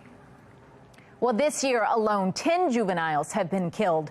That is a 50% increase from this time last year. And on top of that, nearly 40 more have been shot and survived. Now, Mayor Brandon Scott is making an effort to improve safety for minors by reinstating a youth curfew. But many of the details surrounding the plan are unknown. Shannon Lilly is looking into the curfew and the efforts from other city leaders to gain some insight into what's going on. Shannon? Yeah, we are now less than a week away from Memorial Day, Patrice and Megan, and believe it or not, that is when this curfew is going to take effect. But there are still a lot of questions about how it's going to be enforced and how it's going to work in the first place. And now some city leaders are pointing out the manpower and concerns with that at the Baltimore Police Department, because we know that they're already down officers. And so these city council members are wondering if this will truly be the best use of their time. Take a listen. Personally, to be honest, I have mixed feelings about reenacting the curfew. BPD is strained, and so I question whether having police officers serving to escort children to curfew centers is the best use of our very limited law enforcement capacity. Councilman Zeke Cohen there is also raising concerns that the Memorial Day deadline to enact this youth curfew doesn't give leaders enough time to inform their constituents or even to raise concerns before the plan is put in place. Now, Cohen sits on the committee which is now summoning members of Scott's administration to City Hall tomorrow to talk about this very plan for the curfew. So we looked at the meeting agenda. It's not going into too much detail, but simply listing that it is a hearing to discuss the details. And again, it is happening tomorrow. It's happening right at City Hall starting at 5 in the evening. So our teams will certainly be there and we will keep you posted. Reporting live in downtown Baltimore, I'm Shannon Lilly, Fox 45 News. Good day, Baltimore. All right, Shannon, thank you. Nationally known civil rights attorney Ben Crump is calling out the Baltimore City public school system, saying that failing schools are fueling the school-to-prison pipeline. He is doubling down on his commitment to Baltimore City and the thousands of students who are struggling in the classroom. We owe our children at least the basic quality education, but without a quality education, their future is so bleak from day one. Is that why you joined the lawsuit in Baltimore City against the school system for a failing system? I did, because We put all politics aside, we put all special interests aside, and we tried to focus on the children. It doesn't seem like it's rising to the level of urgency that perhaps it should be. That's what we have to continue to do, to use whatever platforms we have, whatever influence, to remind them that our children's education is a crisis issue. Fox 45 News has had in-depth conversations with Ben Crump on multiple topics, from the city school's lawsuit to his fight on behalf of clergy abuse victims. You can head to foxbaltimore.com to watch more. Elsewhere in a city in crisis, a Fells Point business owner tells us crowds of rowdy young people are driving business away. Taylor Stewart is joining us with more on that business owner's concerns. Taylor. Well, that's right. So here in Fells Point, these barricades were set up to try to curtail crowds from gathering here and getting really rowdy, but that's not been the case for the owner here of Broadway Liquors. Now, I want to show you guys this cell phone video Fox 45 obtained of a large rowdy crowd here in Fells Point just last Friday. You can see some people twerking on a car. They have loud music. We're told they were selling liquor. And it was right here in front of Broadway Liquors. Store owner Muna Kakarki says this has kept customers away. It's made her employees feel unsafe, and she's speaking out now because it's impacting her bottom line. They try to, make them to move from outside, but they're still there. The other people, like our regular customer, they are scared to come in because of the big crowd outside. Now, she is not the only one here, but this past weekend she said she felt the need to close the shop early due to safety concerns and lack of business. But the business owner says it's not a new issue. She wants it addressed as they head into the busy summer months. And this morning, I've had a chance to talk to some of the business owners in Fells Point. She is not alone in that sentiment. There are plenty of folks here who say they don't want to keep their stores open late because of rowdy crowds down here. So we'll keep you updated as the summer months ahead and the juvenile curfew rolls out and people continue to have concerns about the crowds that gather here in the heart of Fells Point. We're live in Baltimore. I'm Taylor Stewart. Good day, Baltimore. All right, Taylor, thank you. Turning now to counties under pressure. Baltimore County Police say that 6 juveniles are facing charges after a car went up in flames in a White Marsh parking lot. Back on May 17th, police say that fireworks were thrown onto a car at Campbell Boulevard. That car then caught on fire. The suspects then ran from the scene, throwing unlit fireworks into a Chipotle restaurant. We're now learning that all 6 of those suspects are 13 or 14 years old. They got out of school around 3 o'clock. I don't know which school they went to, but why are they in a shopping center at 3:45 with fireworks? Where are their parents? Why aren't they doing homework, playing sports, doing something positive?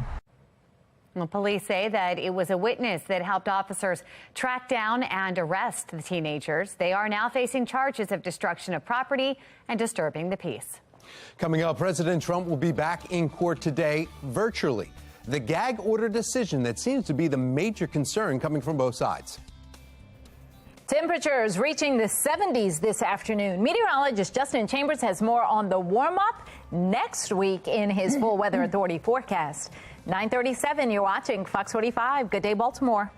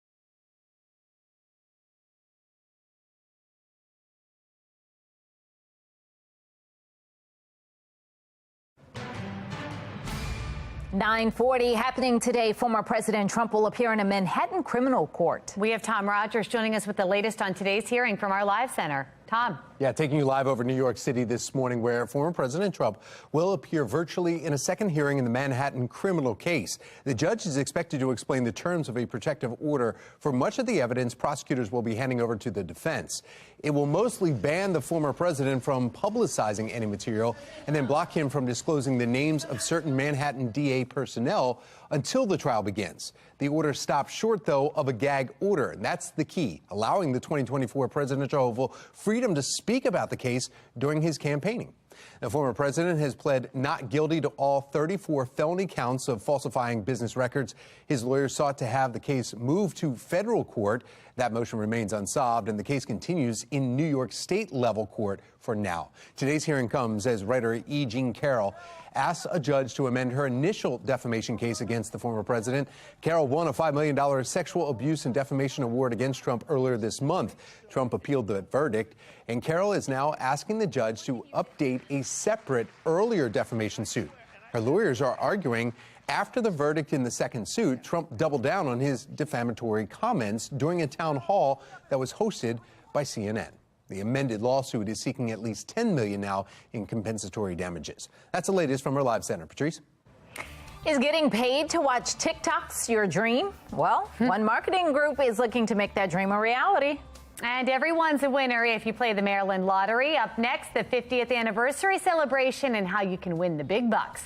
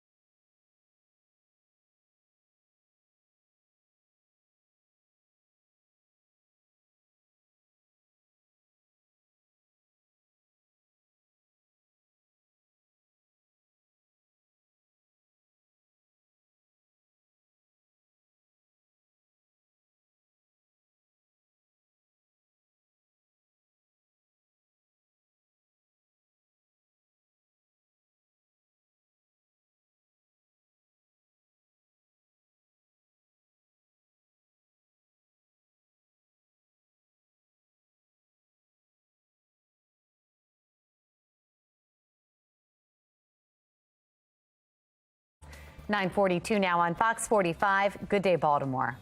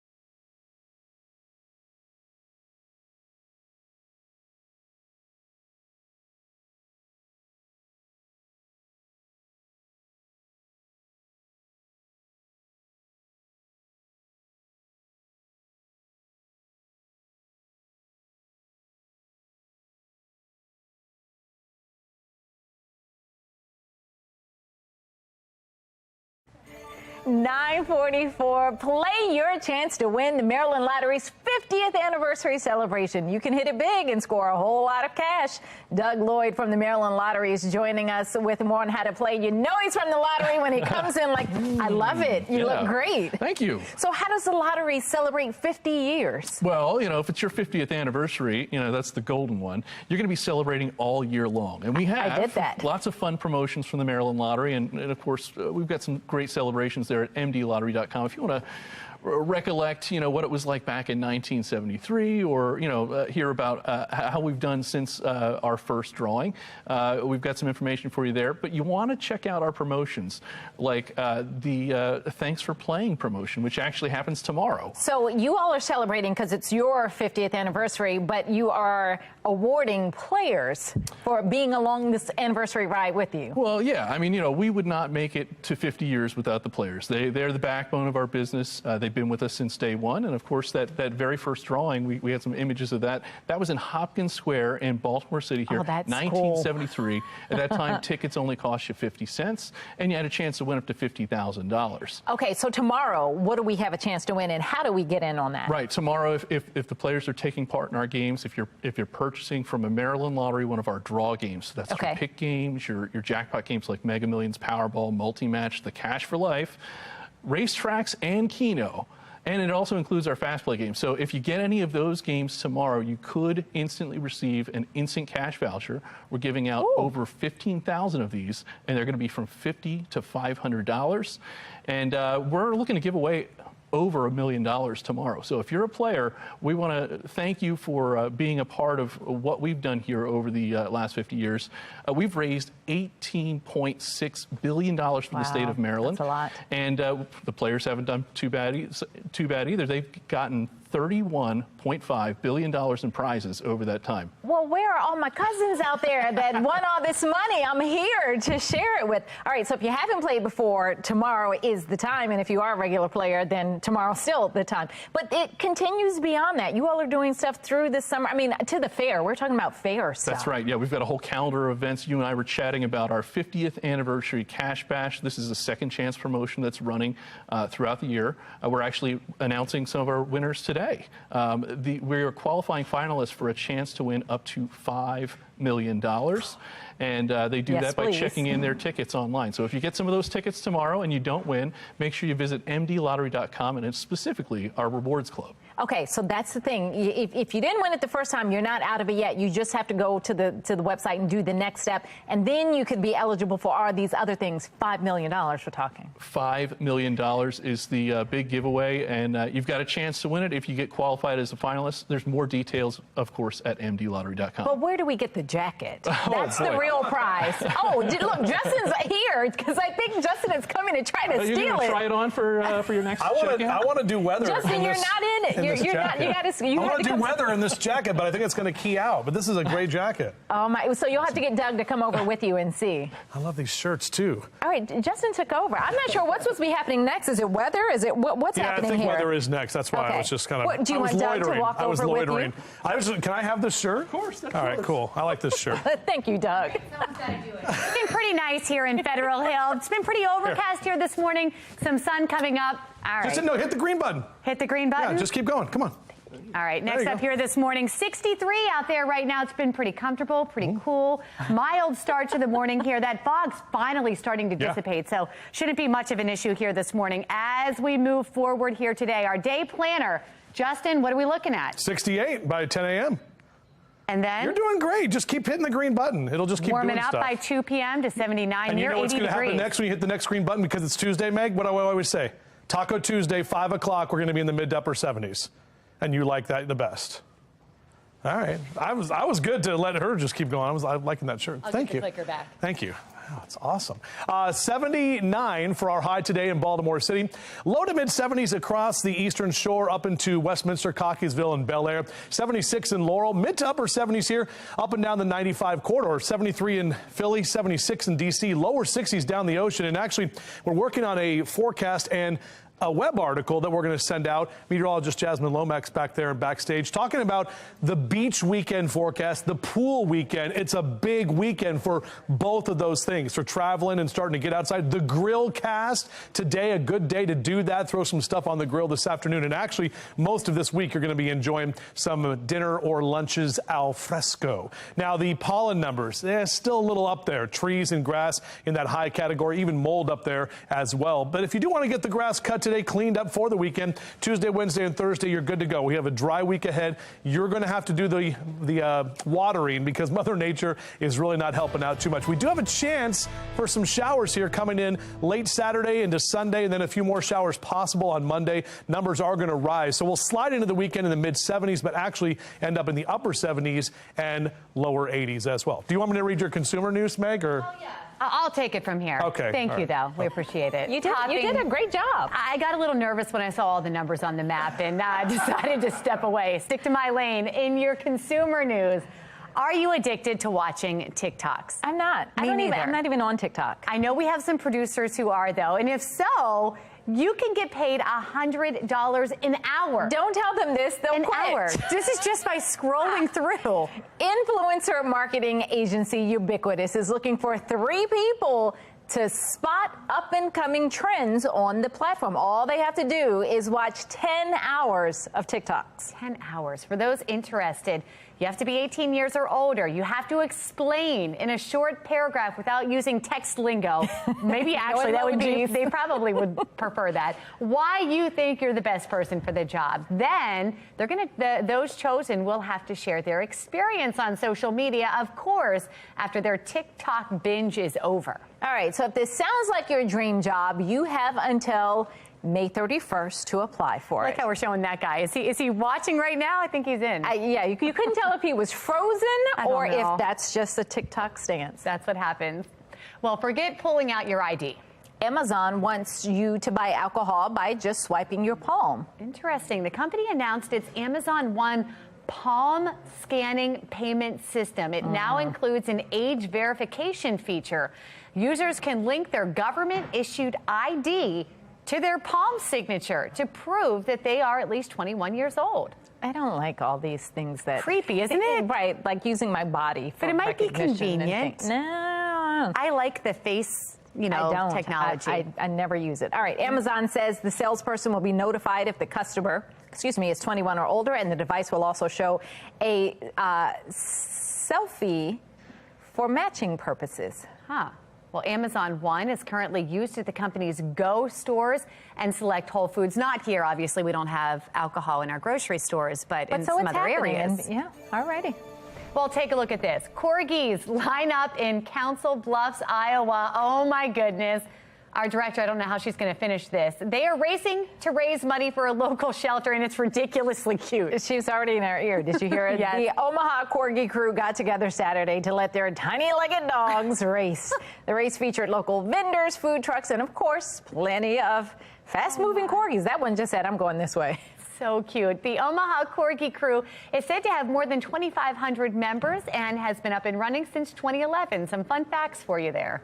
I'll stay with Fox 45. Good day, Baltimore. After the break, meteorologist Justin Chambers. Oh, man. He's got the jacket. Wait till you see him. He's got the 10-day forecast. It's an exclusive, and so is that jacket. Oh, my. We're never going to have a guest on here again if you keep taking their jackets. Taking their clothes.